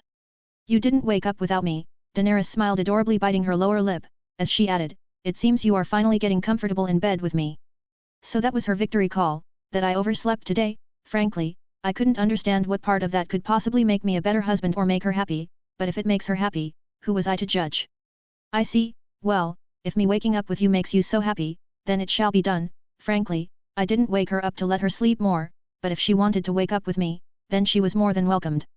Daenerys smiled as she got on top of me, resting her naked breast on my bare chest. I never understood why girls like teddy bears until I got my own. Ha ha ha, that has to be the less sexy name I could possibly be called, I laughed. After all, there wasn't anything sexy about a stuffed animal. Mine is custom made, Daenerys whispered to my ear, it came with a few extra parts. I can't believe you were shy a few months ago, frankly, you had me fooled, I laughed as I kissed her. Well, it's your fault, my king. You made me a queen, and a queen can't be shy, Daenerys kissed me as she dragged her hand through my chest to my manhood, a queen knows what she wants and gets it. Then claim your bounty, my queen, claim this bear as your own once again, I kissed her. Our men could wait a couple of hours for us, who was I to deny a dragon from her conquest, I was but a mere bear riding a dragon.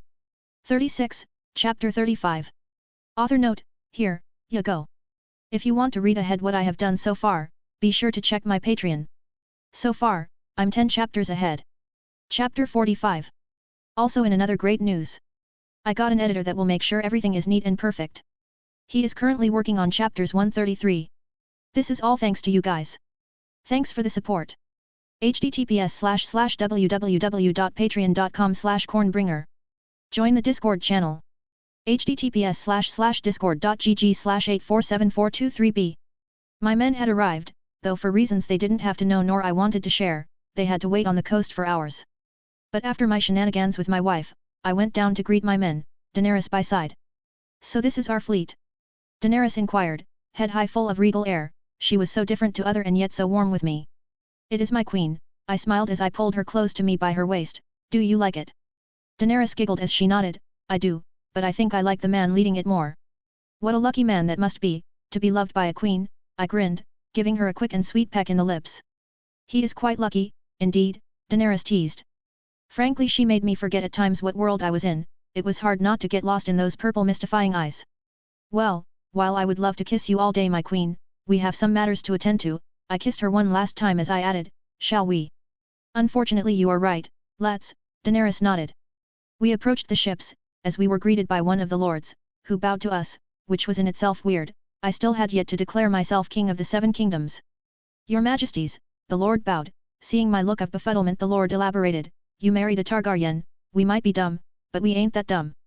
I didn't know if I should be surprised or something else, but he was right nonetheless, I decided to end this wheel before my marriage, my beautiful wife just makes my conquest even more important, for her enemies are mine. With that the lord turned to Daenerys, my queen, we first bowed to dragons and more recently to the bears, we are honored to serve you both, the lord bowed once again. Daenerys smiled satisfied with his words. Very well, I took a step forward as I asked, how is the south? Last thing we heard before leaving was that Robert Baratheon broke your betrothal to Sansa Stark and that Lord Stark was appointed as the new hand of the king, and was going south with him, the lord answered, which gave me a rough idea timeline-wise where we were. Daenerys shifted uncomfortably at the mention of Sansa, which reminded me, I had yet to talk with her about that, it just never came up that I was engaged. Very well, make sure all men are well rested, tomorrow we begin, I ordered him, as I took my wife by the hand softly to a more private area. Once we were alone, I sighed and said, ask whatever you want. Daenerys eyed me carefully before she asked, with a hint of worry on her voice, do you love her? Heavens, no, she is a sweet and innocent girl, but I don't love her, all I feel for her is some kind of brotherly love, if you must put a name to it, I answered, and because of that brotherly bond that I alone form with her is that I want to protect her. Daenerys relaxed with a hint of happiness by my answer as she asked, but she loves you. I think she does, or at least is in love with the idea of the knight in shining armor I projected. I shrugged playfully, she might hate me for all I know when she hears I marry you.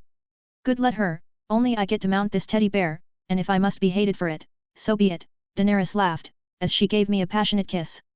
You don't hear me complaining, I smiled, reciprocating the kiss. After greeting my men at the coast, I went to Illyrio to make sure everything I asked him was in order, weapons, food, medicine, and guides to help us understand and find our way in this land. Magister, is everything in order? I inquired, entering his office. I have found everything you asked for, from food and maps, to guides and weapons, Illyrio nodded, giving a detailed list, including the prices for each thing. Good, everything seems to be in order, I said as I check every item on the list. I will get you the payment soon. Very well, anything else your majesty? Illyrio inquired. Nothing for now, that'll be all for now. The time to conquer Essos had finally come. I had the men, the resources, and a general idea on how to proceed. Let the fucking game finally begin. After leaving my men to rest, the Unsullied working for Illyrio to take care that the stuff I bought got to their hands, I decided to go to sleep early. This might be the last good night of sleep I would probably have in quite a while. I suppose in a way it was my honeymoon with Daenerys, because after today, things would start shaking, war like I never seen or experienced before would begin.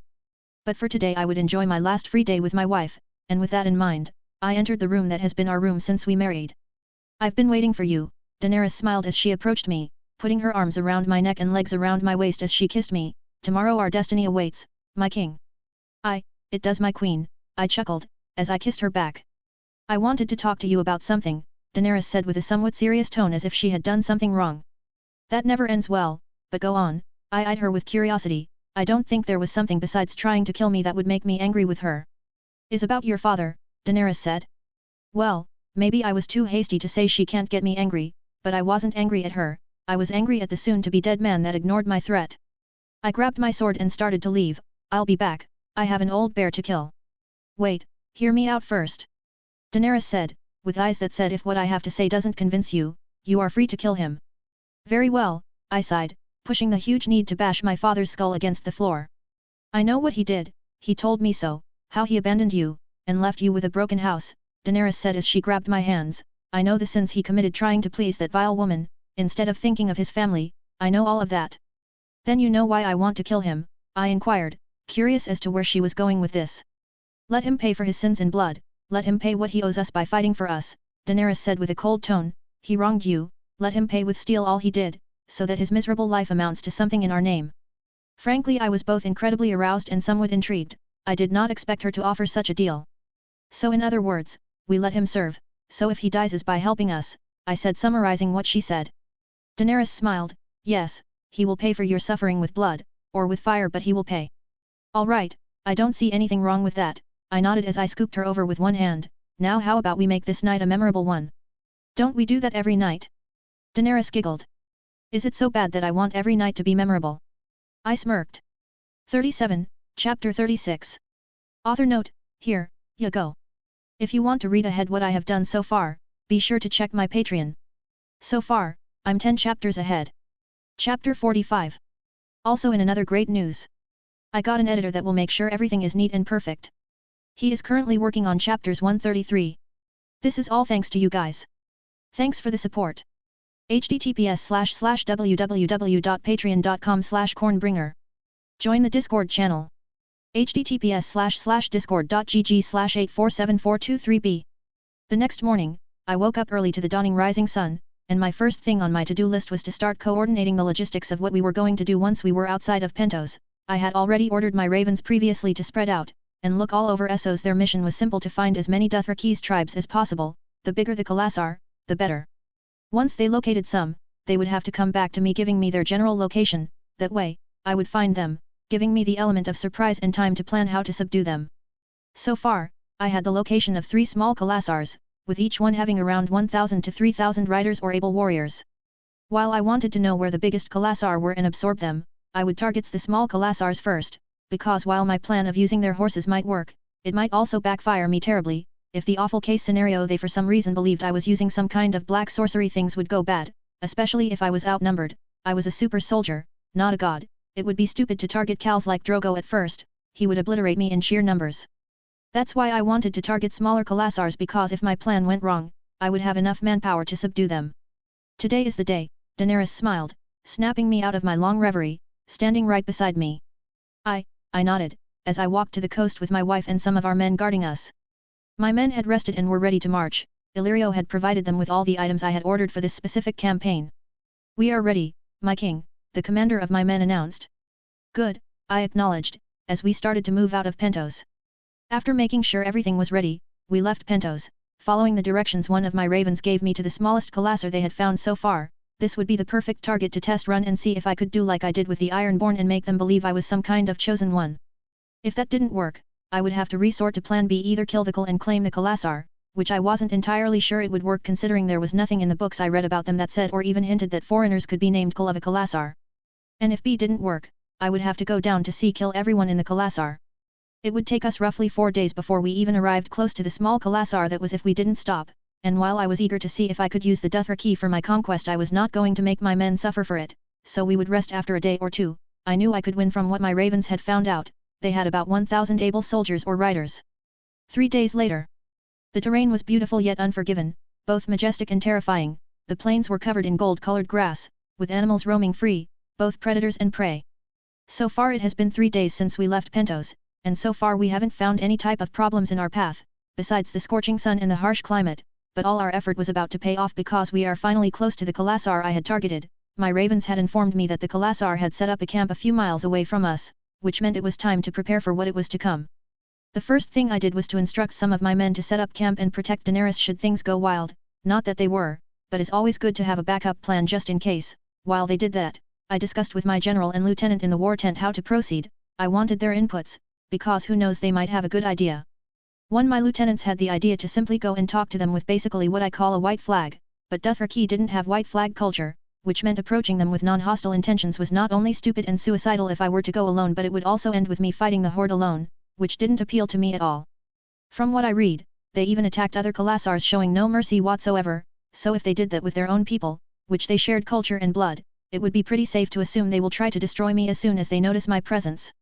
My general had the great idea of just show them my strength as I did with them, but I wanted to keep the casualties to a minimum, so I discarded that idea for now. But in the end, regardless of the how, I still had to approach them some way. For any of my plans to work, I needed to be relatively close to their horses for my power to work. It also didn't help that none of my men knew about my powers, something I pretended to keep in the shadows until I had the Iron Throne, or at the very least all Essos in my hands, so with them making suggestions without having useful knowledge about how I could approach the situation, technically made our discussion mostly useless. After a couple of hours discussing mostly about useless ideas, while the camp was being set, I finally decided what to do. While not what I originally wanted, I would have to face them head on, and once I was within striking distance, I would focus on recruiting their horse to my cause. This plan, of course, meant I would have to kill some of them, but there wasn't any other way, at least that was aware of. Well, that it for today. Tomorrow we march, I said as I left the tent, to see what my wife was doing. I entered my tent, finding Daenerys having a one-sided conversation with the ravens that took to their heart brooding the eggs. You guys know these aren't raven eggs. Daenerys giggled. How dare you? They will be more raven than you will ever be. Caw. One raven cawed angrily, feeling insulted. Caw, she is lucky that she mates with the Cornbringer, or else she could get the caw combo, another raven added.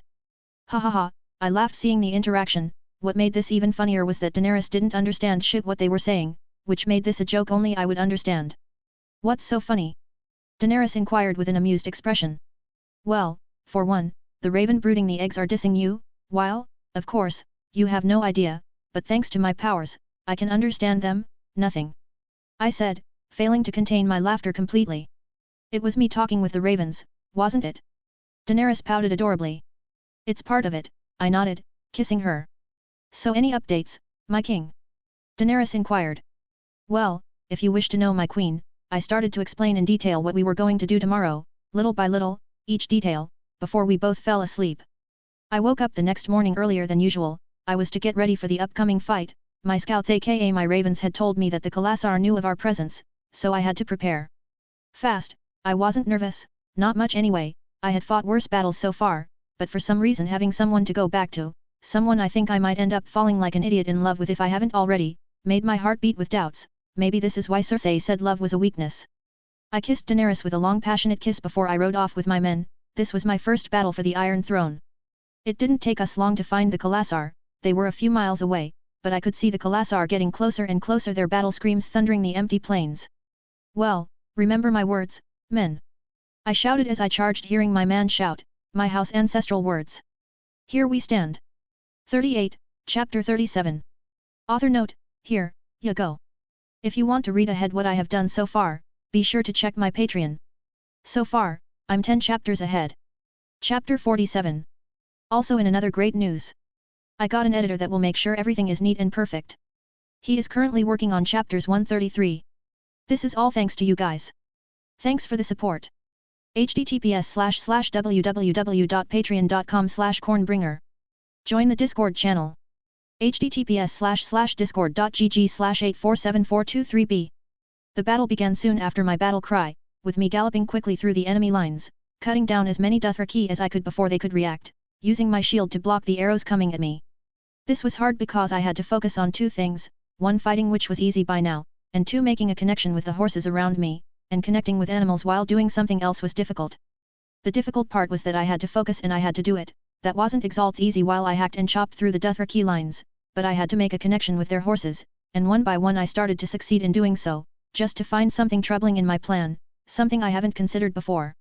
And to be honest, I should have had, because so far every animal I had bonded with, I had done it in a controlled environment. I never tried to control an animal in a panic state, while in battle, and while these horses were indeed hearing my voice, they were in a state where they couldn't understand my commands, and by the moment my commands managed to reach them out, it would be already too late. So in the end, there was no other choice, I would have to kill the Khal, and force the remaining warriors in the Kalasar to submission. Locating the Khal was easier than I thought and expected, because in their culture, the Khal looks for the leader, in this case me, and tries to kill him to prove his superiority and strength to others. He would do the exact same thing with other Khals. And like Aadu Bill, he appeared, the Khal, of this small Kalasar, riding valiantly towards me in the heat of battle. Not wanting to let the poor Khal wait, I dashed forward, charging at him, while cutting several riders as they got on my way, until we were a few feet apart, and like a thunder our swords clashed together. He tried to cut me, but I smiled as I jumped in the air, decapitating his horse in a single swing. Submit or die, I said in Dothraki.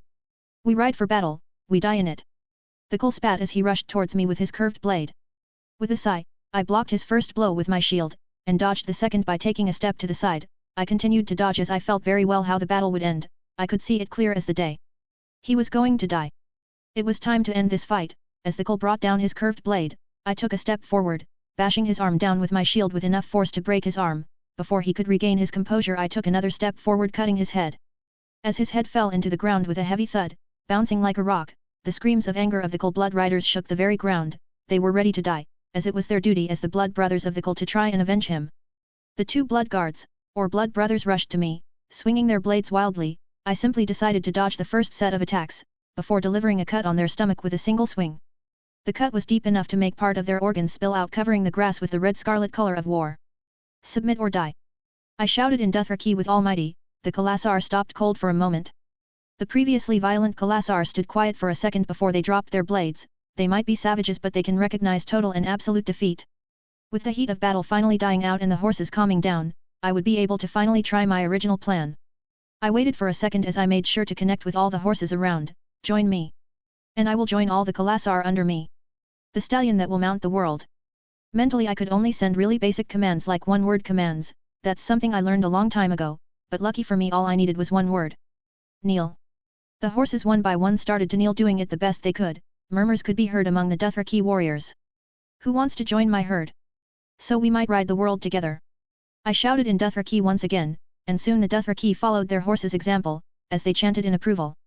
I had lost some men, and some Dothraki along the way, but I had confirmed that it was possible to absorb these warriors into my ranks.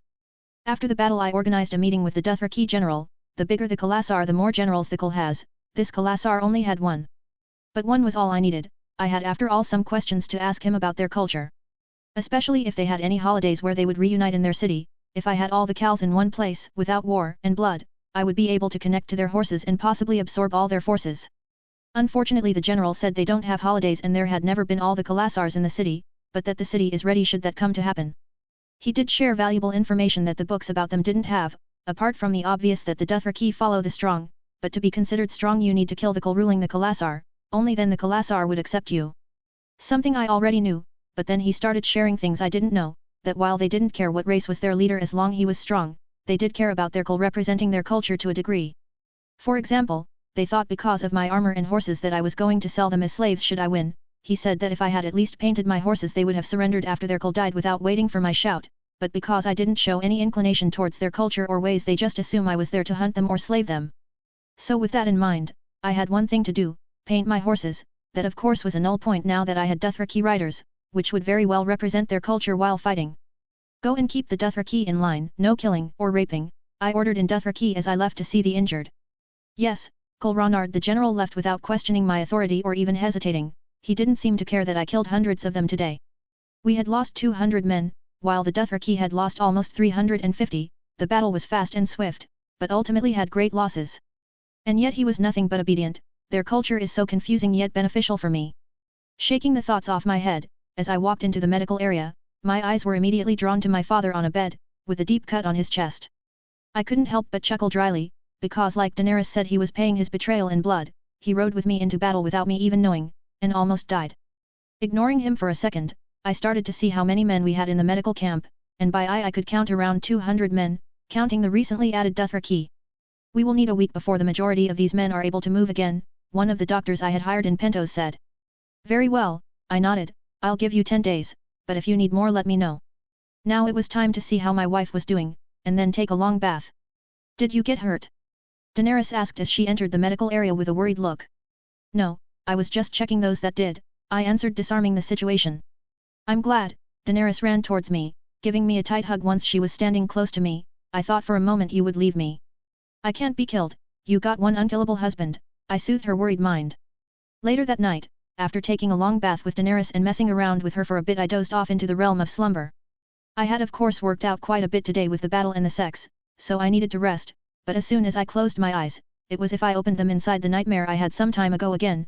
Snow everywhere, covering every inch in the area, the blizzard freezing my very core. This is odd, last time I didn't feel this cold, I muttered as I tried to see what this vision wanted to show me. You said you can't be killed, care to prove that? A voice colder than the winter itself and as unforgiving as hell said behind me, sending an involuntary shiver down my spine as I spun around like a startled cat. This time the man wasn't mounting the dragon and he was closer to me on a horse, he was still smiling, taunting me. I wanted to see who he was, but the howling blizzard made it impossible to see anything else but the massive dragon behind him.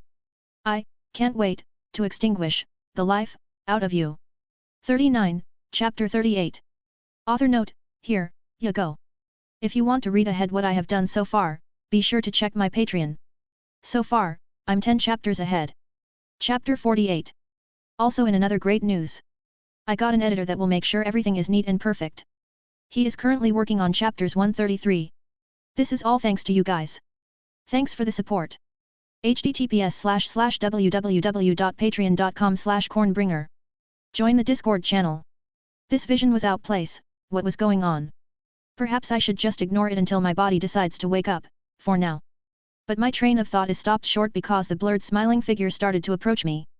Not really knowing if I could fight a vision, I ran to the house that is always here in my visions while taking the opportunity to see if I could recognize the new White Walker, but it doesn't matter how much the undead atrocity approaches me, I can't see anything but his silhouette and smile slowly moving towards me. Once inside the house I tried to pull my sword, getting ready to fight should the undead beast enter the house, for this might be a dream, but I wasn't going to go down even in the dream realm without a fight, but before I can even grasp my blade a nightmarish creature is rising on its haunches, stops me holding my arms tight with a bind of shadows. I get a glimpse of the creature that seemed to be made out entirely out of shadows with a bizarre collection of sharp claws and teeth. The creature pressed one his clawed shadowy hands down on my shoulder, piercing my skin down to the bone. Caught you, a voice thundered inside my skull, seeming to come from everywhere around me, the voice being exactly the same I heard a few seconds ago. I tried to make a run for it, but I held tight in place by the shadow. Champion of Light, the shadow demon chuckled in amusement. Oh, what fun we shall have. Glazing back I can see that the shadow creature bends down ponderously. By what I can see it must be at least twice my height, and with enough strength to hold me down. I also had to consider this was a dream, and I might not have my powers here. Eventually I feel the demon's breath on my neck. As his other hand snakes its way down my back, drawing blood, as he pushes with the claw on my shoulder my entire body down. Slowly but surely I find myself being pushed closer and closer to the ground.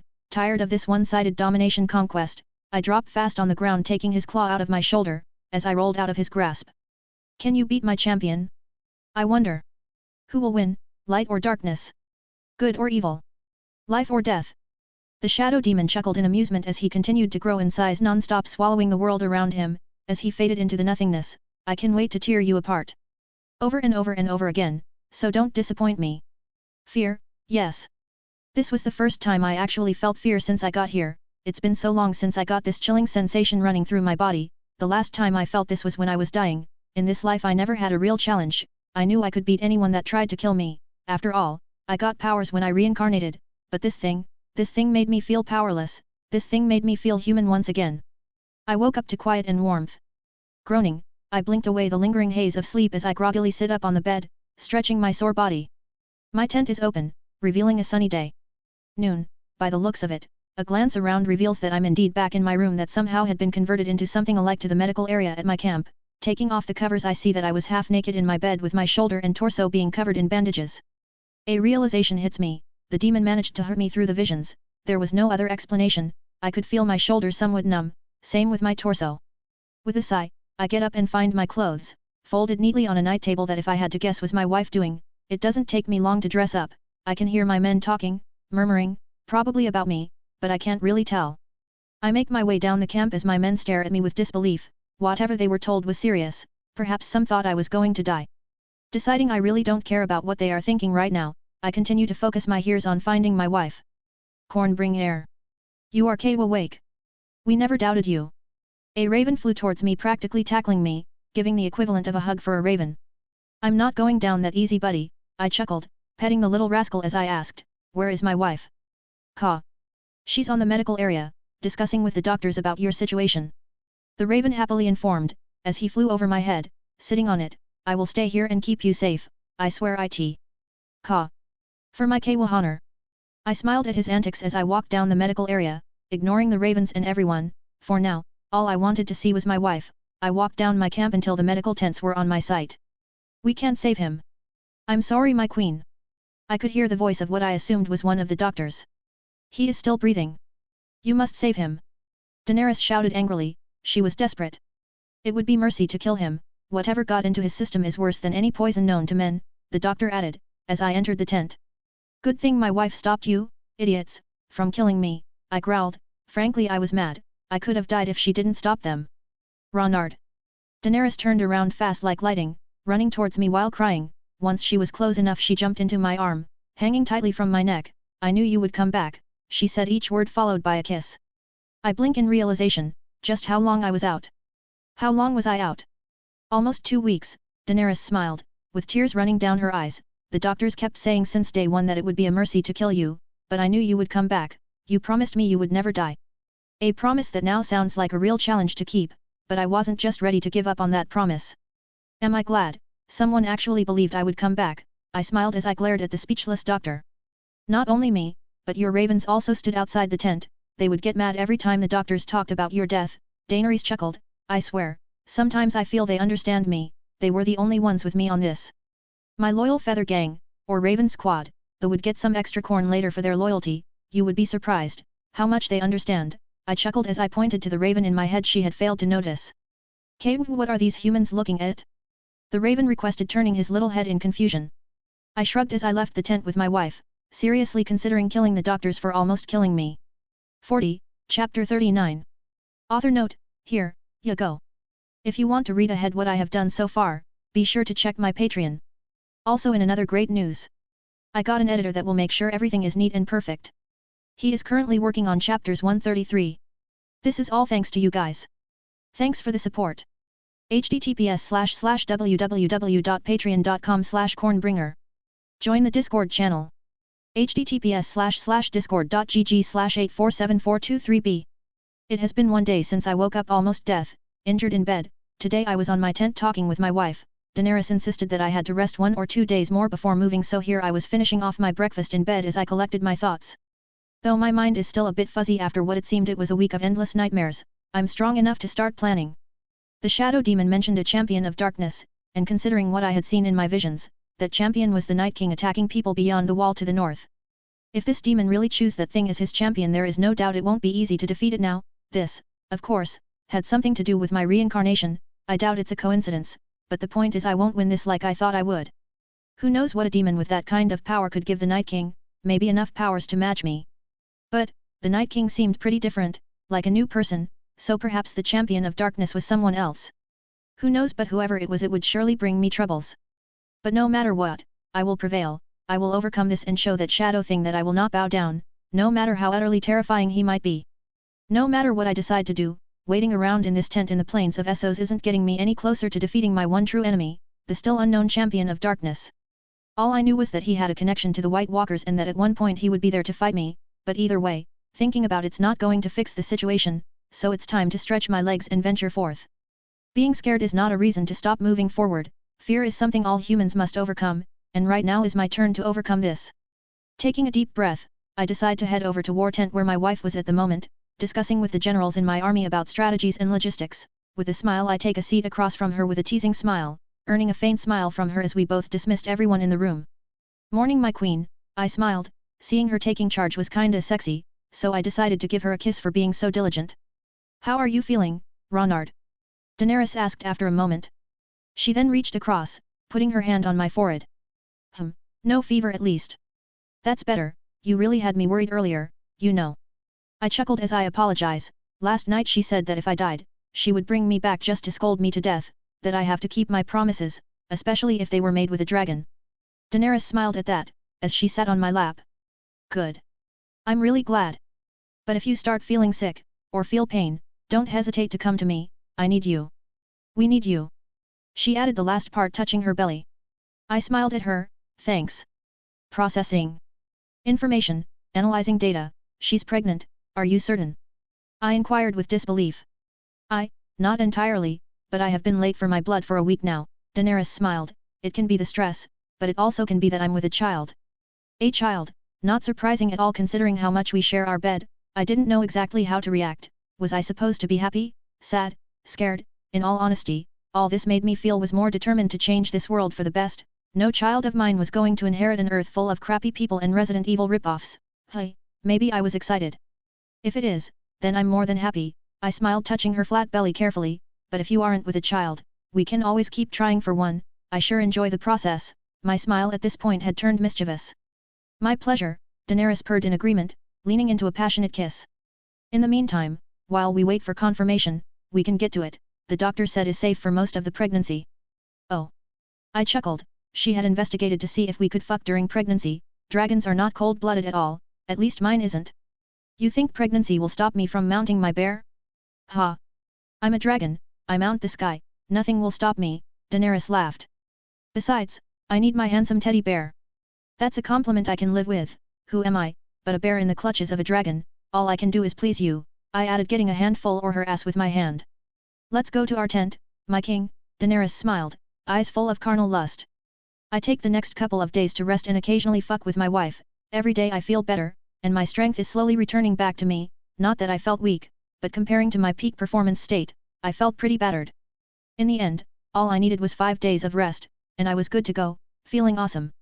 After my recovery, I moved all my troops to start taking off the camp. After a couple of hours, we were ready to start moving forward once again. After all that happened here, I was standing outside what our camp was, ready to keep moving with my plans. It takes a couple of minutes so that my men can confirm they are ready to depart, and once again, we find ourselves on the road. After 8 hours of travel or so, I can see evidence that a bunch of horses we nearby. The grass looks like it was crushed. My Dothraki confirmed someone was here, though the wind was uncertain. We knew someone had crossed the path we were crossing. Deciding to see where this path would lead me, I continue to follow the trails. Maybe some Dothraki ran past here, or the Second Sons, maybe some merchant. Regardless of who, I was curious to find out. If they happened to be Dothraki, it would be a benefit for me. But I wasn't an idiot. While curiosity was driving me, I wasn't going to let that turn me into a brainless moron. The safest and logical path to ensure I didn't walk into my own grave was to send my ravens to scout for me.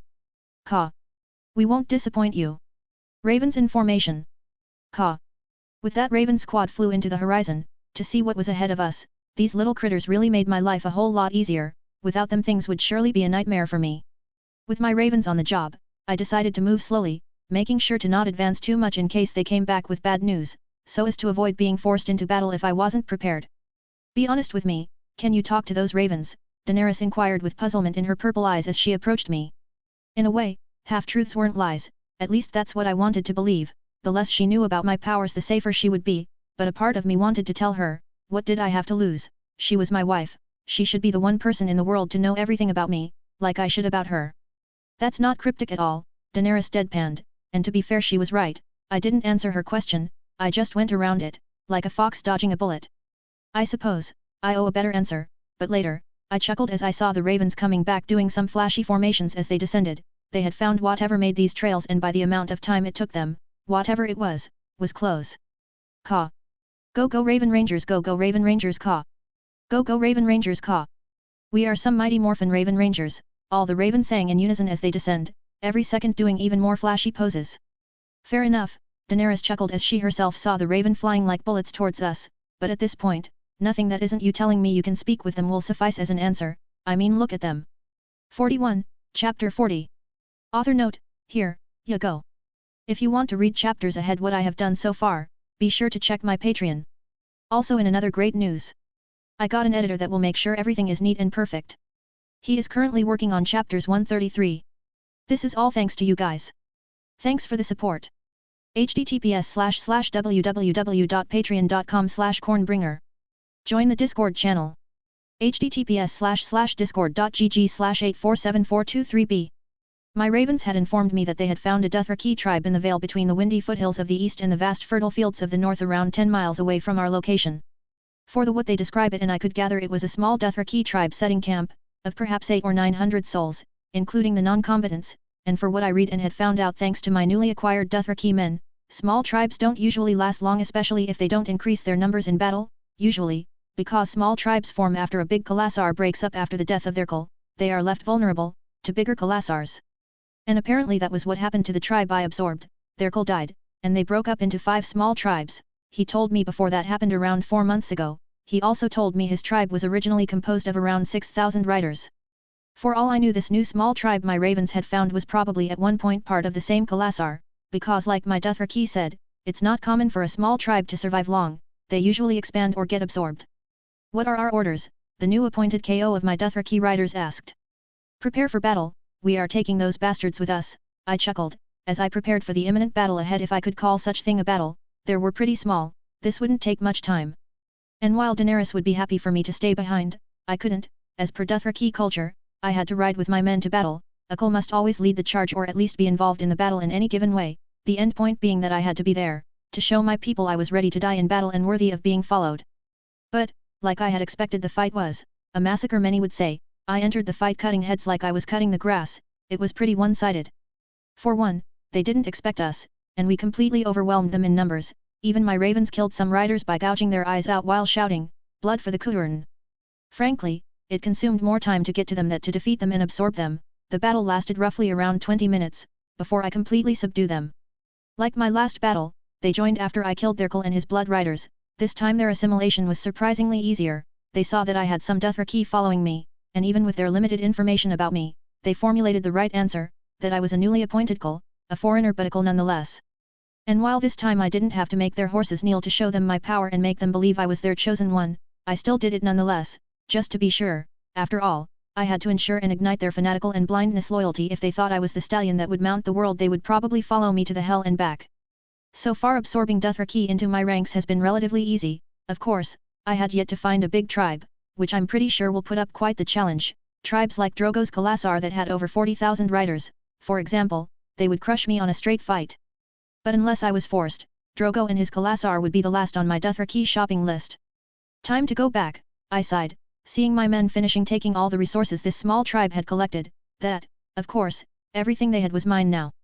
After the battle, I went straight back to my temporary camp, where I found Daenerys waiting for me back exactly where I left her with the same worried expression on her face she had when I left. I couldn't really blame her, to be honest. Since the day I entered into that pseudo-coma, she has been overprotective of me, even though I had told her multiple times everything was fine, she would not believe me and let it down, I suppose it was somewhat scarring waking up to my bleeding body that night.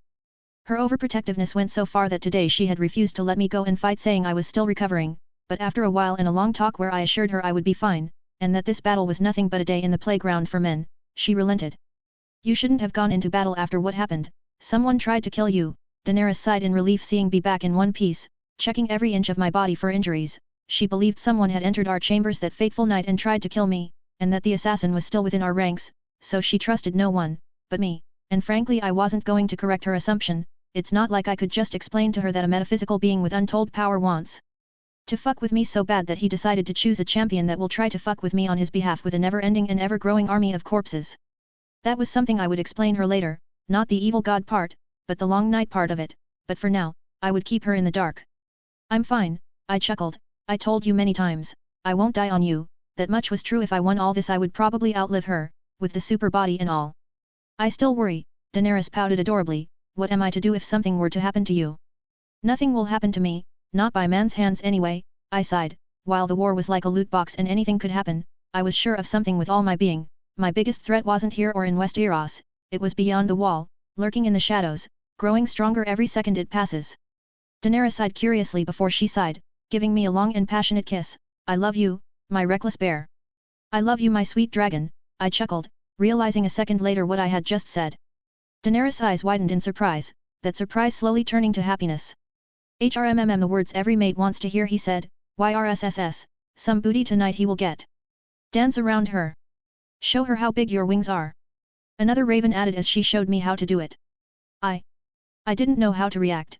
These ravens were getting more and more strange every day, and frankly, I find that both awesome and adorable. You said it, Daenerys kissed in a quite possessive manner as if claiming me as her own. Wow, you had a lot going on with that kiss, I chuckled.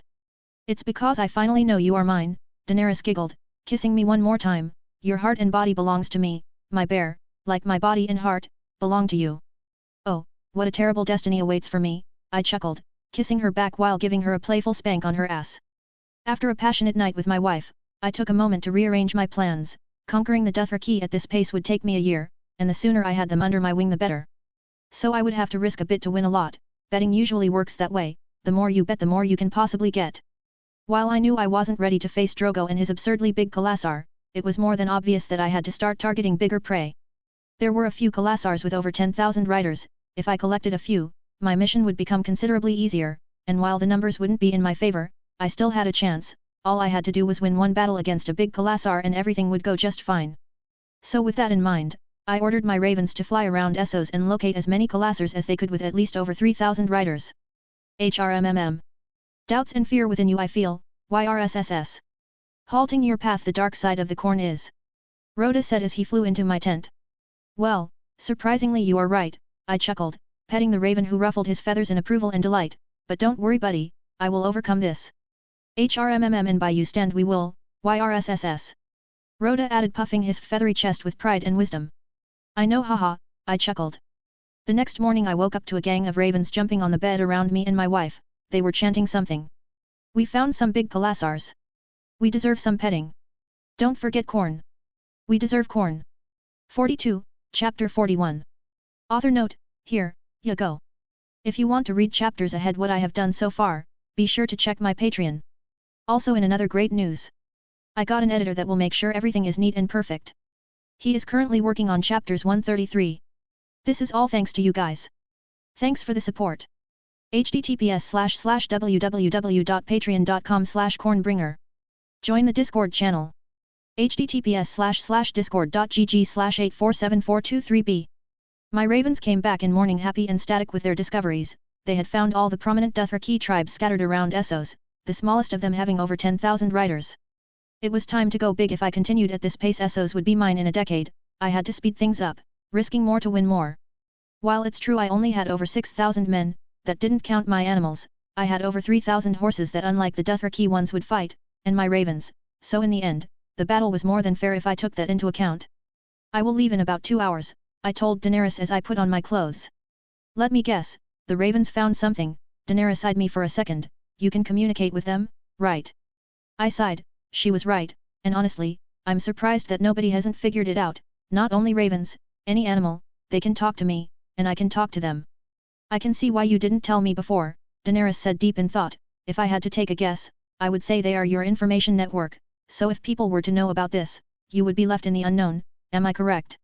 I eyed her for a second before I started to chuckle. Yes, that is very much why I have been avoiding people knowing about it. Her deduction was on point. Maybe I should start calling her Sherlock.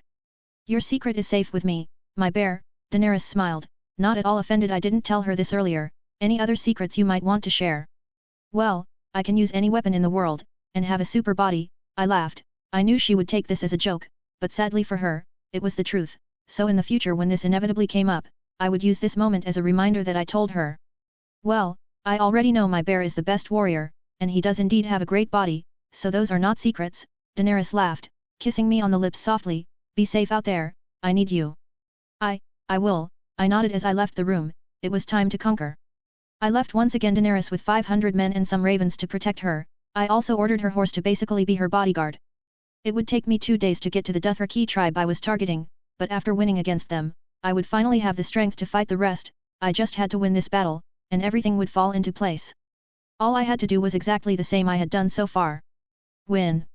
After 2 long days of travel and 1 to recover, I was mere miles away from the battle, and like me, the Dothraki knew I was approaching and were already riding towards me. This didn't come as a surprise for my ravens had told me in advance, but it hardly mattered. It was time to fight, so shouting a battle cry, I rode into battle with my men following close behind, and my ravens flying above me.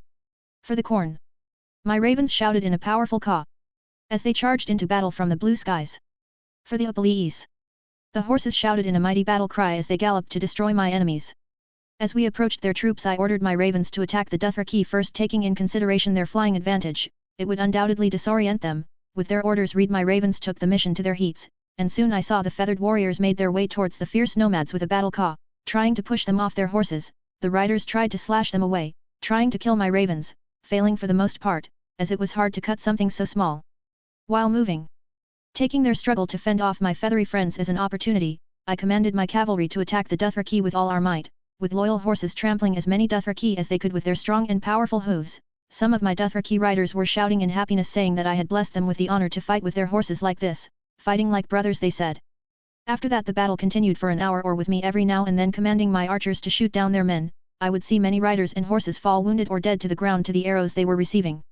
I was during this trying to find the Khal, but in the end, it was the Khal that found me. He rode towards with a happy expression. I saw him covered in the blood of my comrades galloping proudly on his horse, with his curved sword in his right hand, and the head of one of my men of his left.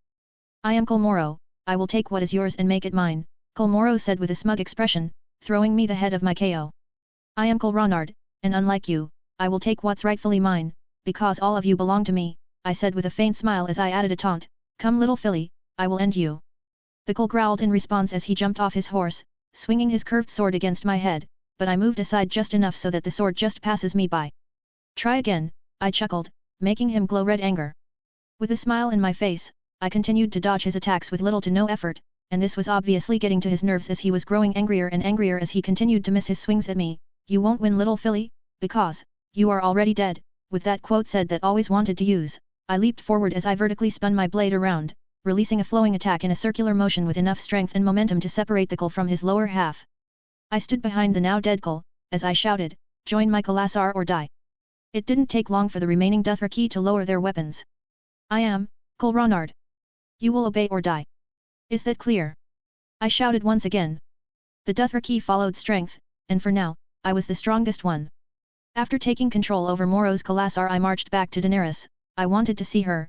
After all, I was happy. I had won this battle, officially taking the first big step towards my conquest. I had obtained 9,000 riders and able warriors, and in total, I even had some blood riders now, that called me blood of my blood. A curious thing about the Dothraki, blood riders fulfill the roles of guards, brothers, shadows, and apparently friends to the Khal. They follow in ways that run way deeper than the oaths of the King's Guard to the King on Westeros. The Khal, in this case me, and his blood riders commonly refer to each other as blood of my blood. Should I die, they would do everything in their power to avenge me, and would not stop until the one who killed me dies or they themselves die. 4 Khalasars more and I would be able to take on Drogo. My plans were going smoothly, with the next step after taking the Dothraki being conquering the free cities. As we rode, my guard aka Blood Rider approached and said, Michael, we need to ride to V's Dothrak, the Doshkalain have to bless your journey as a new big Khal. In Dothraki culture, many might take the title of a Khal and might even have a Khalasar following him, but only those with the approval of the Doshkalain can genuinely be considered Khals. Of course, their blessing doesn't come that easily. For a Khal to be regarded as a real Khal, he has to have at least a Khalasar of 5,000 Dothraki riders with him. Which is why my new blood rider is telling me to go to V's Dothrak. After all, I was now leading over 10,000 Dothraki. By Dothraki law I was a fully fledged Khal now. All I needed was make it technically official was the blessing of the widows. We will, but we are going for my wife first, I nodded. While I originally wanted to see the Dothraki city, my first priority was to have my wife back with me, after that I would go to Horsetown. 43, Chapter 42. Author note, here, you go. If you want to read chapters ahead what I have done so far, be sure to check my Patreon. Also in another great news. I got an editor that will make sure everything is neat and perfect. He is currently working on chapters 133. This is all thanks to you guys. Thanks for the support. https://www.patreon.com/cornbringer. Join the Discord channel. https://discord.gg/8474223b. After going back to the camp where I had left Daenerys, I took my wife with me and departed with my Khalasar to Vis Dothrak. From what my Khalasar had told me, the city was a fortnight away, located in the northeast of the vast Dothraki Sea, beneath the Mother of Mountains, from what I could gather from the books in my Khalasar. Vis Dothrak had no walls, which made for a pretty lousy defense against aggressors if you ask me, but then again, who would be so stupid to attack them? The sacred city was also primarily ruled and inhabited by slaves and the Dosh Kalain, the wives of all the Khals who have come before, aka dying. Within the sacred city, it is forbidden to wear a blade or shed a free man's blood. In short, our trip would be long and quite dull, that was if we didn't find a Khalasar or someone on our way there. So I will become a Khaleesi? Daenerys inquired, approaching with a smile on her face. She somehow found that amusing. It means queen in their language, you should know that, I chuckled. Oh, I know, but I am a queen already, Daenerys giggled. But with this, you will multiply your queen powers, I chuckled. I suppose that makes the trip worth it, Daenerys smiled as we continued our trip. 1 month later. Our trip to Vis Dothrak was uneventful. The only thing that was out of the ordinary was the amount of time that took us to get here. They said 2 weeks, 2 weeks my ass. Besides that, everything was fine. We didn't find any Khalasars in our path to the sacred city, nor we found slavers or any other threat I would have to subdue to continue. Part of me was happy the trip was so dull, but another part of me wanted to make this trip even more worth it. But now it was too late. I was in front of the incredibly breathtaking gates of the city, also known as the Horse Gate of Vis Dothrak. For what I had read, this was the most impressive part of the sacred city, and so far I couldn't agree more. It was marveling to see those 2 gigantic bronze stallions whose hooves were meeting 100 feet above the ground, forming a pointed arch that gave the feeling you were entering Valhalla itself. Truly impressive, I muttered as I passed with my horse. It is, the books don't honor its glory, Daenerys agreed with me. For the Dothraki this was nothing to be impressed, and the Ironborn didn't care much for it. On the other hand, my horses were having a moment, a fangirl moment. After 5 long minutes of admiring the gate, we found ourselves approaching the city, and the feeling of wonder died immediately. How the fuck can some make such an epic gate to enter the city but stops there? The so-called sacred city was nothing but an over-glorified camp with slaves. The more we approached the city, the less impressed I got. Seriously, I expected something more, city-like. Well, they stopped being awesome at the gate, I muttered, making Daenerys giggled in agreement. After we arrived and settled, I was taken to meet the widows, so that they would name me Ekal, a mere formality, but an important one for them. You are the foreigner, a widow said, eyeing me carefully. In a way, I am, I nodded. Yet you have become Ekal, your Khalasar speaks a great deal of your strength, another widow added. I have yet to taste defeat, so they are right, I chuckled. We have seen your connection with the horses, you are a Dothraki in everything, but birth, the leader of the crones said, with wonderment in her eyes, we take anything and make it ours, so by our laws I don't see why you shouldn't wear the title you so well deserve. Thanks, your approval means nothing to me, that what I wanted to say, but I knew how to pick my fights. I thank you for your wisdom, I smiled. Have you taken more than one wife? A widow asked. No, I only have one, my Khaleesi, my wife is Daenerys Mormont, I informed them. Very well, Khal Ronard, you have our blessing, the leader of the crones said, as she added, we want to meet your Khaleesi, please send her over to us later. Sure, I nodded as I took my leave, and just like that, I was a Khal but with license. That night after Daenerys had her talk with the crones, she told me they had confirmed her pregnancy. My answer to if I would be happy with a kid was answered that same moment. I was happy beyond comprehension. I couldn't believe I was going to be a father. The thought of it really made me smile. As I was high on happiness, the crones called me, Daenerys, and my Khalasar to a ritual. They had confirmed she was pregnant, and now they wanted to read our omens. Once we were all where the crones had asked us to go, they gave Daenerys a horse heart and instructed her to eat it. I told her she didn't have to do it. I didn't care for the bad omens and stuff, but Daenerys wanted to do it anyway. With a smile, I walked down to my seat as I saw how my wife devour a raw heart. While disgusting and puke-provoking, I was too happy to really focus on the fact that she was eating an appalling heart. All of a sudden, my Khalasar started to chant something that brought me back memories. Flies cub. Flies cub. Flies cub. Flies cub. Flies cub. Flies cub. Flies cub. Flies cub. Flies cub. Flies cub. Flies cub. Flies cub. This was the vision I had a few months ago, I reliving the same event again but in real life. Now I understood why I was happy, even covered in blood her beauty shines like a diamond. Maybe this is what people call the shine of pregnancy. She certainly looks better now that I know she is pregnant. Vasfin Sajari Shizares. Vasfin Sajari Shizares. Vasfin Sajari Shizares. Vasfin Sajari Shizares. Vasfin Sajari Shizares. Vasfin Sajari Shizares. Vasfin Sajari Shizares. Vasfin Sajari Shizares. Vasfin Sajari Shizares. Vasfin Sajari Shizares. Vasfin Sajari Shizares. Vasfin Sajari Shizares. That chant was new, and while my Dothraki was quite fluent at this point I had to focus to translate what they were saying. After hearing the chant a couple of times I couldn't help but smile. They were calling my unborn son the stallion who mounts the world. While I thought that title would be given to me, I didn't mind. Like his father he was already showing everyone who was the fucking boss. So with a huge smile on my face, I started to chant with them. That same night I talked with my wife. She told me how the crones told her she would have twins. My mind started to race. Would they look like her? Or like me? I smiled as we continued to talk, eventually falling asleep. 44, Chapter 43. Author note, here, you go. If you want to read chapters ahead what I have done so far, be sure to check my Patreon. I have 11 chapters ahead. Also in another great news. I got an editor that will make sure everything is neat and perfect. He is currently working on chapters 133. This is all thanks to you guys. Thanks for the support. https://www.patreon.com/cornbringer. Join the Discord channel. https://discord.gg/8474223b. After receiving the great news that my wife was pregnant, and the prophecy that my kids would bring the world together, I decided to take a week to celebrate with my wife in V's Dothrak. I was spoiling her rotten with everything her heart craved and desired. I was happy, but deep down I was scared. I had made an enemy I wasn't sure how to beat yet, a fucking demon, probably a god, but also, I now had a reason even bigger than myself to find a way to win this battle of light and darkness. I think we will have 2 boys, Daenerys said, smiling, resting her beautiful head on my chest as I brushed her hair with my fingers. I think, we will have a boy and a girl, I smiled as I yawned. It was pretty late, and with all the celebration I had been doing I didn't get much rest, but I'll be happy either way. A boy and a girl, that sounds nice too, Daenerys yawned back, getting closer to me to be spooned. It does, I smiled as we continued to talk for hours about how we pictured our kids would look like, with her exquisite Valyrian features and my North Standard ones mixed in the baby oven.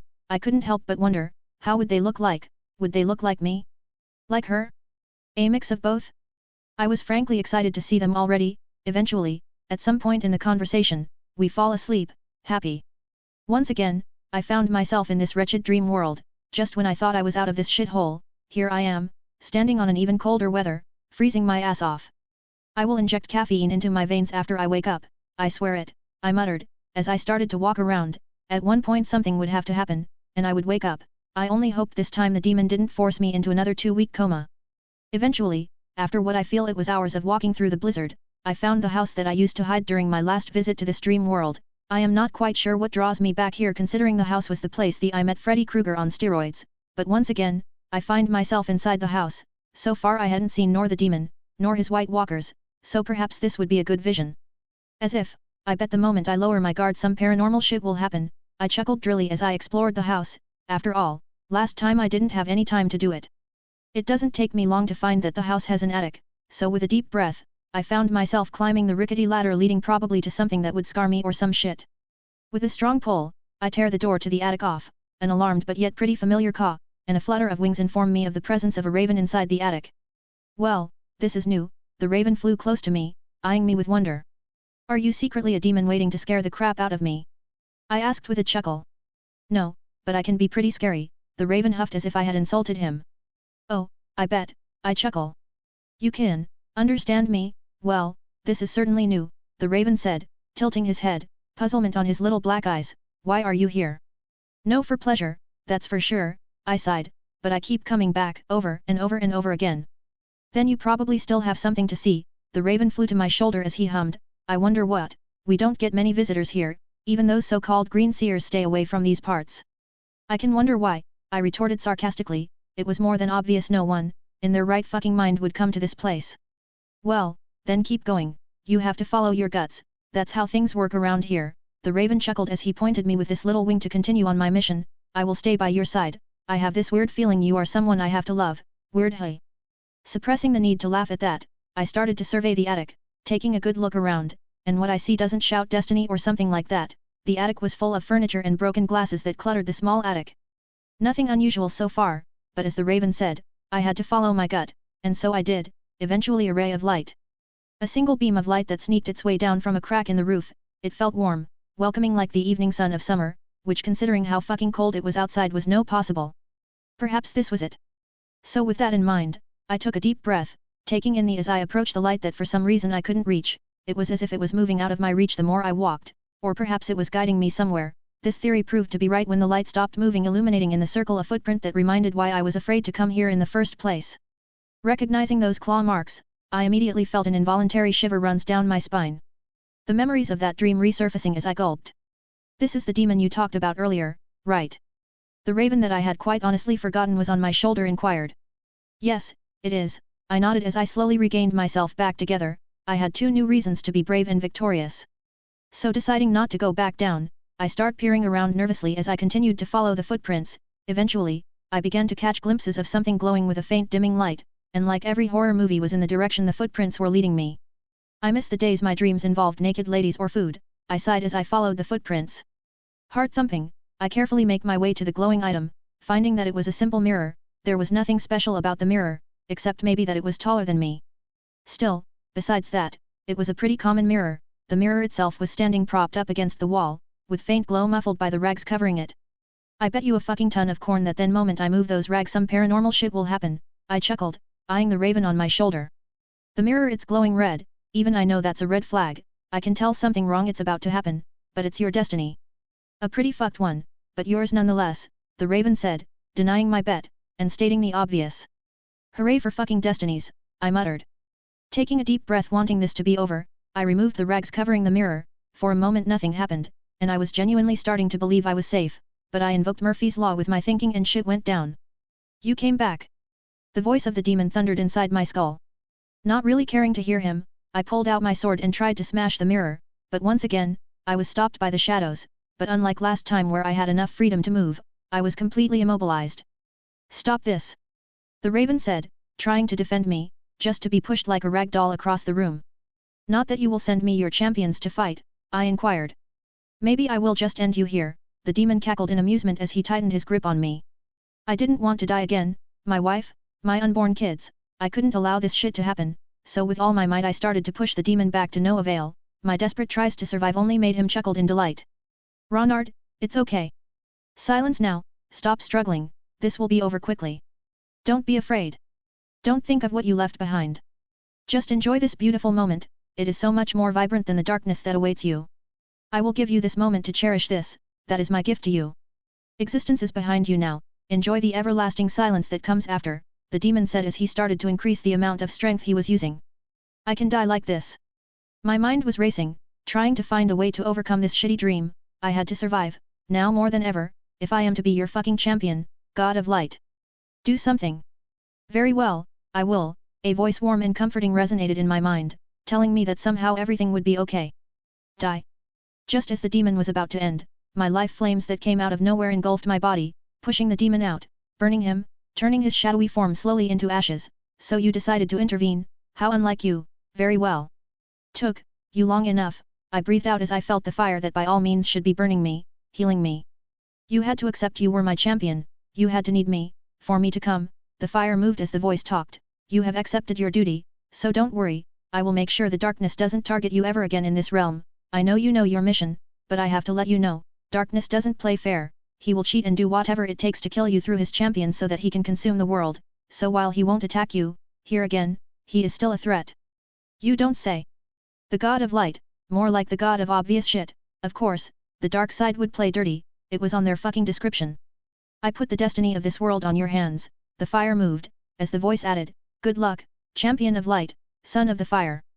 As the fire started to burn the world around me, I turned my eyes to the raven that had tried to save me, to find him waving at me with his wing happily. Champion of light, son of the fire, I was starting to collect titles. Author note, so this is the end of the polemic god situation. After this the gods will be used pretty loosely, in situations people need a lighter, and Melisandre is close. Haha, got joke anyway, enjoy. 45, Chapter 44. Author note, here, ya go.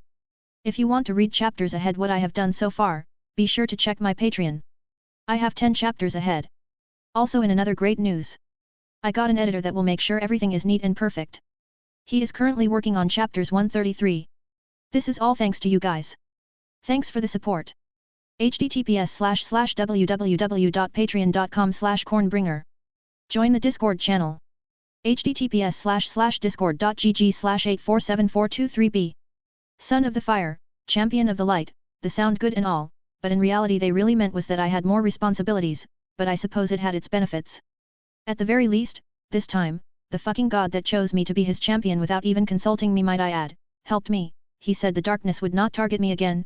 How was he going to keep that promise? I really don't care. For me, it was a win-win situation. He keeps the shadows away, I focus on stopping the long night, we all win. I really need a break, I sighed as I stood out my bed. Daenerys still sleeping soundly, all right, back into track, conquering the Dothraki, with a soft smile forming on my face seeing my beautiful pregnant wife sleep. I left the tent to start preparing my men to leave. As I left the tent, I noticed that the city had more people than it had yesterday, and by the looks of it was another cul that had arrived while I was sleeping. Well, this is interesting, I muttered. Whoever this cul was, could be my next target, that of course depending on the numbers his Khalasar had. If they outnumbered me by a lot I would have to wait. All I had to do was put a raven to follow him and wait until they leave the city. With that in mind, I walked around trying the city trying to find the cul. I was curious as to who I would find. Maybe it was Drogo, in which case I could, instead of hunting him outside in a later day, I could just simply challenge him to a one-on-one duel. He was proud, too proud for his own good, and would accept in a beat. I walked around the market with a simple mission to find the cul. As I entered deeper into the market I saw the Dothraki trading and exchanging things. This was the one place they found their stuff without killing each other. Their numbers were massive. Just in the market I could see hundreds and hundreds of them mixing together in the background like ants. The more and more I walked the clearer the truth became. I was sure that this army belonged to Drogo. Or at the very least to another big cul. Hours passed by until I found one of the blood riders of this Khalasar. I followed him back to his cul. I was getting tired of looking by myself, and I had promised my ravens a day off to celebrate. I was increasing the flock with 2 babies. They were happy, and decided to discuss things like diaper duty and stuff. Yes, my ravens wanted to change diapers, and teach my kids how to fly. I would have to explain to them later that they won't be able to fly. So today I was on my own, which made this scouting mission extra difficult. Until today I didn't realize how dependent I was of them. Finding one Dothraki in this sea full of them was the equivalent of trying to find a Waldo while being blind. I want to speak with your cul. I approached the blood rider. There wasn't much he could do besides saying no. Why? He asked, a bit surprised I knew how to speak his language fluently. I have something to offer him, I informed the man, being as cryptic as possible. The man, in turn, eyed me with suspicion for a second before he nodded and with a hand sign told me to follow him. It took the blood rider roughly 15 minutes to lead me to the tent where his cul was resting. He probably thought I wanted to offer the cul some sort of deal, maybe for the slaves he brought, or something similar to that. Later he would probably blame himself later for the death of his precious cul. Wait here, the blood rider informed me as he entered the tent, probably to explain the cul the situation before he presented me. As I waited for the cul to ask me in, my mind started to drift off to what happened in my dream. Those titles I was given, I kind of felt they meant something, besides an absurd amount of responsibility. But what? Khal Drogo will see you, the blood rider said, confirming my original suspicions. Khal Drogo was here. No wonder the city felt so full of life, in a bizarre way. Very well, I nodded as I entered the tent. The tent was moderately big, covered in furs and many other items, from food to alcohol. Drogo was sitting on the floor, drinking, not really giving me much importance. He didn't even have the decency to look at me. You are very foolish, are you not? Everyone in the tent went stiff. I just had insulted their cul, in their own city. For them, I was a foreigner.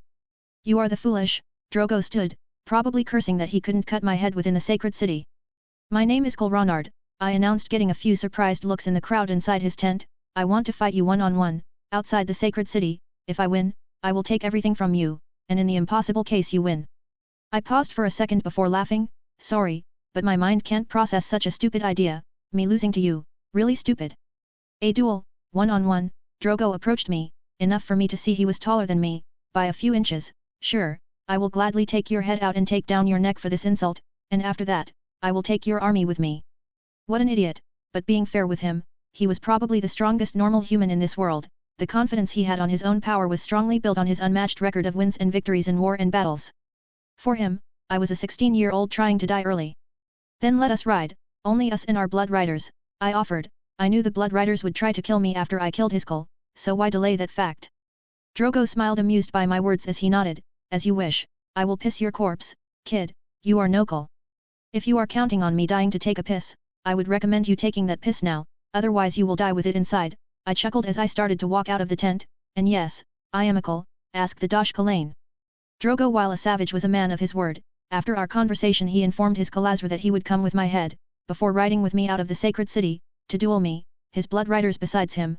Drogo had 3 blood riders, while I only had 1, but what they didn't know was that my 2 horses were pumped and ready to fight.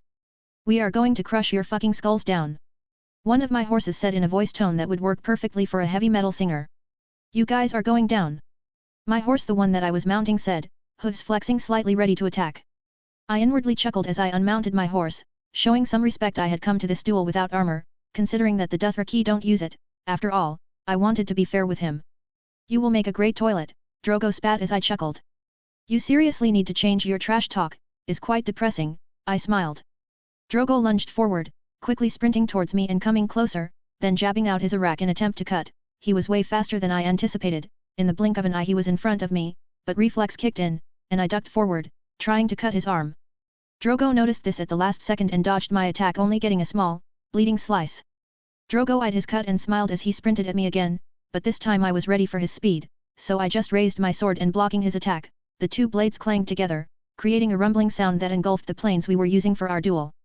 The weight of my sword was dragging him down. Drogo immediately noticed that I was stronger than him physically and decided to change his approach in battle to his superb agility. It didn't take him long to start pushing back hard.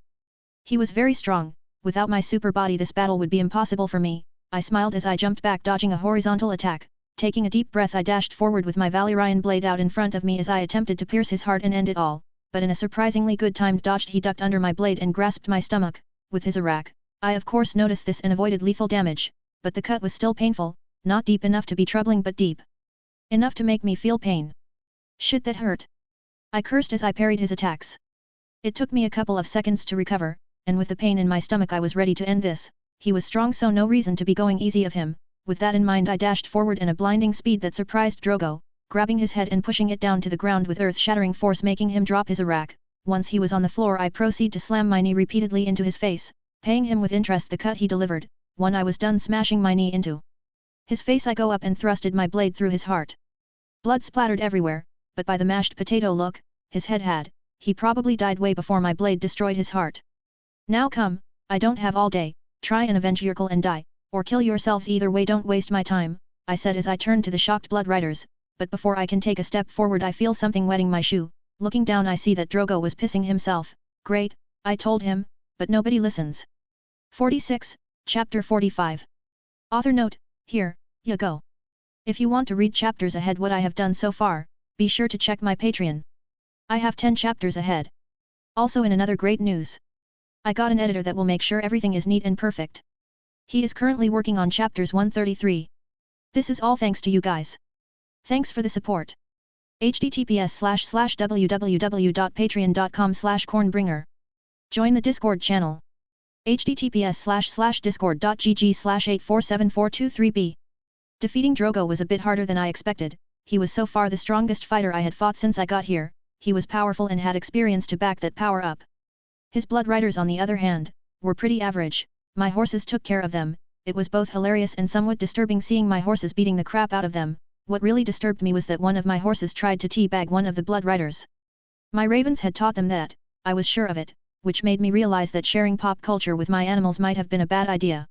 Let's go back to the city, I sighed, as my blood rider nodded, clearly disturbed by how his horse brutally killed one of the blood riders. The news of Drogo's death brought some mixed emotions to his, now my Kalasar. Like always I offered them 2 options, submission or death. They choose submission. Daenerys woke up soon after my absorption of Drogo's Kalasar. She had overslept, and I had left pretty specific orders to my men to not let anyone wake her up.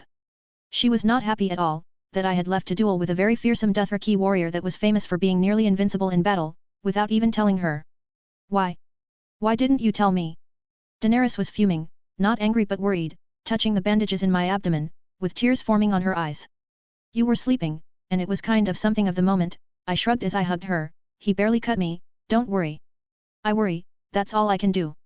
Daenerys cried, what would I do if you die? What would our kids do? With a hand I brushed the tears of her face, as I kissed her forehead. I'm sorry, I just act. I fail to see how things can affect you, but don't worry, I will always come back to you, no matter what I have to face. Besides, if I get a scar I will look sexy, a promise I intended to keep. You better keep that promise, you stupid bear, Daenerys chuckled, burying her face on my chest, as her last tears dropped down. What promise? Coming back? Or being more sexy? I chuckled. Both, Daenerys laughed. I'm still mad at you. All right, I will always come back, sexier, I laughed with her. That works, Daenerys chuckled. I stayed with Daenerys in my arms for hours talking, and chatting about normal stuff. I wasn't a king nor she was a queen at that moment, we simply were a couple enjoying a nice talk.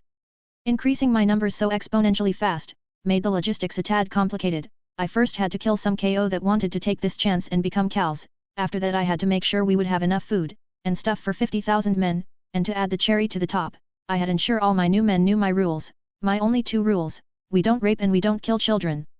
They begrudgingly accepted, so to ensure they wouldn't betray the first chance they had, I made all their horses kneel. This in turn made them considerably more compliant to my orders. To the point I now had 6 new blood riders, whose names I had yet to learn, but who can blame, it was hard to memorize so many names.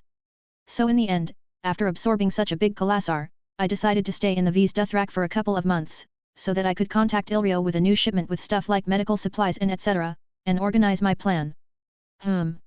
Big your army is, winning we are, Rhoda said as he landed on my shoulder. Yes, you are correct my little feathery fellow, I chuckled.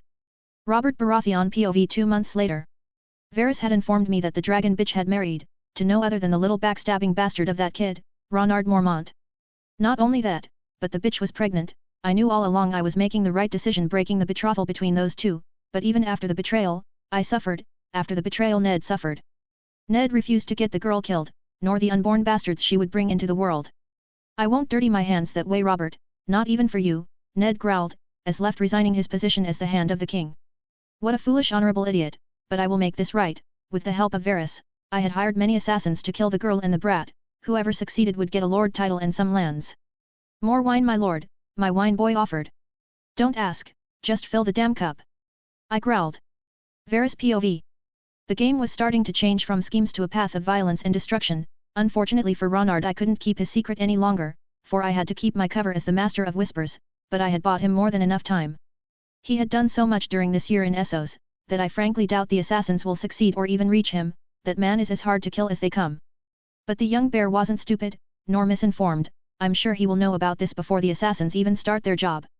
I hope the young dragoness succeeded in taming the bear, I sighed. When I offered him this betrothal was for one reason and one reason only, so when the day came to put Aegon in the throne he would support him, but if my plan didn't help I might have helped to create the biggest threat to the Aegon, the rightful ruler. I can help but wonder if the bear knows about Aegon, if so what are his plans?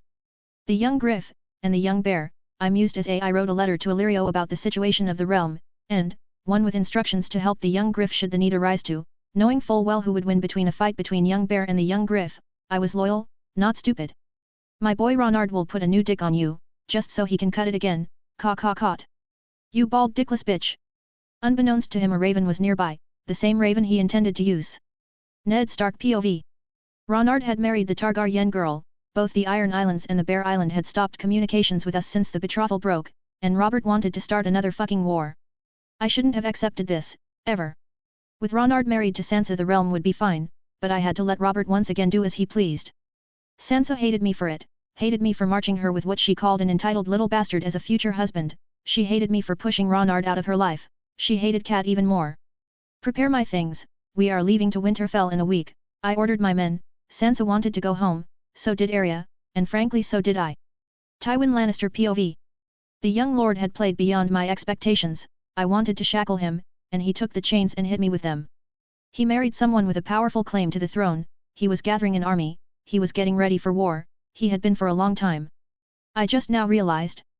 But even the mightiest fall, and he will fall, for what is a bear to a lion? I wanted to use you, but I will have to end you now, I sighed as I took a sip of wine. Maybe I should send Gregor Clegane to kill him, and rape the girl, it would be quite poetic to repeat that act once again. Emma kill him. Lady Maitcorn will give birth to 2 healthy ravens.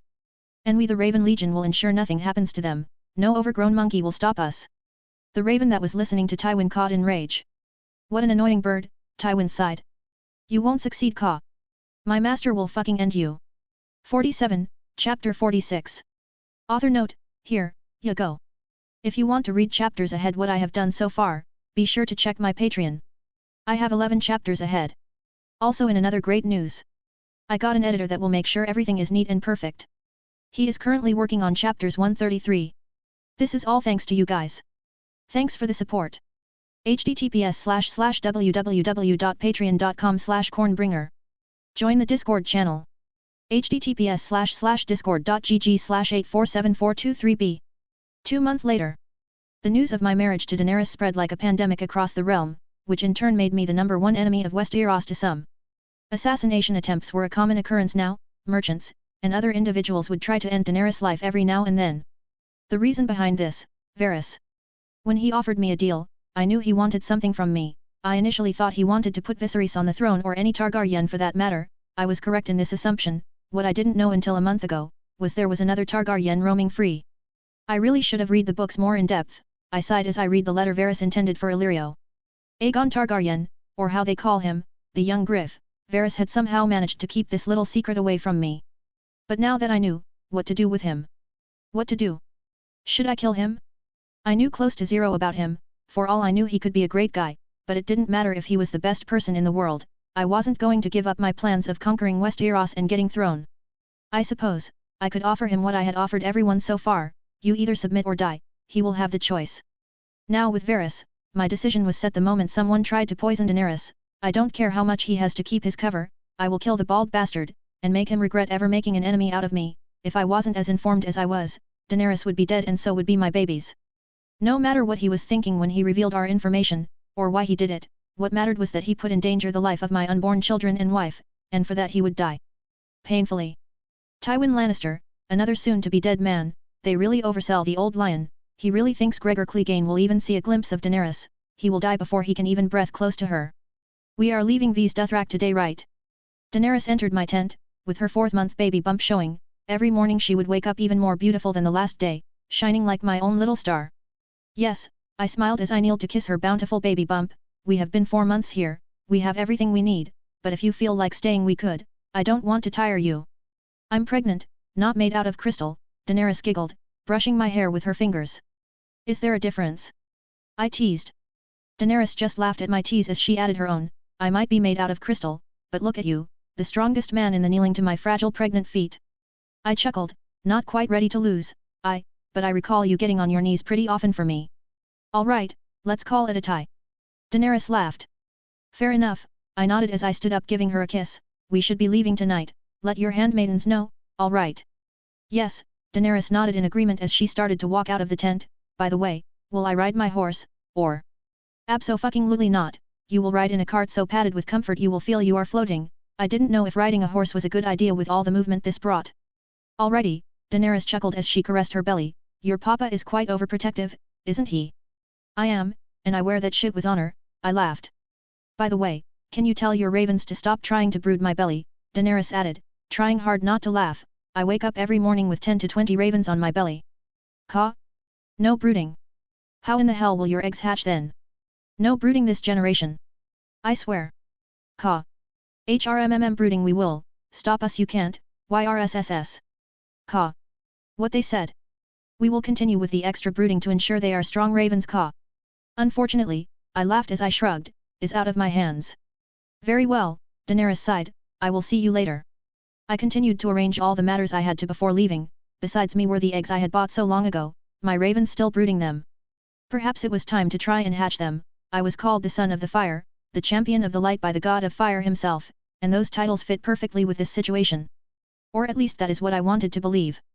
I remembered from the books that dragon eggs are notoriously difficult to hatch, and even though they can maintain the spark of life inside of them for decades if not centuries. The secret key to hatching them seems to involve some form of blood magic, as the house words of the Targaryens hint, it requires fire and blood. And considering how Daenerys hatched them, I had a general idea how to do it. To do so, I would have to burn the eggs in roaring flames, while another creature is simultaneously being burned alive, a life in exchange for a life. Fire and blood. Dragons in the wild probably just used prey animals to fulfill this purpose, but I wasn't sure an animal would work, besides they were extremely loyal to me, so human sacrifice will do the trick quite nicely. It was at least worth the shot. Maybe I could put Viserys in the flames, it would certainly be interesting to see if he can burn or not. Time to burn these eggs, I chuckled. Caw. You will not Gordon Ramsay our babies. Caw. I sighed, I would now have to explain to them why I wanted to do it, they had grown quite protective of the eggs. Allow me to explain, I chuckled. Ned Stark POV. The seed is strong, Jon Arryn's last words. I had finally found out what he meant. Robert didn't have any lawful children, Cersei had cheated on him. I was glad I had sent my daughters back to Winterfell a few months back, for what I had to do would bring the realm to chaos.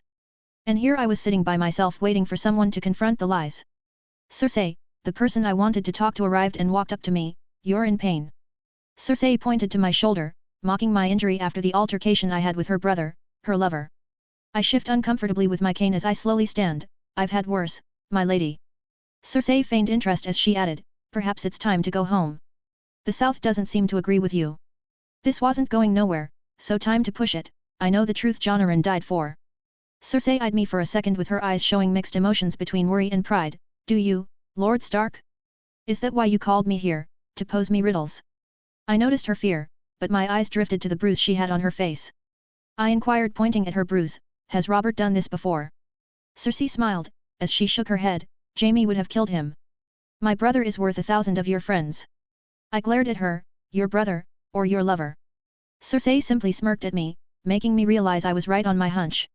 She then stood up proudly, as she added, the Targaryens wed brothers and sisters for 300 years to keep bloodlines pure.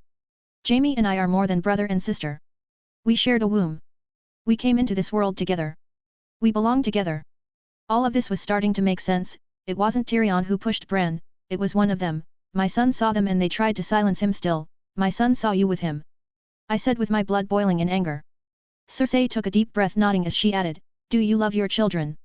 What kind of stupid question was that? With all my heart. I answered not skipping a beat. Cersei smiled, no more than I love mine. I scoffed, and they're all Jaime's. My comment made Cersei laugh, thank the gods. In the rare event that Robert leaves his horse for long enough to stumble drunk into my bed, I finish him off in other ways. In the morning, he doesn't remember. Cersei always hated Robert, and this was her way to make him pay, by making him fathered kids that weren't his. You've always hated him. Cersei eyed me in disbelief, as she added, hated him? I worshipped him. Every girl in the Seven Kingdoms dreamed of him, but he was mine by oath. And when I finally saw him on our wedding day in the September of Baelor, lean and fierce and black-bearded, it was the happiest moment of my life. Then that night he crawled on top of me, stinking of wine and did what he did, what little he could do, and whispered in my ear, Lina. Your sister was a corpse and I was a living girl and he loved her more than me. I can understand her pain somewhat, but what she did was unforgivable. When the king returns from his hunt, I'll tell him the truth. You must be gone by then, you and your children. I will not have their blood on my hands. Go as far away as you can, with as many men as you can. Because wherever you go, Robert's wrath will follow you. Cersei laughed, and she spat, and what of my wrath, Lord Stark? You should have taken the realm for yourself. Jaime told me about the day King's Landing fell, he was sitting in the Iron Throne and you made him give it up. All you needed to do was climb the steps yourself. Such a sad mistake. I eyed her before I shook my head, I've made many mistakes in my life, but that wasn't one of them. Cersei smiled coldly, oh, but it was. When you play the Game of Thrones, you win or you die. There is no middle ground. With that she left, I could only hope she would take my advice and leave. Caw, he dead, he just yeeted himself, caw. 48, Chapter 47. Author note, here, you go. If you want to read chapters ahead what I have done so far, be sure to check my Patreon. I have 12 chapters ahead. Also in another great news. I got an editor that will make sure everything is neat and perfect. He is currently working on chapters 133. This is all thanks to you guys. Thanks for the support. https://www.patreon.com/cornbringer. Join the Discord channel. https://discord.gg/8474223b. After gathering all my belongings and ensuring Daenerys had the best and most comfortable cart to travel around Essos this world could offer, I left with my new Khalasar to hunt down the remaining Dothraki tribes. I had also constructed a very detailed security team to ensure her safety, with a personal guard of 500 men at her call. That, of course, without counting ravens and horses. I wasn't worried about the assassins, they after all, were a bunch of idiots trying to become lords, and this was their ticket to the easy life, or so they thought. Killing us was harder than killing Robert himself. They were bound to fail, but even though I knew that their failure was imminent, anger fueled my very core, consuming my soul in a spiral of hate and anger. The idea of Daenerys dying, the idea of holding the lifeless bodies of my children in my arms, as impossible as it was, infuriated me beyond human comprehension. Torturing the assassins before killing was a quick relief of this feeling, but it wasn't enough. I would not be satisfied until all of those who dare to target my family are destroyed. Not like this wasn't any different to my original plan, no, it was the same, but this time my drive was stronger, more aggressive. My reasons to take the throne had changed, no. They were the same, but I had a few extra reasons to do it now. Caw. We located the next biggest Khalasar. I turned to see in amusement the raven that had landed in the head of my horse, bowing politely. How far away? I inquired. A week in horse or so, cave. Right now I had to focus on getting these savages under me. I would have more than enough time to get my well-deserved retribution. They better enjoy this time I'm away, for it is more vibrant than the darkness that awaits them. Let's go, I ordered my men, changing our course. Daenerys POV. So much has changed since the day I met him. I was afraid of him at first, of what represented being his. Yet. He made me feel like nothing in the world mattered, only us. And little by little I found myself craving his company, his laugh, his stupid sense of humor, how he smelled, how he kissed me in the mornings before leaving. And without even noticing it, I fell head down in love. He made it so easy to love him. And here we are, I smiled, touching my belly softly, but the flutter of many wings snapped me out of my train of thought. Behind me there were around 20 ravens, all staring at me intensely. You guys want to brood my belly, right? I inquired. A few months ago talking with animals would have been ludicrous, but now, not so much. Caw. The ravens nodded in unison. And you won't take a no for an answer. I chuckled. Caw caw. The ravens nodded, confirming my suspicions. Back to Ronard POV. With my new army, fighting the other Dothraki tribes got exponentially easier. The Dothraki weren't known for their strategic battle forms. I had just conquered another tribe with 10,000 warriors. Why would they fight someone with an army of 50,000 soldiers with those numbers? I don't know. Well, I did. Dothraki quite straightforward. They would go like idiots into battle, and try to destroy anything on their way with pure strength. Normally this would work if they had bigger numbers. But they didn't. So after killing their Khal, once again I had increased my numbers, and thanks to the idiot blood riders that followed him I finally had my fire sacrificed to try and hatch my dragons. How are you doing?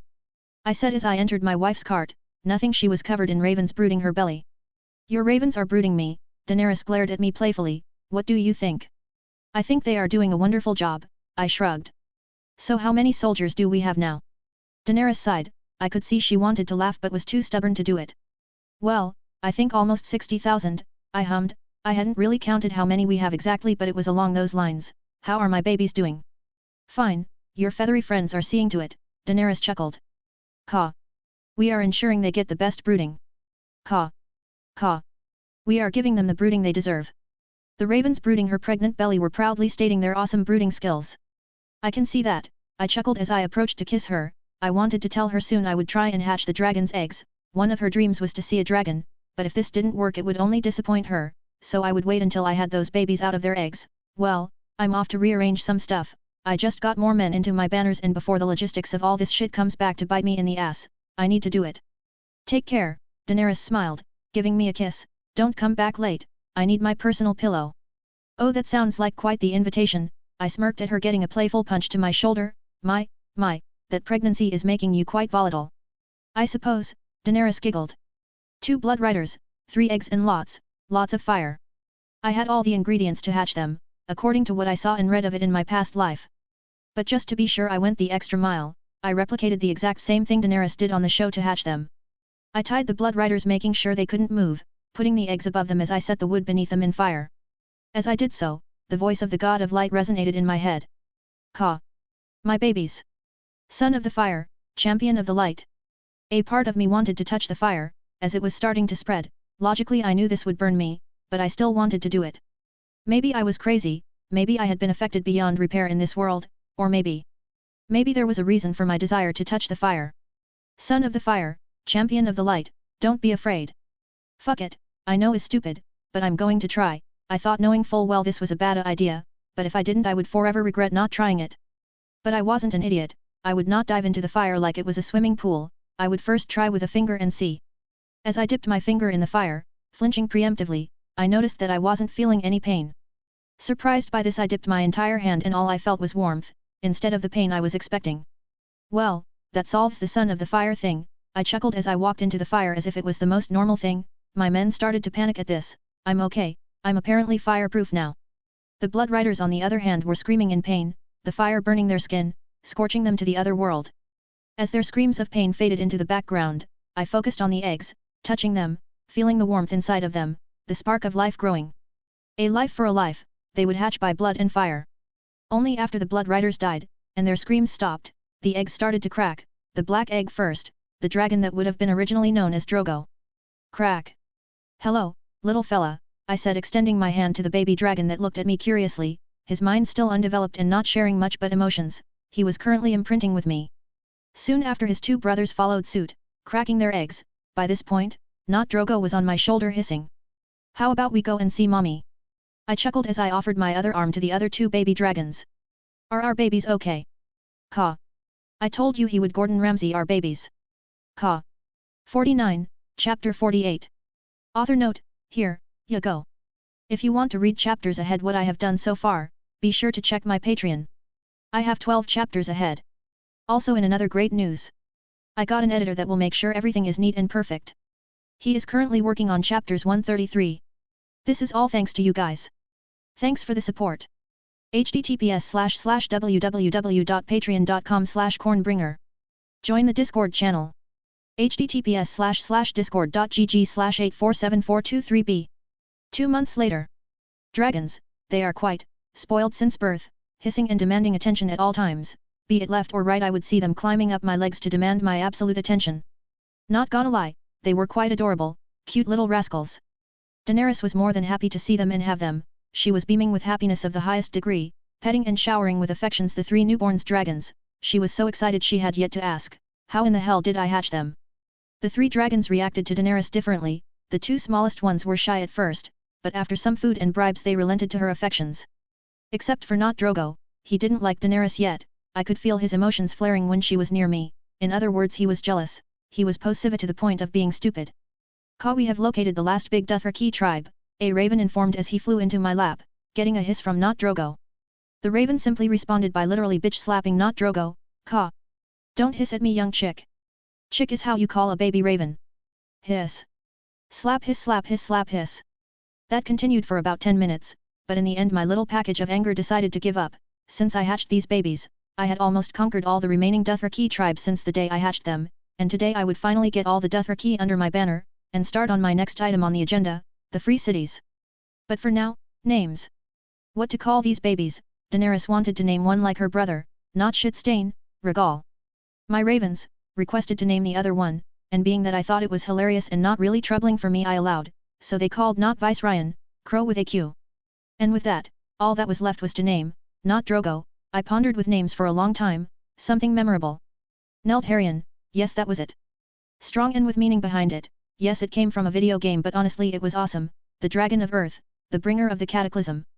Neltharion, I petted the newborn baby dragon, who somehow even with his undeveloped cognitive abilities was happy and felt proud of his name. The last big Dothraki tribe has a little bit above 11,000 riders, compared to my big army composed of 80,000 soldiers made the battle one-sided and predictable. Killing the Khal, and his blood riders, at this point wasn't even a challenge. I still had other minor tribes to conquer, that together formed around another 20,000 riders, but they were scattered around the lands, separated in the few thousands, and for now, what I would have to do. Well, time to move out here, I sighed. Finally I had finished what I started, but I wonder how is Westeros doing? Sansa Stark POV. Father had sent me to Winterfell a few months ago, and I had happily accepted. Joffrey was nothing to what I originally expected from him. He was a little monster, feeding on others' suffering, leeching from the pain and agony around him. I was angry at Father. I wasn't sure I hated him, but it was close. I was happy with the prospect of being married to Ronard, but now he had married. And like Ronard said, Father once again bent over for Robert. But I wasn't angry enough to want or desire his death. He was still my father. And the last thing I told him before coming was, I hate you. I wanted to fix that. Now, he was arrested, for treason. And there was a big chance I would lose him forever. There was a big chance the last interaction I had with him was that. I'm tired of feeling like this. I teared up in my bed, helpless, useless. Please gods, save my father, Please help my brother, please I beg you. I cried as I wished with all my heart that the gods blessed and protected my brother's army that was marching south to get father back. Tywin Lannister POV. Ned Stark had been arrested for spouting the things that in nature were nonsensical. My grandson wanted him death. Cersei apparently was the only one that saw the bigger picture this time. She wanted to keep him alive, so did I. We had nothing to hold the North over. Ned Stark while in his idiocy had foreseen somewhat these events, and as so to avoid his daughters being used against him in the North, he sent them back to Winterfell. At least that's what I wanted to believe, but I hardly believe the Honorable Wolf is smart enough to play so far ahead. But regardless of whether he knew or not, he had outplayed us, and if Joffrey killed him, we would have a full-blown war, and nothing to hold them down. And that is why we needed him alive. To keep the North in check. They had already derailed enough, marching south with an army. Like always I had to fix my family's mistakes. I'm going to King's Landing, I announced leaving my solar, leaving my cousins confused. Ned Stark POV. I was thrown in a dungeon soon after I confronted the Queen for her infidelities. It's been almost 2 months since they threw me here, with nothing but rats to keep me company. Lord Stark, the despicable voice of Varys echoed in the dungeon. What are you doing here? You can't betray more, can't you? I scoffed. I never allied myself to you, Lord Stark. Varys sighed. So what are you doing here? I inquired, annoyed at his presence. Looking to help you, but be aware I'm no hero, Varys replied nonchalantly, with a sigh through the bars of my prison. I scoffed at that. Can you free me from this pit? Varys hummed at that. I could. But will I? No. As I said, I'm no hero. I laughed bitterly at that. What do you want them? How do you pretend to help me? Tell me, no stories, no riddles. Tell me, what do you want? Varys sighed, peace. Did you know that your son is marching south with an army of Northmen? Loyal lad, fighting for his father's freedom. Robb was marching south, looking for war. Why would he do something so foolish, Robb? He's just a boy. Varys chuckled, boys have been conquerors before. But the man giving Cersei sleepless nights is the king's, the late king's brother. Lord Stannis has the best claim to the throne, he's a proven battle commander and he is utterly without mercy, and of course Lord Ronard with his Dothraki army and dragons I hear. I scoffed, Stannis Baratheon is Robert's true heir. The throne is his by rights. Ronard might have an army, but he wasn't the heir, not had any right. Varys smiled, you helped the Baratheons rise, you helped Robert sit on the throne when he had no birthright, don't patronize me with that Lord Stark, it would be a shame to throw your life away. Cersei is no fool. She knows a tamed wolf has more uses. He was right in one thing, I had helped Robert sit on the throne, but if he thought that of all the persons in the world I would serve that despicable woman, he was out of his marbles. You want me to serve the woman who murdered my king, who butchered my men, who crippled my son? Varys shook his head, with a victorious smile, I want you to serve the realm. Tell the queen you will confess your vile treason, tell your son to lay down his sword and proclaim Joffrey as the heir, and you will live. I laughed at that. You think my life is some precious thing to me? That I would trade my honor for a few more years of what? You grew up with actors, you learned their craft and you learned it well. But I grew up with soldiers. I learned how to die a long time ago. Varys smiled once again, pity. Such a pity. Varys moves to leave, but drops a key close to me. I owe the young bear a favor, which was originally intended for your daughters, but you saved them before I could, and while I'm no Lannister, I always pay my debts. Ronard had foreseen so far ahead of this game of schemes, and even after all that happened, he had gone out of his way to ensure the safety of my daughters. Farewell Lord Stark, farewell. Varys said as he left the dungeon. The guards that were guarding my cell were dead. I was partially free. I owe my life to Ronard, I sighed. Yes you do motherfucker caw. Now scram before they fuck you. Unbeknownst to him, a raven that for some reason had an eye patch was watching him. 50, Chapter 49. Author note, here, ya go. If you want to read chapters ahead what I have done so far, be sure to check my Patreon. I have 11 chapters ahead. Also in another great news. I got an editor that will make sure everything is neat and perfect. He is currently working on chapters 133. This is all thanks to you guys. Thanks for the support. https://www.patreon.com/cornbringer. Join the Discord channel. https://discord.gg/8474223b. I had completed step 1 of my complicated mission, and it was time to move forward with the next part of the plan, conquering the Free Cities. The Free Cities are 9 powerful cities, each one with their own government and army to protect themselves from invading forces. Not all of them are powerful. But they all are full of riches mostly because they engage in extensive trade contact with the 7 kingdoms and other lands, and are known for practicing slavery. Unlike the Dothraki, they would prove a bit more challenging to conquer.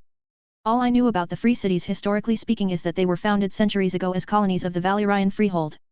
But like they say, every empire comes to an end, and when the freehold and its dragon lords were destroyed in the doom of Valyria 400 years ago, and the empire fell, the free cities emerged from the dust as autonomous entities, dominating much of the land between the River Rhoyne and the western coast of the continent. Volantis being the oldest and most populous one, and at one point the most powerful of the free cities, but time had passed and while still formidable, it had been gradually eclipsed by the growing power of Bravus. So now, I had to prioritize my targets and moves accordingly. Bravus, the most powerful and northerly of free cities, led by the Sea Lord. It is home to the influential Iron Bank of Bravus and the secretive assassins guild known as the Faceless Men. And my hardest target, they had enough money to hire an army as big as mine and destroy mine if I played my cards the wrong way, which put this little bitch at the end of my list. Lys was an easy target and the first on my list. It was located on an island in the Summer Sea, which would allow me to use my Krakens, to destroy their formidable navy. Myr would be my second target, for how easy it would be to attack it. After all, Myr was a seaport on an arm of the narrow sea close to Lys, which allowed me to also use my Krakens. They were famous for their skilled craftsmen and their products, particularly optical lenses and fine lace. Lys and Myr have been bitter rivals for centuries, perpetually fighting over the disputed lands between them, and I like a good Samaritan will end that dispute once and for all. I deserve some praise, don't I? Yes? Neltharion tilted his head in confusion seeing the map I was using. You will one day burn those who oppose our family, I chuckled, getting a hiss of agreement. Should I be worried? I felt agreement on that hiss. Nah. Tyrosh like Lys was an easy target, an island ready for the taking, and due to its location between the Stepstones, disputed lands, and West Eros, it is a major place for hiring the services of various professional sellsword companies, to serve in the various conflicts of these different regions, but in these cases they would get assimilated into my army. Norvos, there was nothing special about them, which put them as my next target on the list, mostly because they were close to the last targets. Pentos, the city where the fat man Illyrio lives, it's a major seaport, land-based, and one of the most vulnerable cities, with no protection against the Dothraki raids. When and how I would conquer it was unknown and really non-important, but conquering it would be a good way to stop Varys and his little plan to support the young Griff. Qohor was among the most interesting targets on my list. It was located in the immense forest of Qohor near the edge of the Dothraki Sea, which was beneficial now that I had my Dothraki with me. It would be easy to attack them, but they were really good on stopping raids and armies. They had their own unsullied army to protect themselves, making them perhaps one of the hardest cities to conquer on my list, but I was really interested in them, for they were known for their immensely skilled blacksmiths, who can even reforge Valyrian steel, something that would come handy for the long night. Hiss. Neltharion was especially interested in Qohor. Yes, you will help Daddy to mass-produce Valyrian steel, I laughed, if that's even possible, of course. Hiss. Neltharion hissed, as he curled up inside my fur jacket to sleep. This will be incredibly creepy once you grow to be several times bigger than me, I chuckled, imagining a fully grown dragon trying to use me as a pillow.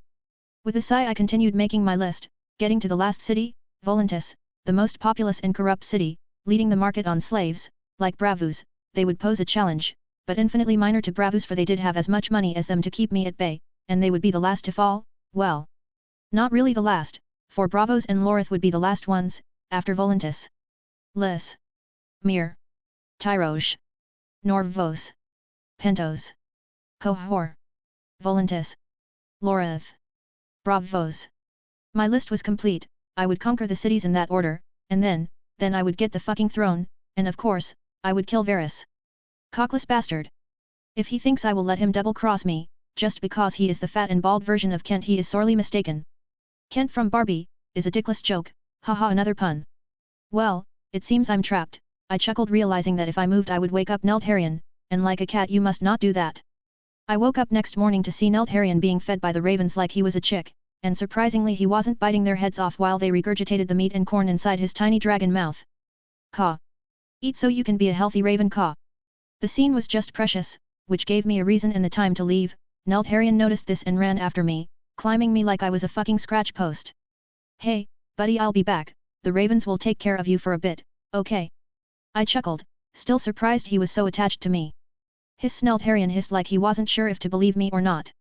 I promise, I chuckled, wondering if I would have these weird conversations with him once he was fully grown. After a second of deep consideration, Neltharion relented and went back to the ravens, leaving me with a hiss that translated to, "You better come back." Haha, adorable, I chuckled, leaving the tent. I explained to my generals what was our next step. The Dothraki were more than happy, saying I was a true stallion for deciding to take the world under my hoof, Nice. The Ironborn were also excited, for I was making everybody pay the iron price. Frankly, I should have seen it coming. Daenerys, on the other hand, already knew about my plans, and knew that while I loved her she could not stop me from doing this. While she wanted to conquer Westeros, but she didn't want me to do the same here, for she feared I would lose my life, but she understood my reasons. Aren't we overreaching? Daenerys asked worriedly. We must do this, I reassured her. Ned Stark POV. I still had yet to escape King's Landing. I remembered that Arya told me about the secret passages that she had found while playing around the castle, and thanks to that I had been roaming in them, avoiding getting captured. I had yet to find the right passage that would lead me outside the castle walls, outside this wretched place. I will soon be back home, so wait for me, I sighed. Things might not look good now, but I was certainly better than a couple days ago. There was also another matter at hand. I owe Ronard my life, and I had to pay that debt. What are you still doing here, Ka? I swear these motherfuckers keep getting dumber and dumber. The raven that had been following me, Ka, like he wanted to tell me something.